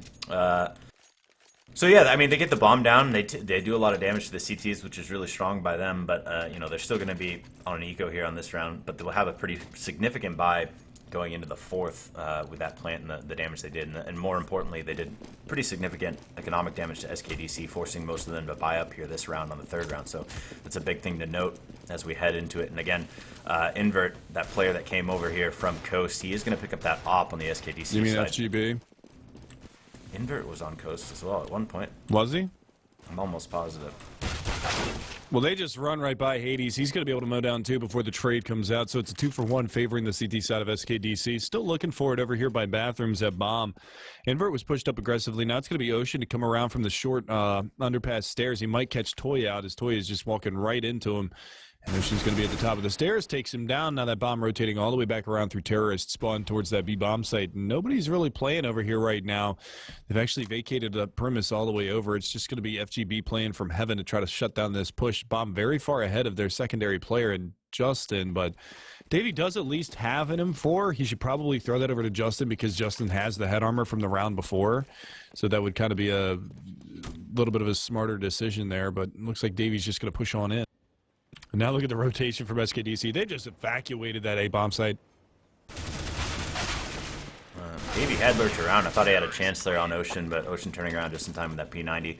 Gets the 2 frags, cleans it up, and so now SKDC going to be going into the 4th round. up 3-0. I did double check on that. Yeah, Invert was one of the ones who initially got sort of, I don't know what the word is, but removed from that coast roster. Shuffled. Yeah, and then they came back when they tried to finish the season out, and now he's over here on SKDC since they are effectively dead. And by effectively, I mean actually. Yes, they are dead. Ripping pepperonis. So, Gun, you know, you're going to see this pretty standard setup from the terrorist side. They're just going to spread the forces. Davies just going to be lurking over here in this B short hallway, but Hades actually very aggressive here through Subway. He's going to be going for a big flank play, and if he can get up the ladder before Davey rotates back around, this is going to be massive. He's just holding underneath of it for the time being. Davey is coming back around towards terrorist spawn, and oh, they're going to meet here in a second. Hades is... Well, I thought he was going to lose that battle being on the ladder, but he actually springs off of it and gets that opening kill. And that's going to be Elsa to find Silent, takes him down. Now the push coming down long. Invert with the op finds one. Flashbang around the corner is going to blind him and Toy. Oh! Toy is actually going to spin around and finds two big kills to open up that bomb site. We're down to a 2v3. Crazy little spray there from Toy. Actually manages to neutralize two picks going into that bomb site. Very nicely done from him, but again, the chips are still stacked ahead. You've got Hades on this big flank. He's looking for anything around that side. Toy extremely low. I love if you pull up the mini-map with Alt or Control, you actually see them pulsing red because they're so low on HP. Yeah. Bomb finally planted. It's FGB to find Toy. Last man standing is going to be Strebber. Finds one, finds two. Last man standing is Ocean. Oh! He gets the triple. So Method in a 1v3, they pull it off. Yeah, I mean, by all accounts, Toy should have been dead when he was sitting in that site. I mean, they had two guys that I think both knew where he was at, and the fact that he get the second spray down through the smoke really, like you said, allows him to get in that bomb site. So, good round by him, and then obviously Strebber there ending it up, cleaning it up with the 3K to win the round. So, getting on the board with that first round, and as we said, the economy damage that they had done on that second round, pretty significant to SKDCs. We're going to see them force up here with a couple of Mosses, as well as actually just a deagle in the back of Hades. So, important to watch as that progresses, as Silent is going to be here watching towards long. Hades pushing up a little bit, and now he's going to just kind of hang out. Yeah, he's got support from Invert, who does have the scout long range, but Invert's got to hit these shots, and Hades is going to get flashed behind there, and he actually gets taken down Silent with a nice shot there. Still looking for the jump peaks, and he actually finds Silent. That's the upper down. He's done damage to Roberts as well, so Justin's going to come over there, but there it is. Strebber's going to hit that nice shot onto Invert, but now it's Elsa coming up from behind. He's going to maybe, I thought he was going to maybe pick up that scout and go for a couple of jump peaks himself, but he's going to bide his time a little while longer and just wait for these pushes to come back around. Man advantage swings back to the terrorist side of Method. Yep, and at this point, Method's still just trying to figure out where they want to go, and Strebber going to get rid of that extra gun, throw it off the map, pick up the other AK, and so he's actually had the bomb out there in the open, so he's lucky that that jump scout wasn't coming in to sort of peek it, but he's going to head towards his teammates, who are going downstairs, and they're going to have to deal with Ocean. Actually is in the site. I thought he was down there in sewer, but no, he's in that B site, but he's the only one over here, so the rotation's going to have to be very quick by the CTs. Yeah, Ocean's got to get one at least coming into this site. He does that. Gets traded out. Roberts through the smoke again. Justin's going to find one as well, rotating in from CT spawn, and it's all down to Elsa, who should be just in a safe position now, but he's pushing on in towards this bomb site. Maybe he wants to pick up that M4 and try to save it, but coming around the side looking for it, but Davey is there, waiting and able, and takes him down 3-2. Still SKDC in the lead, but Method going to reset that money. Yep, and we'll see the eco coming in from SKDC. We'll see what they decide to do here with that. If they decide to be aggressively or play more back in these bomb sites, they just got to be very careful, obviously, about that op with Silent. He's a little bit more of a positional op, a defensive op, so he'll sit back and let you come to him, so that's what they got to be careful of. But as I say that, they're going to be very aggressively up here towards Fountain, which there is 3 members of Method there, so the molly comes in, though, and holds him off. A lot of damage going out, but it's going to be Invert to actually find first blood. Roberts there with the spray down, finds 3, looking for 4, and he gets it. Last man standing, Ocean gets taken down by the P250 of Silent. 3-3 now. It happened in a blink of an eye.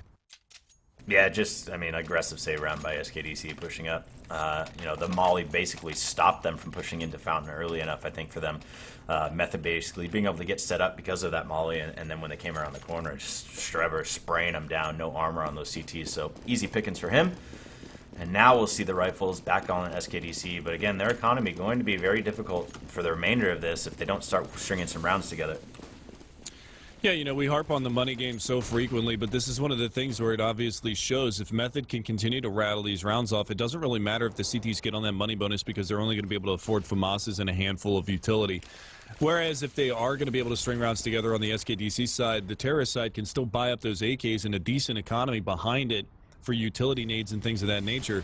This time it's just going to be a fast all-out brawl towards long A. 4 players going there. Strebber is going to be lurking here in mid, but it's going to be Invert to open, Toy to answer back, as well as Justin on the Invert. FGB is going to get a little bit of revenge for his teammate taking down Toy. No bomb plan just yet, but Strebber on the big flank, going to find Hades. The man advantage swings back towards the Method side, still looking for it, but it's going to be a peek out from Ocean that gets punished by Silence AWP. It's all down to FGB, 1 versus 3. We saw Strebber get one, but Strebber through the smoke finds him, takes him down, and Strebber's having himself a bit of a match here to start this one off. He's 11-3. Yeah, a lot of multi-frag rounds there by him, basically catching everyone off guard. That time around, like you said, lurking back, picking up the player coming upstairs, so forcing him actually push through that smoke by putting that on there. So good play by him, and Method picks up that round as well. And so now SKDC just going to be on ecos back and forth here until, like we said, put some rounds together. So this time around, they're going to be aggressive once more, actually down towards stair this time as well as long. So see if maybe they can try to wrap around and pinch onto these Method players who are all towards that side. But Elsa's going to get flashed here behind that rock. Justin just got wrecked by his teammate. I'm not sure who that was behind him. I think it was Davey. They peeked out and Davey just tapped him right in the back of the head trying to hit that player that was over there by the boulder. It's going to be Davey. Might get caught out here. FGB coming back around through bathrooms. He's going to get caught out. Should go down, and he does. Davey finds that, as well as Justin onto FGB, and that's going to be a 5th round now on the board for Method. Now, this is where it really starts to get dangerous for the SKDC side. Like we said, they're going to be a buy, lose, save mentality for the remainder of this half because they want to put that AWP in the hands of Enver. They want to be able to put that range game against Silent. Davey just holding on to this MAC-10 right now. The high bank for them is Roberts, who's sitting at 11-3. Silent's right behind him at almost $11,000 himself. So Method is doing just fine for money. It's just a matter of SKDC stringing together. They need to win like 3 rounds in a row here. Yeah, and honestly, the fact that Method's already picked up 5 rounds is going to allow them to be pretty creative on what they want to do on this T side, as they're pushing right through Monster right now, and Trevor picks up that entry frag, and so now FGB all by himself has to fall back. He's actually got the backup in the form of Elsa, I believe, up towards Heaven. No, that's Inver, excuse me, and she gets that one. Elsa's actually flanking through short B. All right, there he is. He might be able to catch somebody out here.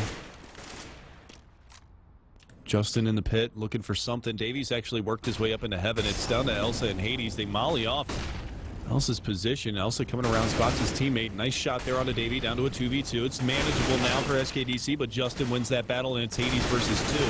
He's going to find one, but he can't get the spray down on Toy. The trades are good, and Method walk away with another victory, which is just going to reset that money on SKDC's side. You can see they're at 3,000 to 4,000 respectively. They could go for a FAMAS buy like we talked about, losing 6 rounds in a row.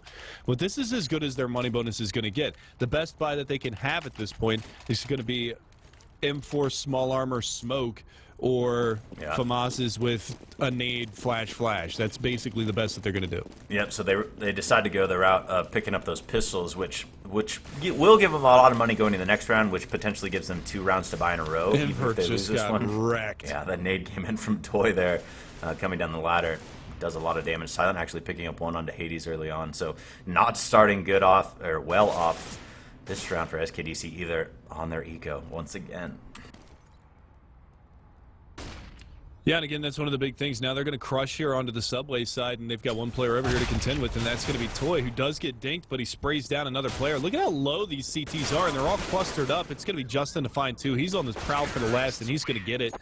So Justin chiming in big, 3 frags on the round for him this time.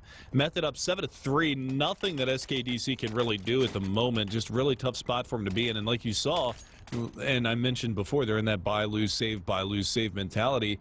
If they lose this round, they're going to be right back on the eco, and they're staring down the barrel of 9 rounds to Method's good, and that's just really tough to recover from. Yeah, I expect they have a little bit more money this time around. That I expect if they lose another one, I would have to imagine that it's at the point where they need to go for a force, just because they've lost so many rounds already. So if they lose this one, I expect to see a force, but that remains to be seen. This time they do have the guns, and we'll see where the aggression from Method's going to come. Right now, the bomb's dropped off. So, like I said, Method, with the lead that they have, they don't have to do anything crazy. They can sort of play this pretty calm, play picks if they want to, or get aggressive at any point. Like they have the options because they're playing so far ahead. And I don't like this repetitive play from SKDC. They keep going with these 2 players down long A, and it's just not been paying off for them. It almost worked in that, Scout Deagle buy that they had the round before, but the shorter P comes out. Invert's going to be able to find that frag on a Strebber, so that's a nice find, but this is the first time that we've actually seen that double play down long A pay off because Hades doesn't get spotted to start the round out. But coming around through the bathroom side, I don't think that they're even ready for this. There you go. Hades is going to spin around and actually finds Toys. So bails his teammate out in a big way, and now they know that that double stack is over there. Justin finds Invert. He's got one more to beat over here by long A, but the rotation is actually going through bathrooms to short A and towards that site right now. The rotation is on from the CTs. They're trying to get in here and hustle and try to find these kills, and that's a great one to start with. Elsa finds Davey, drops the bomb carrier. It's Silent and Justin to try to lock this down in a 2 versus 4. Yeah, and they're just not going to be able to get to this bomb. There's too many CTs here to deal with. I mean, they can try to enter, and they're going to because they are so far Economic ahead. damage is the name of the game right here. Yep. Silent does pick up Hades, so that's good. But yeah, at that point, there's no reason for them not to go to it. They have plenty of bank, and they also want to continue to hurt the SKDC side. So, as we said, look at the money on the back of Method, 11K still on the back of Silent. They had everyone almost at 7. Look at how much money they still have after buy. They've got 2 players with 6K, and Strebber there with almost 10K still. So they are in a very comfortable spot, whereas SKDC actually oceaned at $0 after this buy. So they still have some economy issues going on that side, even with a win.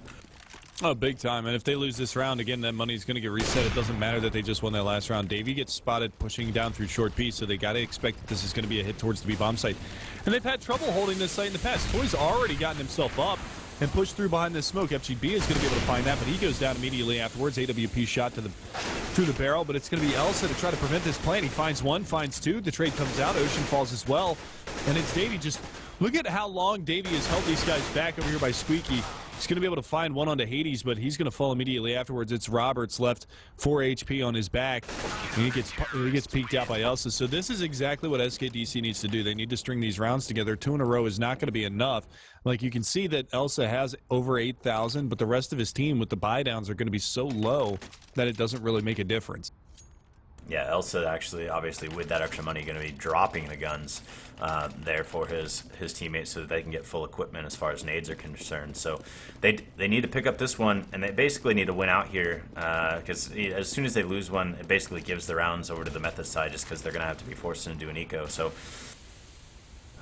Method doing a pretty good job here this time around, actually changing it up and checking for any aggression from the SKDC side at B. However, Davey, on the other hand, on the A side of the map at Fountain goes down. So, well, SKDC's got to know that now that they found Davey, that they know that that lurk is dead and that hit is coming towards the other bomb site. And they're going to get behind this real quick. You can see there's a player down on short already flanking through Monster. They've got 3 players over here by CT, and FGB and Ocean are just locking this down, and there it is. They do get the plan out of it, but that's going to be all she wrote. Another round on the board for SKDC, and at this point, they've finally broken the money of the terrorist side, so we should see a save, even though Strebber's still up over 10,000. It's going to be close on a buy here. I need to see the money. Oh, they'll buy. Yeah, so one more round. Yeah, one more. So they'll pick that up. They'll have that op still on the back of Silent, and then definitely if they lose another one, they'll be forced into an eco here. Now you can see Strebber all the way down to just that $1,200. So, well, this is a big round right here because if Method lose this, they're going to have nothing in the tank for the final round of the half. And SKDC might actually be able to win this 8-7. And we talked about, this is typically speaking an 8-7 or a 9-6 CT-sided map, so they'll have done their job, at least on the CT side. And it's going to be Hades right here to lock this one down. And he's going to get for the peak and get nothing. Can't afford to lose that early player there on the CT side because that's going to force all your teammates to have to fall back. Invert falling back with that op into the A site. He's got a teammate rotating around. That's FGB who's going to come up and help him. So they actually have 3 players there towards that A site. So now I think Method might be wise to this, and they're going to rotate that bomb back towards the stairs. The question is, are they? Yes, they're going to execute that direction. Yeah, this is the right call. Davey's just going to sit over here and do as much damage as he can, holding this lurk back. It's going to be Invert to try to push up behind this, but if Davey peeks out, it's going to be all she wrote. But now that push coming back around, good smoke on the short B. It's going to hold him back a little while longer, but they have rotated a player in, and now it's going to be this this AK of Invert, is he going to be able to find Davey? He's not going to check this angle, and Davey's going to get one for free. Justin takes down FGB, and it's all down to Ocean. Finds one, but he gets traded immediately. So good job from Method. They win the half with that 8 rounds to the good now, and they saved their economy game. But it is going to be a full buy from SKDC that did enough to get back into the good money. Yeah, so I mean, SKDC definitely turned that around. For it was really awful looking there early on, and the fact that they were able to shut it down after stringing a couple scary rounds together is good for them. But obviously, as you said, still losing the half, not super impressive from SKDC. So they definitely want to pick up this one because it is possible to win the terror side of this map, but you're gonna have to have a solid second half. And Invert really aggressive with this op, making me really uncomfortable as he drops to Strubber. Yeah, well, Hades went for the same exact play the round before. There's no need for them to go for that aggression. There's no need to send just one player with nobody there to trade with an AWP up to the top. That's just ridiculous. SKDC, that's just not a good call. And now Hades on this flank, he gets caught out by Davey, so nothing going right for SKDC this round. This should be a 9-6 half for Method. That was an abysmal play by Invert. I'm really kind of disappointed by that. Yeah, well, that's what I'm saying. It's a matter of, you see the Alpers playing bathroom is like a perfectly acceptable play there, but you don't push all the way up to playground, especially by yourself. It's just like you put yourself in what angles do you have from there? Playing back in bathrooms, you can take a shot and fall back, you have cover, but that far forward, he was doomed to begin with without anyone helping him. But Ocean picks up Silent, who was peeking out with that op at long, but the take is going to come over at the B side, so he was just a bit of a distraction. Yeah, and FGB gets spotted going into pit. The Molotov a little bit slow, but FGB's going to get the better of one. He gets traded immediately. Justin looking for Ocean. He's going to rip his skull to smithereens as well, and now it's Toy trying to make this frag on Elsa, but now they know his position. Davey's going to get caught out. He's going to get spammed up a little bit, but with this crossfire, it's just going to be really impossible for Elsa to do anything this round. You can see Davey playing this one smart as well as Justin, and tapping the bomb. Justin's going to go for a little bit of a peek, and he actually just full peeks out, takes him down 9-6, like we talked about. Method in the lead, and that's a big half on the T side of Overpass.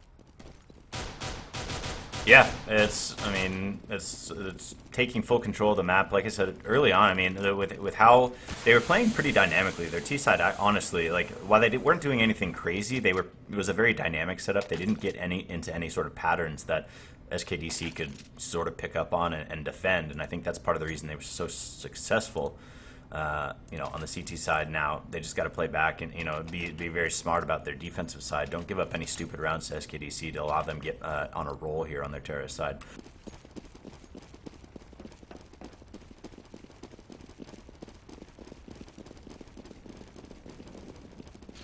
So back into the second half pistol round we go. It's just a fast, aggressive strat towards that B bomb site, and it's already getting spotted. Trevor's going to be able to spot one out. He gets goosed down to 1 HP, and the push is on. Elsa's going to be able to find one, finds the second one. No, that's FGB actually jumping headshot. Nope, Ocean steals that one away. So 4 out of 5 players have gotten a kill on the SKDC side. It's just all up to Invert to find this last kill for the teammates, but it's going to be a flank play here from Silent. He gets spotted out by Elsa, and there shouldn't be anything that he can do, and there is nothing he can do. So that's a good round win for SKDC. If they can get these anti-eco rounds, then it's going to be 9-9, and that's just a really good start for him so far on this T side. Yeah, it's super important for them to convert it here. Otherwise, they basically doom themselves, I think, in this half. It's just, if you get into a poor economy situation because you don't convert the second and third round after winning the pistol, it gets really dicey. So they're going to have to deal with that pistol armor buy on the Method side. But a bunch of P250s, a couple 5.7s there on that side. So we'll see if they're going to play aggressively, and they are. They're pushed all the way up. They actually have all 5 players in bathrooms, so this is a very interesting stack here, and this is the direction that SKDC is going. Scary. They're going to whip around the side. They only spot the one player, but it's going to be Justin around the corner. They find a little bit of damage there as well, but FGB down very, very low. They spot out this stack, but they're going to continue to pressure on towards the A bomb site, and Roberts is right around the corner.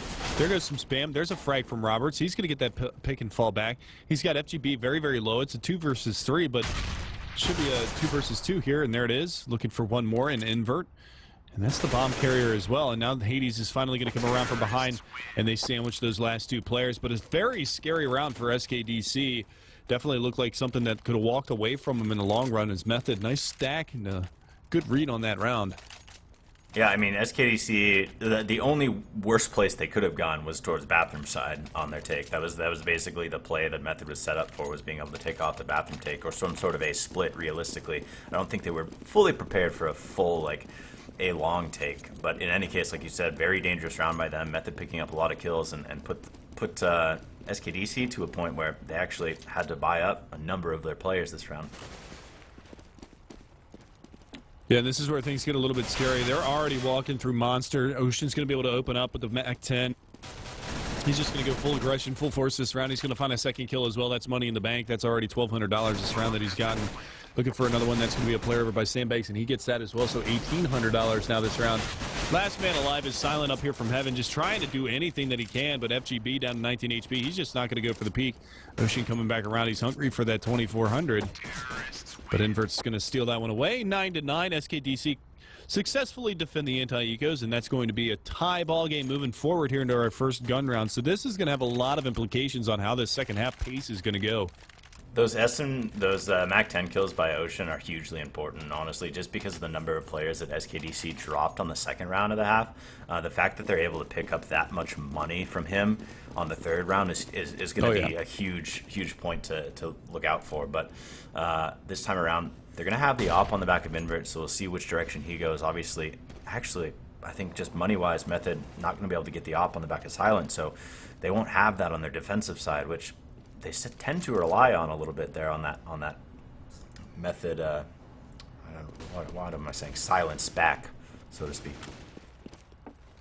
Yeah, and they're going to be walking right up. Silent's going to be over here in the bathroom. He's peeking out a little bit. They're just walking right up, and Ocean's going to find that headshot. Well done from Ocean, but now they know that the bomb is over there. This is going to be a lurk from Hades to try to make something happen over at B, but he's not really going to get an opportunity. You can see another player aggressive up here in bathrooms. That's going to be Davey. He's going to get dropped by Ocean. Ocean's having himself a match right now, 17-11 on the scoreboard, but again, they have to get into this site, and Hades just lurking, looking for any kind of a push to come on a rotation, but now they bail out of that A hit. They're going to come back towards B, and Roberts bites on the rotation finally. He's going to go over towards A. All of the remaining CTs are going to be over here, and now Roberts realizes his mistake.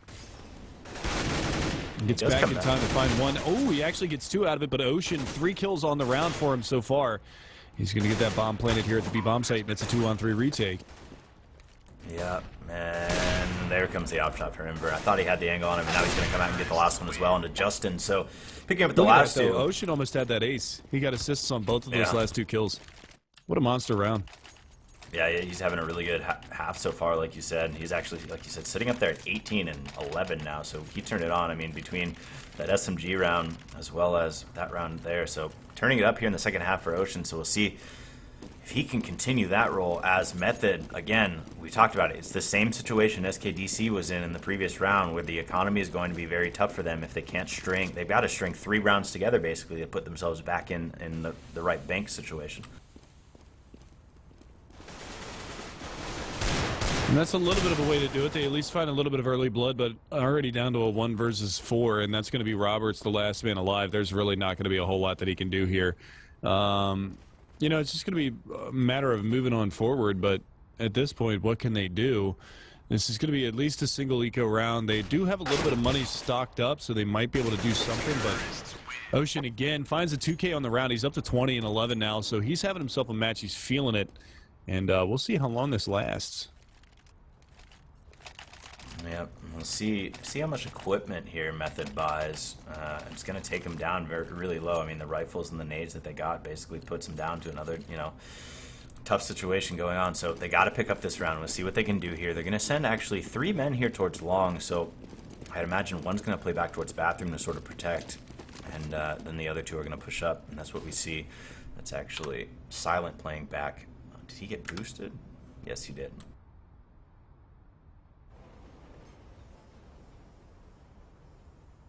Slow play coming out from both sides here, and like you said, they've got a very aggressive stack here on this long hallway. SKDC might just walk into this, and they're going to be caught so unawares at this one, as Davey and Toy both very aggressive over here, but it looks like they're going towards the party side.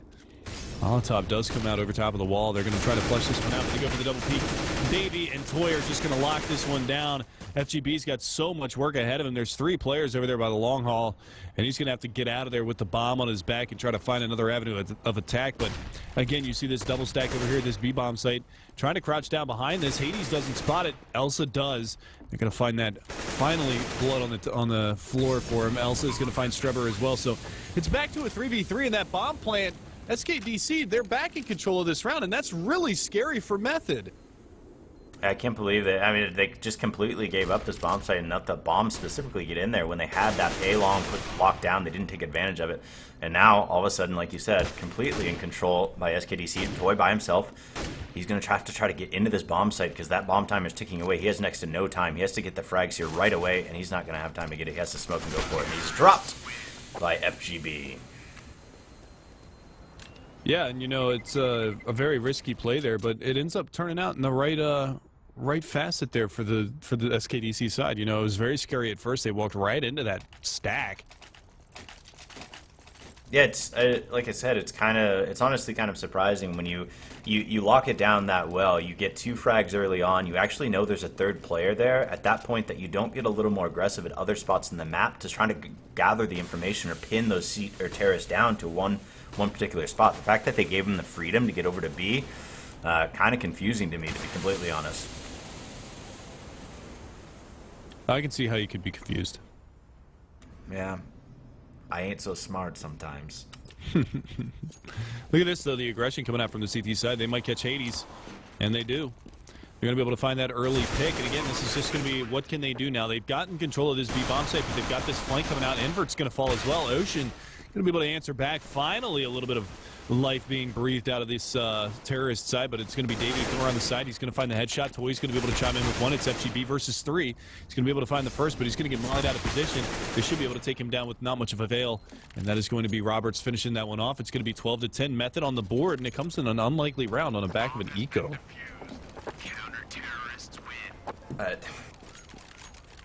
Sure. It's...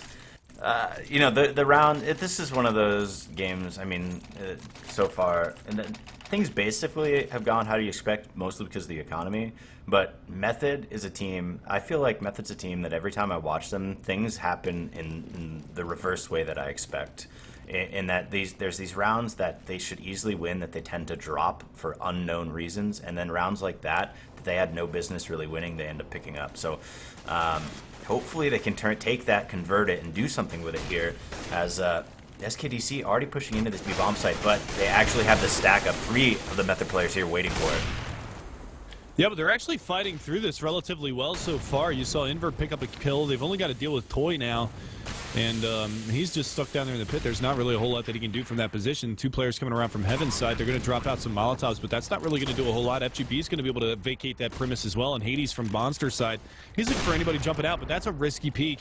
He actually just throws his life away, and now both of these players being over here on short, that's going to be very scary. They've got 1 player coming around from Monster. They don't have a smoke down to try to cordon this area off, and that's going to be FGB to be able to find the first one. He spots the second one, but he's just going to play this smart from behind the pillar, and Molotov wasted so much time. They don't, well, they do have a kid on Toy. It's going to be a flashbang through the smoke. And Invert can't get it done. I think he actually blinded himself. Yeah, he probably did. But Silent was very much blind there as well. The fact that he actually happened to strafe in just at the last moment. I mean, Invert almost got past him, and if he had, the flash probably would have worn off in time for him to get the frag. But, Silent gets the frag, holds off, and they get the defuse. So now, Method, 2 rounds in a row, picking it up 11-12 now, trying to fight their way back to even, but still, because of all those rounds that SKDC won and the nature they did it, they have a full buy still. Yeah, and that's kind of the big thing to note right here as well, is just that they're having such good luck getting into these bomb sites and getting these bomb plants that it doesn't really matter what they do on that CT side. They're just going to continue to be able to buy up over and over and over again, and that's really kind of a good situation for the for the SKDC side, because now they're in a position where if they win around, they're going to be able to reset that money on the Method side, because you've only got 3 players that are going to be able to rebuy. Maybe Davey could drop a gun, maybe Silent could drop a gun, but you're talking about risking losing the AWP power on that CT side, and that's very, very risky. We're going to see it right here. Proof positive is Silent and Invert go toe-to-toe here at Long A. And Invert's going to do this pop flash, trying to peek out and see if he can get the advantage on Silent. Oh, it's actually a smoke. There's the pop flash. He's not. Silent's going to back off, and he's going to repeat this in a second, I think. Actually, he's being aggressive from both sides. He's got that smoke. He should just lurk in it and be careful, but no, he actually tries to peek the side. Invert gets him, and now this take is on in A. That's a good push up from FGP. He actually spots out a little bit of information, but Toy, knowing the spam spot, is going to be able to execute Ocean. Now pushing back around through the smoke is going to be Elsa, who does manage to find one, but he's going to be alone now in a 1 versus 3. He does have one more player around the side of the site, and that was actually Davey, who almost got caught by that wild whipping around spray from Elsa, but they are going to be able to finish that one off. And Method finally not going to get that bomb plant for SKDC. They are going to be able to maybe rebuy or force up here, which I would like to see, and that's exactly what they're going to do. They don't want to give any opportunity for Method to get into that good money. Yeah, you only really have one player that's not going to be able to buy up, so you might as well put yourselves down, take every opportunity you can get. Invert finally comes in with that AK buy, and now... So Method may think that SKDC's close on an eco, so that'll be interesting to see how they decide to play it, because you have to imagine that they're aware that if they're not, they were definitely close to being on eco, but they're not getting too aggressive, which is smart. They're going to play back with this op on Bathroom, which is, I mentioned in the last half, this is where you can sort of play with that, but Method, Silent does miss that shot, and now he's going to have to fall back. Davey protecting him, throws a flash into Silent's chest. Yeah, and this is a big round right here. Whoever loses this one, their money's going to be in shambles. And we're looking at a potential 14-12 scoreline one way or the other going forward. So really it's just going to be on what can Hades do with this Desert Eagle. He's lurking over the B-bomb site again, just waiting for anything to come out. But he's not going to find anything at the immediate future. But now the push comes out through Squeaky Door. Now the rotation is going to be on from the A-bomb site. You can see him already filtering in, trying to get better positions, more of a forward position when these smokes come out. But SKDC, they need to execute. Davey's going to come down right behind him. He should be able to find Invert, no problem. Takes down one. Going to be looking for another one. And it's going to be Hades to try to battle with him for a little while, but they still haven't progressed into this bomb site. It's going to be a 4-on-5 push in towards this site right now. Nice shot from Hades. Does manage to find Silent. That's the upper down. And Toy pushing cheekily around this smoke. He's going to get caught out. Hades is going to find another one, so we're down to a 2 versus 2. They need to clean Roberts out. They need to get him down immediately because Davey is actually taking a really long rotation back around, but Hades does get the peak, and it's going to be down to Davey in a 1v2. They still don't realize that he's worked his way back around to heaven, but Hades is going to be there. He's privy to the position, picks up the 4K, 13-12 now for SKDC, and they've got themselves back in this one. Yeah, hugely important. You see Justin there with next to no money. Toy doesn't have much either, and they're going to force up anyways because they don't want to give a chance for SKDC to get on a roll here. So they're going to force up, even though Justin basically can't buy anything at all, just going to be able to buy a pistol armor, and that's it. So important to watch here as, like I said, the goal on this force buy is to not let SKDC get on a roll. Well, the other goal, too, is to not allow them to plant. If they don't let them plant, then they're not going to be able to buy the next round. If they get the plant, they should be able to formulate some sort of a buy to counter out this force up from the Method side. So it's just going to be back and forth force ups at this point. Yeah, but SKDC playing this smart. They're not being too aggressive anywhere quite yet. They're going to walk that bomb all the way up towards long while they're putting some aggression here towards the B side. Elsa just trying to gather information here in stairs before working back up. And there you've got Hades coming back around as well. So they are going to work this A side, and they've got Silent and Davey are going to work together here. Try to take down that one player that was Elsa coming upstairs, but they're not going to get him. So now we'll see when they're going to peek out here towards long, because that is the direction that these players are slowly walking up from. There it is. Hades going to entry the first frag again this round. And there's the aggression. Elsa finds one on the other side of the map as well. It's Silent down and out. Ocean goes into Toy. Ocean kind of fell silent for a couple of rounds there, but he's, back in the mix, getting another frag on the board. And this is going to be SKDC to try to lock this one down. 2 players remain for the CT side. They're going to try to hang on to this rifle and pistol combo, have this armor to go into the next round. But SKDC look very, very good and poised to take this one and steal it away from the Method squad. So this is a big recovery from SKDC right here. Yeah, I mean, at this point, I mean, even though Strebber should be who's creeping over there? Elsa might actually be able to catch them off. I don't know. He's gonna peek this last second. No, he's actually gonna fall.